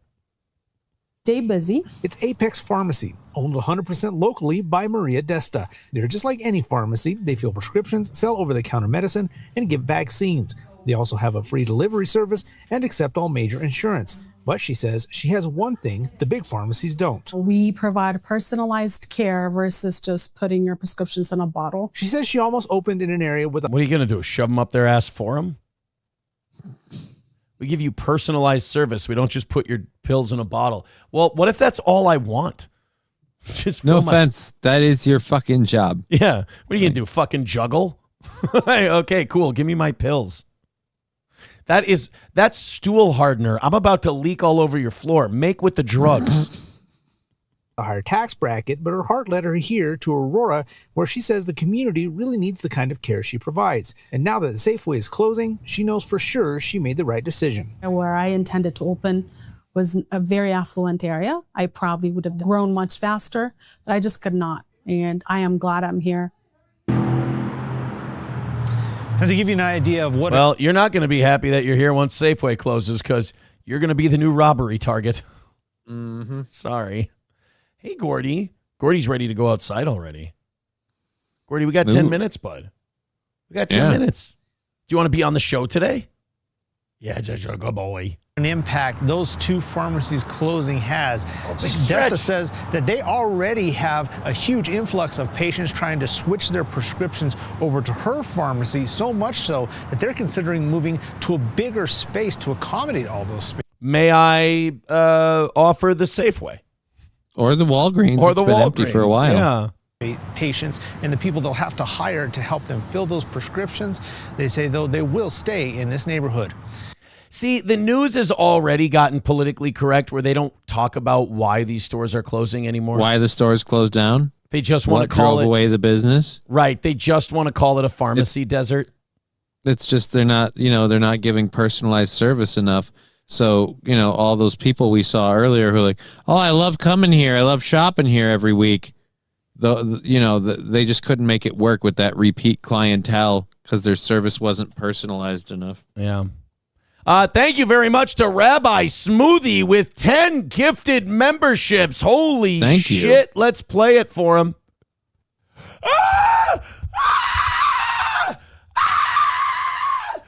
Yeah, why would you call him gay? Oh, my God. Why would you? Holy shit. Holy shit. Rabbi Smoothie with a dollar. I'm wearing the same shirt. So says, am I. knock out That's that last kinda 10 creepy. memberships, crackers. Don't forget the $5 from the earlier membership. Oh, that puts you at 55, Rabbi Smoothie, because you gave your first 20 to Mersh. Mm-hmm. So he's at 55. Let's put Rabbi Smoothie up there. Hold on a minute. Thank you, Lab Glass, too. Rabbi Smoothie with 55. Lab Glass in third with 39. Uncle Lucky / Scary Larry in fourth with 20. And Mersh is in the cuck chair with 20. Thank you very much. I don't know what people have against him. I mean, he's harmless. He's kind of become a whack packer now. Like Kevin has him on to be a silly goose with a bunch of drunks. I mean, It's good. It's fine. Who's he fucking hurting? You know? Leave the guy alone. By the way, if my count is correct, that puts us 20 memberships away from 500, not 10. I just don't want people to give 10 and be expecting something. I'd rather everyone gets a fair shake, if you will. But we are only 20 away from our all-time record of 500. Let's go to Miss Tay. She says, I said 2:30 to someone yesterday. Fuck you, Aaron. I'm so happy you did that. That makes me so happy. I wouldn't say it makes me happy. It does make me chuckle. But, So now we are 50 into tomorrow morning. So we're going to start at the same spot we were at today. Nice. Tomorrow. Oh, Rabbi Smoothie's right. I did say I would drop the last 10, didn't I? Yes. I guess. So we are. Yes, he's right. So 10 more gifted memberships, then I have to gift 10 memberships. And that's how it works. Okay. You're right. I apologize. Okay. We can either do this spine fracture story. We can go with Hassan Piker and Destiny being mad at each other and sniping each other back and forth. We can go Stephen A. Smith defending ABC for firing Kimmel. Or we go the guy dying on a roller coaster. Do we have a video for the guy dying on a roller coaster? We have not a video of the guy dying, but we have I think it's a video. Let me check and see if I believe it's a video story. Yeah, it's a video. I think I know what the roller coaster one is, but yeah, let's go with it's the roller 30 coaster. seconds. Yeah, it's a short one. Let's go with the roller coaster and see where we land. A visitor became unresponsive in the middle of a roller coaster ride at Universal's Epic Universe theme park in Florida on Wednesday and later died at the hospital. Yeah, so they like blacked out and rolled around in there. Universal Orlando said in a statement that the visitor was riding the Stardust Racers roller coaster. I'm going to say this. I want to ride that roller coaster. As a precaution, an official said Stardust Racers will remain closed while the investigation is underway. So he went on, and that's the ride. So he went on there. I'm guessing what? Had a heart attack, right? No. Shit. Hold on. That scared. That's what happened to him. That scared the fucking shit. Wait, are you wearing the same shirt too? I just said this a minute ago. You said I'm wearing the same shirt, and I said that's funny. I just noticed I am too. Oh, I thought you were being a dick, meaning like you're wearing the same shirt that you've been wearing today. Like I thought you were making fun of me. No, I'm wearing the same shirt that I was in that video.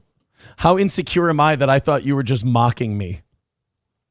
I mean, remarkably insecure, but I mean, I wasn't mocking you this time. I'm being honest. Thank you. I appreciate Same that. fucking shirt. St. Caesar says also Raja Jackson finally got arrested. No, we covered that at the beginning of the show. We got that one. There'll be a clip of that one. We'll have Alex Jones, Sniper. Our Sniper Wolf thing was good too. Yeah, Sniper Wolf. I was happy with that. So here's what I'm clipping from today. Minnesota Fraud. We did a great job with that. Sniper Wolf, Alex Jones, we did well with too. The Raja Jackson thing, we were fine there. I was going to do the Metokur thing, but not enough people. He's pretty niche, I think, for our audience. I don't think they care. And we did cover a lot of Kirk. A lot of Kirk, yeah. Lab Glass gifting 5 memberships. Thank you very much, buddy. I have sworn on the altar of God, total resistance against every form of tyranny, against the mind of men. That's going to put him at 64. Oh, shit. That puts him ahead of Rabbi Smoothie. Now you got to move shit around. I got to move shit around. God damn it.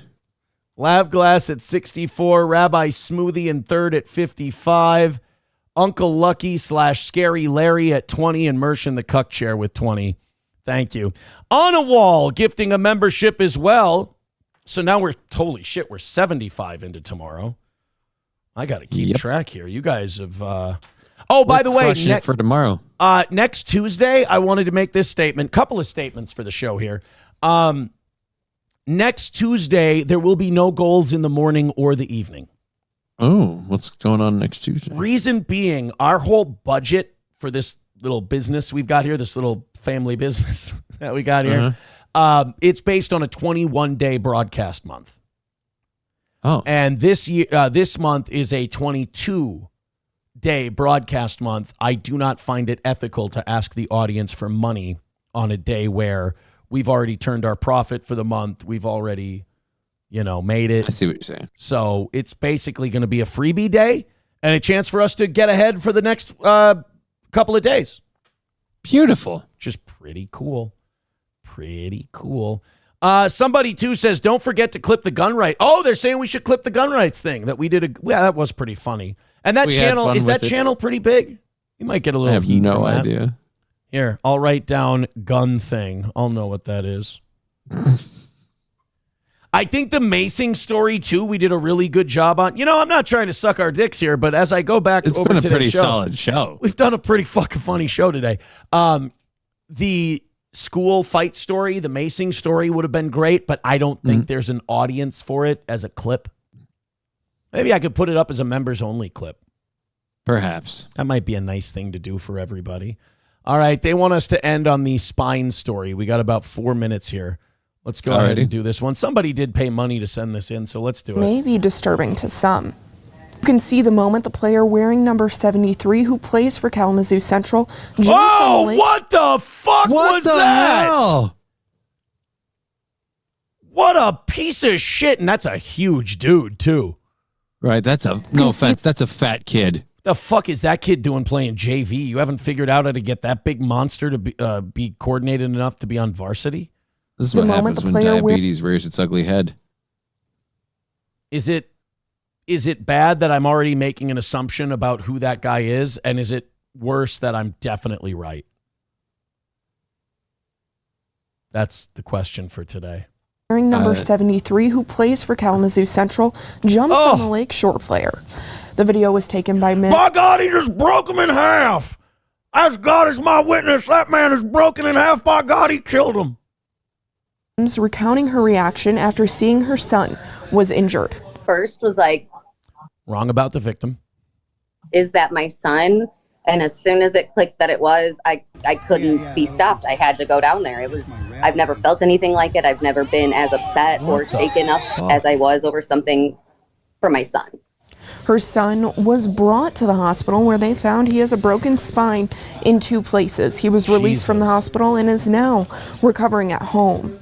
He's out at least for this season. We don't know if he's going to be able to play again. He should and will make a full recovery. While the varsity teams are scheduled to face off again tonight, Mims wants to raise awareness for potential dangerous plays. Boys are high school boys. They're 15 years old. The game means a lot to them. It's their whole life right now. They're there from before I get up to go to work in the morning till after dinner, putting in the work. And for somebody to try to take that from somebody doing so much. I mean, that kid, you got to kick him out of football, not just this year, but for good, right? I mean, that's a crime. That's a fucking crime he committed. I can't even believe he made the team. The guy looks like he can't run. Dude, seriously, I don't understand. He can jump a little. Yeah. Look, if there was ever, the Lord speaks in mysterious ways. Unfortunately, ma'am, he had to use your son. Yeah. But someone needed to tell that fat fuck to, tone it down a bit. He, maybe eat a rice cake. Does that count as a pancake block? I just need to know. Is awful for me to see. I reached out to the Michigan High School Athletic Association regarding any potential disciplinary action against the student. Communications director sharing, quote, "We are aware of the situation you're describing. We talked to both schools and they are resolving this issue internally." Also reaching out to both schools while we are still waiting for comment from Kalamazoo Central. They had a dude in a wheelchair rolling out in front of them. They've already got one wheelchair guy, yeah. Yeah. They're about to have 2. Lakeshore school leaders responded, "We can't share any information at this time other than that we are working with the other school about this situation."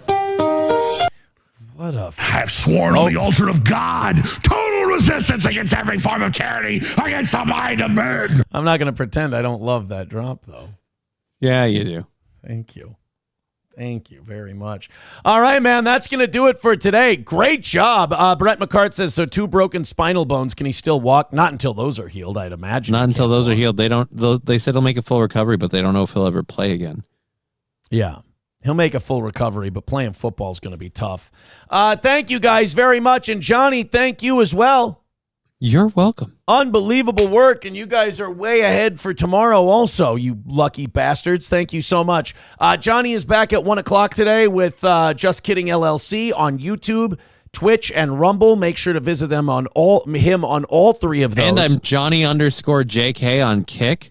Because believe this or not, you know how I've been delaying and procrastinating setting up a Kick? Yeah.